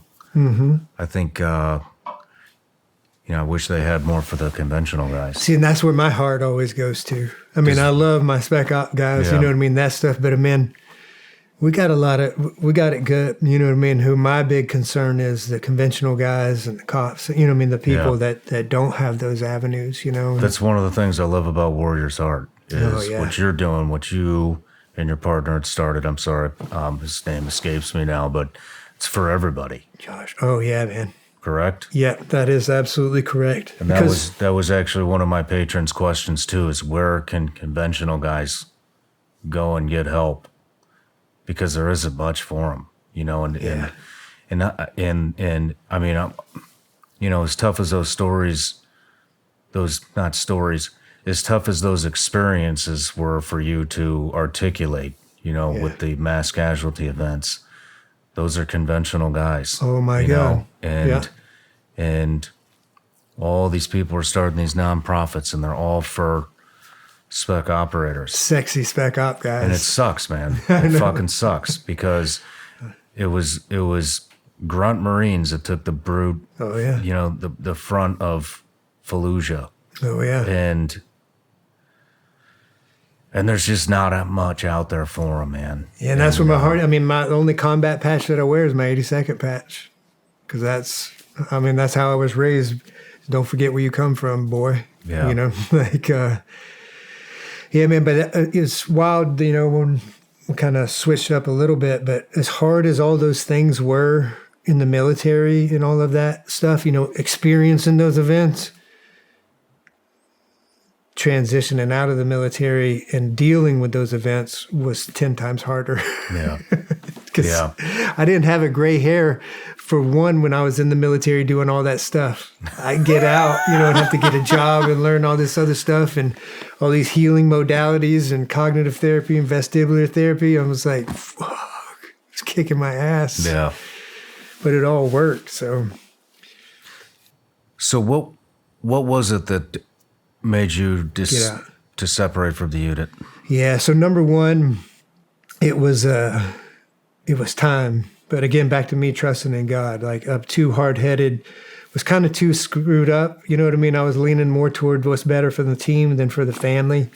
Not in a horrible way, but it was leaning that way, and I knew it and couldn't do anything about it. And my saving grace was my back. So I broken my back in 2003, surgery in 2004, re-injured my back in 2007 significantly. And so I couldn't wear kit anymore without taking narcotics. And because I was sober, like, I'm not going to go down that road. You know what I mean? Mm-hmm. And so I physically couldn't wear kit without the headaches. The actual physical pain was more than I could, tune out. It was seeping into that. So physically I couldn't wear kit anymore.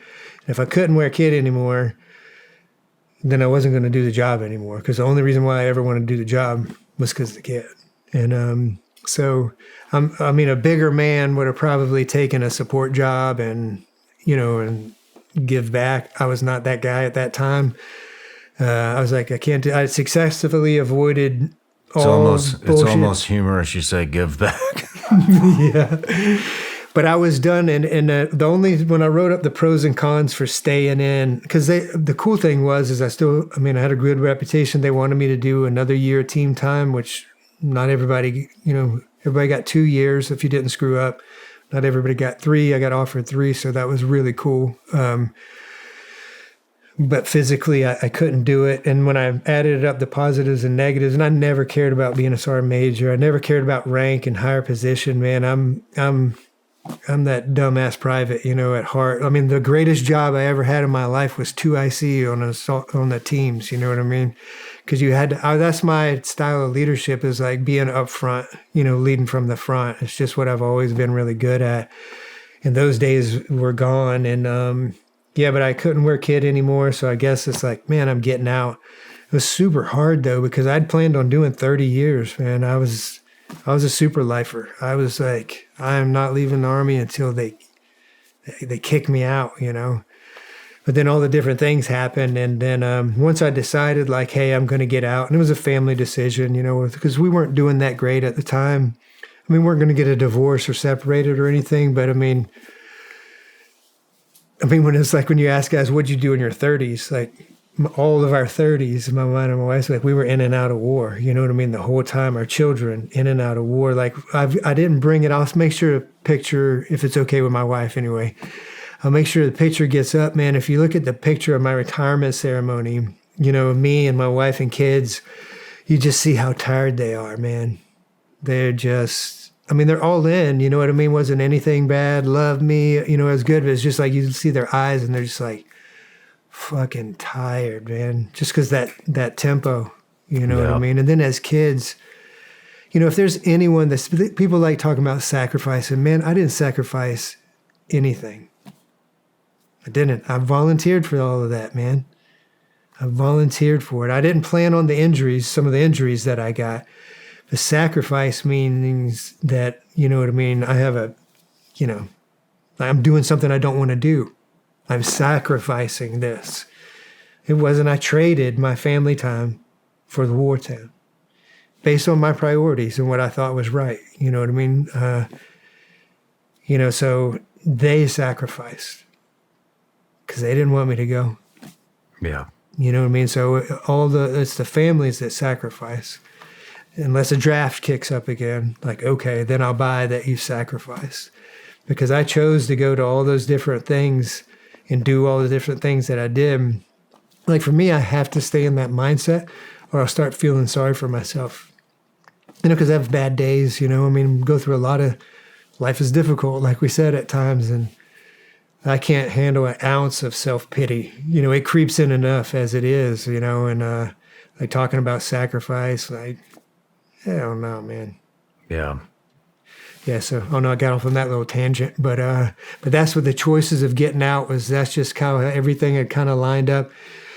And man, it was time, right? Because when I first came in, I told you about the Vietnam vets. So you had the ones that were helping me out, but then you had the other Vietnam vets that would be like, oh, Army's gone to shit. You know what I mean? There's a bunch of pussies running. You know what I mean? They were just like, you know, they hated everybody and everything, you know, and it's like, and the new recruits, you know, it's like, you're going to hate it. It's going to be the worst spirit. You know what I mean? And I was like, meanwhile, we're like, this is the best thing ever. Well, they left. We became what we became, you know. So I started becoming that guy. So thank God I realized it myself, but, you know, everybody was fucked up. You're all fucked up. That stupid plan. We did that in 2005. We tried that in 2008. In 2009, that sucked. This is stupid. You're a fucking idiot. And I was like, oh my God, man. Like, I'm that guy now. I was like, oh. And I came to the conclusion, man, it was just time to go. It was like, hey, man, it was a good run. So I made the decision. They ended up med boarding me, you know what I mean, and starting that process, which is a whole nother thing. But the next kind of thing that came up is I had never missed a deployment. I had 3 major surgeries, back surgery, leg surgery, shoulder surgery, in between deployments. I never missed a deployment with my team ever. You know, my back surgery was a 6-month rehab, but I finished up my rehab and went on the next deployment because I was just dumb. But the team, you know, was everything. And I was wondering, it was like, man, how am I going to deal with, like, they're getting on the plane and head to Afghanistan. I'm not. Up until that moment, anytime they had gotten on the plane and headed anywhere, I was with them. And so I was like, whew, what's it going to be like? And man, and two, you know, because again, solid decision-making, a lot of prayer, a lot of discussion with mentors and people that I trusted. This is the right thing to do, man, whether you like it or not. This is the writing on the wall. This is what you need to do. So I pulled the trigger and started that. When those guys deployed, beginning of 11, said prayers for them, sent them off, and I was okay. You know what I mean? And I was like, whew. Part of me was like super relieved because I was so worried that inside of me was like, I should fucking be with them. You know what I mean? That. Yeah. But it was, I had gotten enough, man. You know, I didn't get all I wanted, but I got all I could stand. You know what I mean? Between physical injuries, brain injuries. What do you think you didn't get that you wanted? Man, I will never not want to kill bad guys and blow shit up. Yeah. Right now, I want to do that. You know what I'm saying? So it's not what that's the way I articulate it too. You know, it's choice. It's like money. Yeah. It's never enough. Yeah, man. You know what I mean? It's just, it becomes like a greed. Yeah, man. I finally realized, one day, I still had more years in, it was like, I thought maybe it would run out of me. Like I'm going through a phase. You know, like eventually this will run out. I'll kind of get tired of this. You know what I mean? And it kept going. And I was like, okay, so I'm not going to run out of it. It's just a choice. I'm choosing to do this. And if I choose to do it longer, I'm choosing to do it longer. Mm-hmm. But it's not going to go away. I mean, any American warrior that doesn't want to kill bad guys and blow shit up is not an American warrior. There's something there might be something, but they're not that. Yeah. And so all of that lined up, man, and it was time to get out. And that's when we really found out what was the matter with me, you know, because I had one of my best friends throughout the whole time. I would tell him about everything that was going on, like 100%, how I was thinking, how I was feeling. You know, I mean, he was also in recovery. You know what I mean? He was a sober guy. He was working for another special mission unit in Virginia. In 2005, he got clipped in the head with an AK at close range. So he had been through all the TBI stuff whenever there wasn't really any TBI stuff, like 2005. Mm-hmm. You know what I mean? So he was like way ahead of like, he's like, bro, you were fucked up, man. I'm like, really? You know, because I'm thinking like I'm kind of keeping it together. Like, yeah, it's a little rough, but, you know, now it's like everybody I know is like me, you know, and they're like, yeah, man, well, you're all screwed up, you know, and I was like, and he's like, hey, man, look, just take the test. Like he gave me the test to take, you know, for the TBI piece that are definitive, you know. And so what motivated me to get help, you know, when I was number one, I didn't care anymore. You know how on the PTSD scale, you never answer on the far right. You know what I mean, bro? Like, but now it was like, I didn't care because my job doesn't depend on it. I don't care about a secret clearance. I'm not going into I mean, if I was going to stay in the game, I'd have stayed in the unit. You know what I mean? My wartime was over and done. I wasn't going to contract. I was an old, broke dude, had a shit ton of fucking, you know, hell of a run. You know what I mean? Like that phase was over. So I wasn't going to do any of that stuff. So I wasn't afraid of losing a clearance. You know what I mean? So I told him what was going on. But the testing. So what got me to the testing is that, I almost fucking blew my own head off with all the support. So I was a guy that was most set up for success. If you were going to bet on a guy that was going to be able to transition and make it out and be super successful, it would have been me if you based it off of the support. Like, okay, he's sober, you know what I mean? Doesn't have the chemical dependency to mess with. He's got a God in his life. He has a support group. He has an incredible, loving wife. He has incredible, loving family, brother, sister. You know what I mean? He's just got all of this support. He's been sober for this amount of time. He's processed this much trauma. You know, like, fuck, this guy's he's good to go, man. And it was all true. And with all of that, I went through a military decision-making process on why it might be a good idea to put a bullet in my brain. Because my thinking wasn't right. So what was going on with me was all this noise was in my head before any of the rehabilitation that I'd had. It was just me off a team now. And it was just all this noise and all these emotions and all this anger and everything going on. I just needed to stop. And in my life, I'd always had enough tools to deal with me. You know, whether it was my sponsor, whether it was talking to a spiritual advisor, whether it was prayer, whether it was working with others, whether it was helping out. You know, I always had tools in the tool belt to turn this off. Well, I'd used every tool in the tool belt and nothing would turn it off. And then I said to myself, was like, well, I know what bullets do to brains. You know what I mean? That'll turn it off. So it wasn't like my family would be better off. And it wasn't like, oh, this is, it wasn't like a horrible feeling moment, or it was an actual decision-making process. So that's what I was going down. Course of action 1, hey, how do the kids find me? How does this happen? Like course of action 2, like I am like totally logically going through MDMP on why using this is a good idea. And then the grace of God amongst that piece, like I realized what I was doing. I was like, holy shit, man. Like I'm actually thinking that this is an actual course of action. You know what I mean? Of doing that. And then I went and got help, then but the catalyst for that was another warrior, man. My best friend, my buddy Ryan, you know what I mean? My brother, who was always constantly in there on me, and Ryan saying, bro, you got to get help, got to get help, got to get help, got to get help, got to get help. Because we're not going to listen to anybody else. You know what I'm saying? That's just, the amount of arrogance that we have. Yeah. You know what I mean? Like we are only good to admit, you know what I mean?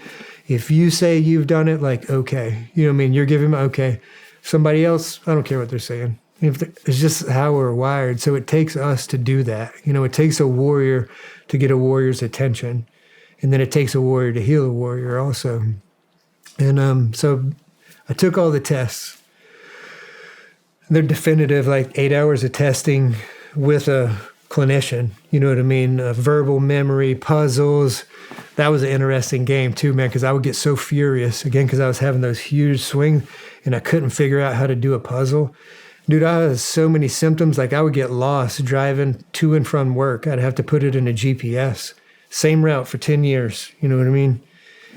I would get lost. I had all those big mood swings, like I wouldn't know where I was. I mean, it was a mess. And I knew that I was losing my mind again.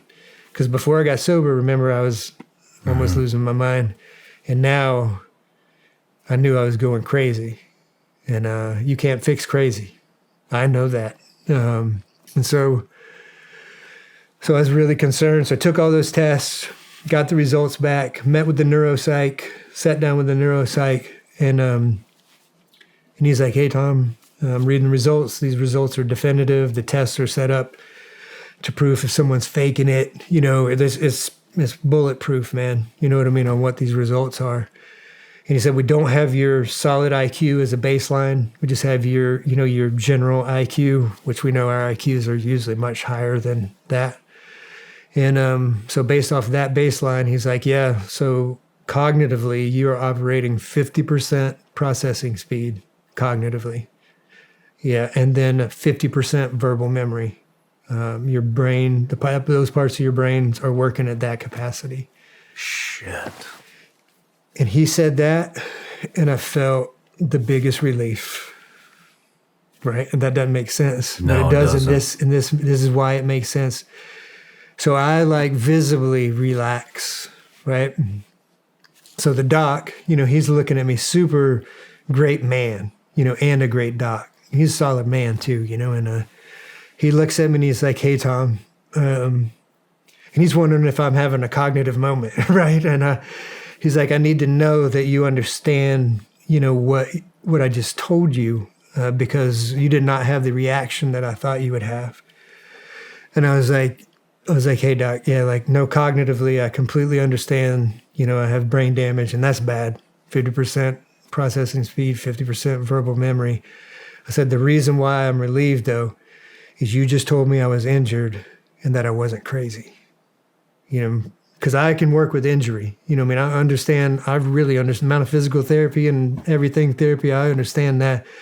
But crazy, you can't fix, and so you just told me I wasn't crazy. So I was super relieved.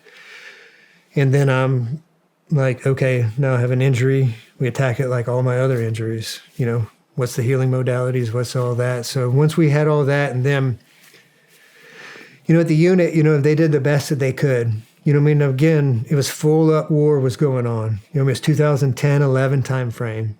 They're full tilt just as they were in 05. You know what I mean? Like that machine is rolling.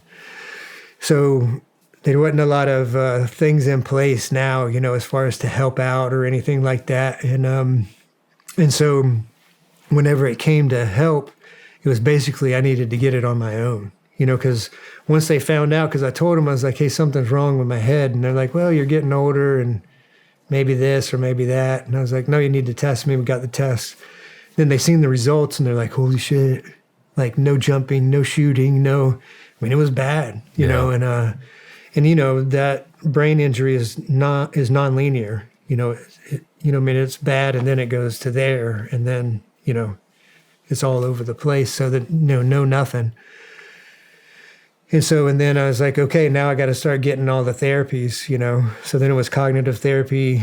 So here's like another thing we talked about God and like we were talking about this morning, like that I'm on path, right? So everything that I'm doing from this moment forward goes against the culture of where I come from at that time. Quiet professionals, you don't say nothing, that kind of thing. So I was dying. Right, even though I'm sober, like cognitively, vestibularly, like man, I'm not dying, right? But I'm still not recovering yet. Yeah. So I know how to recover. How do you recover? You talk about it. With shrinks, whatever. You get help. Go get help. Now I don't have to worry about losing my job or anything like that. Like I'm full tilt getting help. So, but I'm not getting any support. Again, I don't blame the unit for that. Because they were focused on war, and that's where they needed to be focused. They didn't have the manpower at the time to focus on folks that were in my situation at the time. And so I'm like, okay. Plus, I'd have done it on my own anyway. I was super angry, like all those mode swings. I had to get out of the Army early. I had all kinds of unprocessed trauma. I had untreated TBI. I was not a joy to be around, you know what I mean? And so they were okay with me not being around, and not because they didn't like me, but it was kind of like, bro, you're a little lot, you know?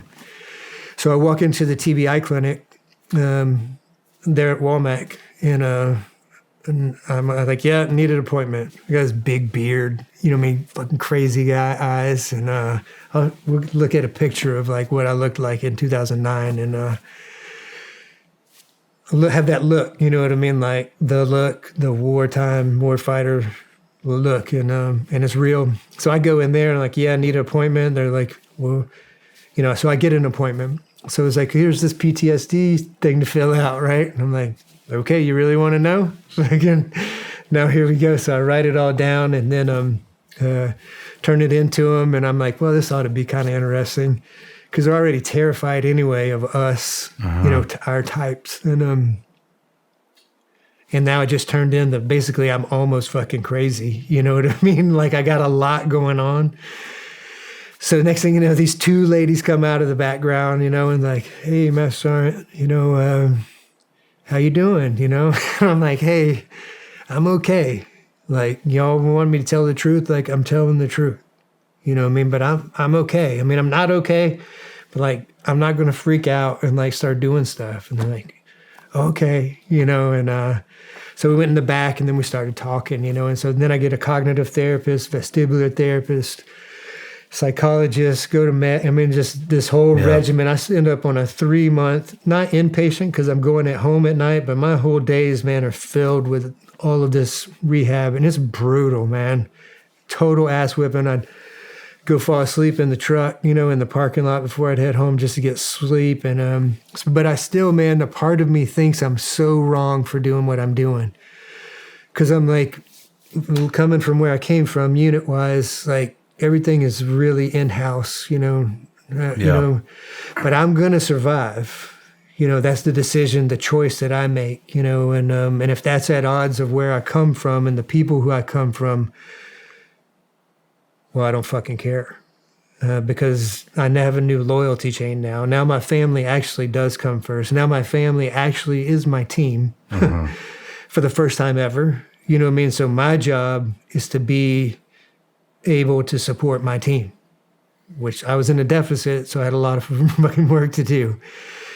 So there was a lot of guys even at the time because I was very vocal about what I was going through because that's how I survive. You talk about it. And 50% of the guys were all about it. You know what I mean? Because a lot of them were having the same kind of struggles. You know what I mean?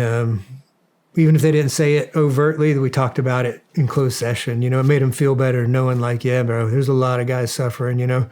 So 50% of them, I'm just using rough numbers, thought it was cool. And then the other 50% would be like, yeah, he needs to shut the fuck up, you know. But they wouldn't say that to my face. Yeah. You know what I mean? Because back to the rules, I'm not a hippie. You know what I mean? Like, well, we can fight. You know what I mean? Like, and they knew that. And so anyway, I had to do, again, back to I do what I do because that's what I say I'm going to do. When did Warrior's Heart come in? Yeah, so the thing about all those therapies and shit, it all works, man. I actually started getting better and started being able to enjoy my life. Still had a lot of pain. When did your wife start to notice? So she started noticing immediately because she knows me so well. You know what I mean? She knew I was still struggling a lot, and we talked about different struggles, not in detail, but that was just our comms plan that we had together. You know what I mean? She knew I was working on it. I communicated that I was, you know, and so we started getting better, and I started being able to be an actual dad, like taking kids to school and being a football coach and stuff, but then also started working. I wanted to stay in the tactical realm just because I needed to for a while, because I needed to be around that community of people, you know, and provide a good product. But I knew it wasn't where I wanted to be. I just didn't know where I wanted to be was next. But in that tactical world, and for the cool thing ever, you know, with my brother and I, he got out a few years before I did. And I was out, so we actually started working together, like actually together. And we had a rough start with this company that we worked for. We should have knew it went bad because who was running it, but it's okay. And so anyway, we start working together, and we start doing all the tactical stuff, and we start doing some kind of, we call them fun and guns, but it's these with civilians, you know, mixing military stuff, not military tactics or techniques, but basic fundamentals of marksmanship, CQB, that kind of stuff. So it was a different audience. And then different things that I'd learned about at that time was about healing, you know, and a big piece of that is that how do warriors heal, you know, and because warrior to warrior, you know, is just is relief.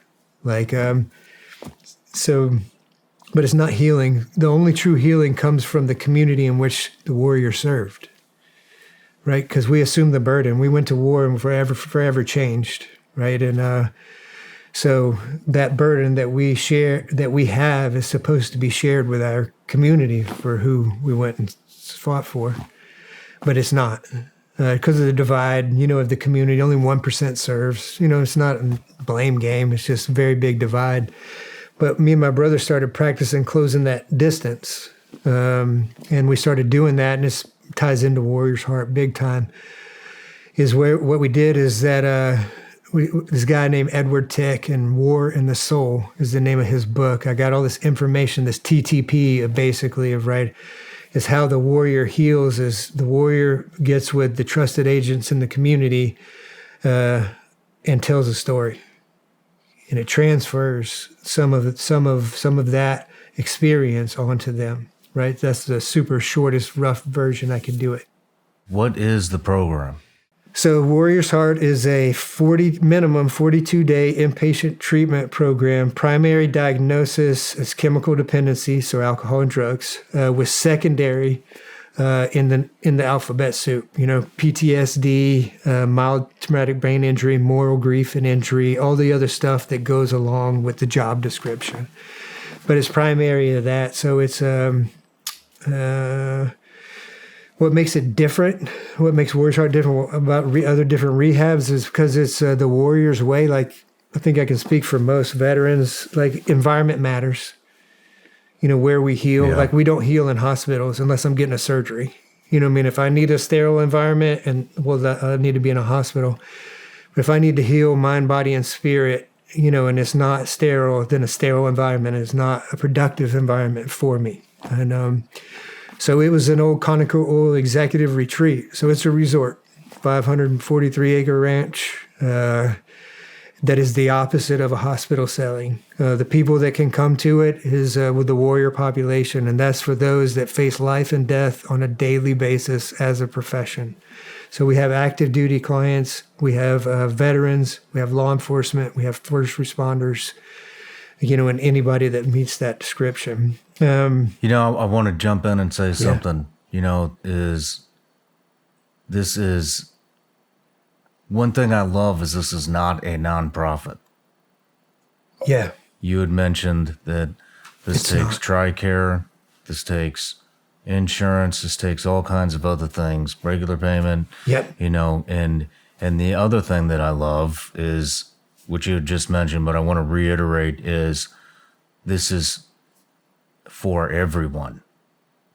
Correct? This is for special ops. This is for conventional. This is for first responders, firefighters, stateside law enforcement, EMT, everybody. Yeah, everybody who experiences traumatic events. Yeah, man. Is welcome. Absolutely. And that's what it sounds cliche. It's not, but it's like from 9/11 to a 911 call. You know what I mean? Those are our people. Yeah. When your family's in need, my family's in need, like these are the ones that we call and they come and save us. Like, so now they need saved. I don't like using the word saved. They need assistance, Who's helping them out? Over 3,000 people have been through this treatment program. Yeah. Yep. Over 3,000. How many, do you know the success rate? Yeah, and it's always percentages, so I can give some of them. So the success rate, we have a 90% success rate in completion of the course, because this is training. It's a training course. You get cleaned up, you get trained up. You need to learn how to be trained, how to live without self-medicating with drug and alcohol and handle your emotions and behave appropriately. So it's a training course. So it's we have a 90% completion rate on a 42-day course. So the industry standard on a 28-day course is like 50%. So we're already winning, you know what I mean, in that. And the big reason of that, man, is it truly is warriors healing warriors. Like, you don't have to talk about, that's why we kept it this population only. You don't have to talk about mentorship or leadership. You see someone suffering, you go and help them. If you see the new guy, you come and help them. So all that naturally occurs, and so that all happens. Then whenever it comes to, we're probably at about a 60% rate as far as folks that leave and stay sober, which is normally 20 to 30. Wow. And that's but that's included. It always like just throwing in, that's including the guys that's 1 day sober who may not make it to 5, but that's also including the guy that's 8 years sober. You know what I mean? So it's a big spread in there. So it's kind of the success rate, is. And some guys relapse a few times before they get it right, you know what I mean, on that team. Some of them, it's like any hard military course. Some people come and make it. Hey, they were meant for it, make it straight through. They're good to go, happily ever after. Some people get recycled, you know what I mean? Yeah. Need some retraining, and then make it through. Some people just didn't know what they were getting into, and they're not ready yet, So that's, if you look at it as a training course, same way as any hard military school, that's how it is, man. So that camaraderie and that peer network is built immediately. That's the first thing that makes it different than anything else, because they've missed it. They're isolated. They've gone, they're away from the tribe, man. So they come back and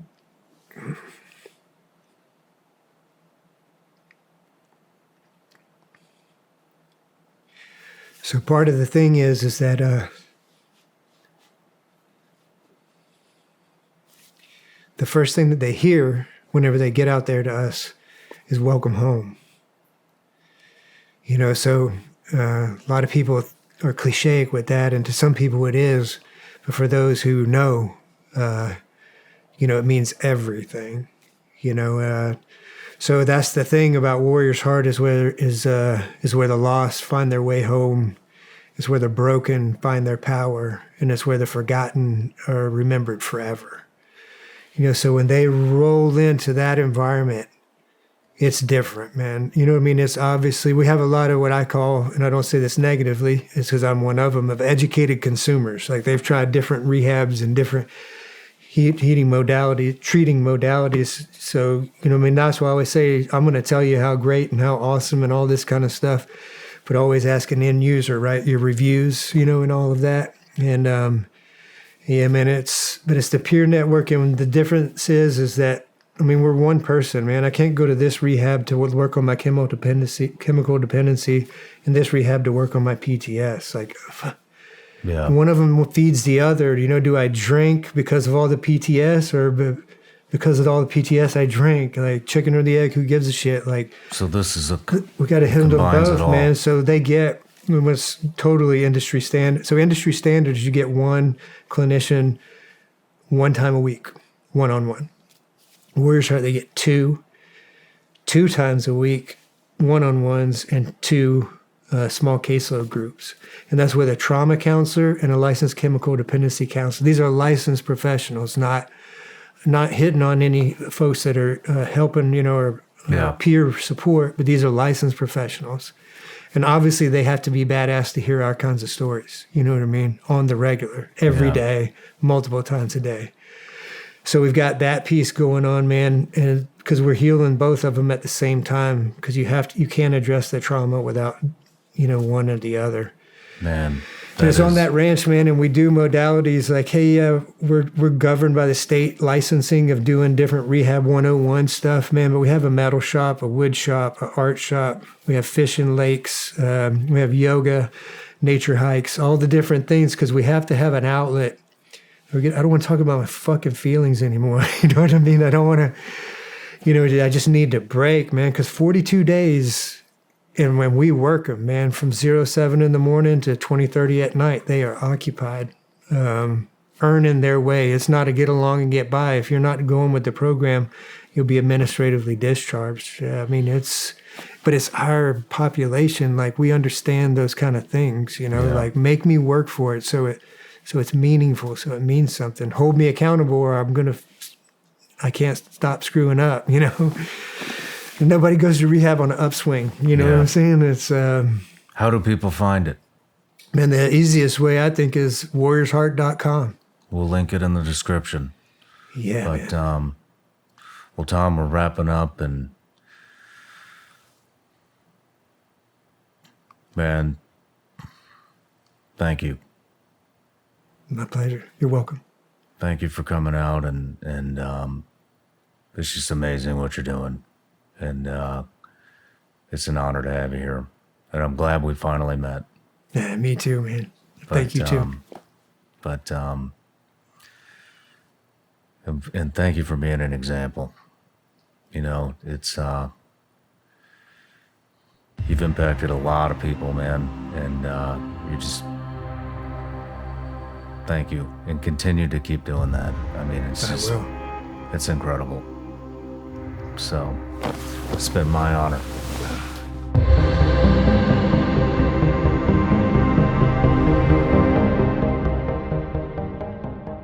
Today's show is sponsored by HelixSleep.com. Sleep, especially as you get older, is so critical, especially that deep, comforting sleep. Go to HelixSleep.com and take the sleep quiz. I took it and was matched with the Midnight Lux. Helix knows that everyone's unique, so they have several different mattress models to match based on your body type and sleep preferences. Once you match, your mattress comes right to your front door, shipped for free. When you receive your Helix mattress, you'll be hooked. It's so easy to unbox, and you won't believe how well you sleep.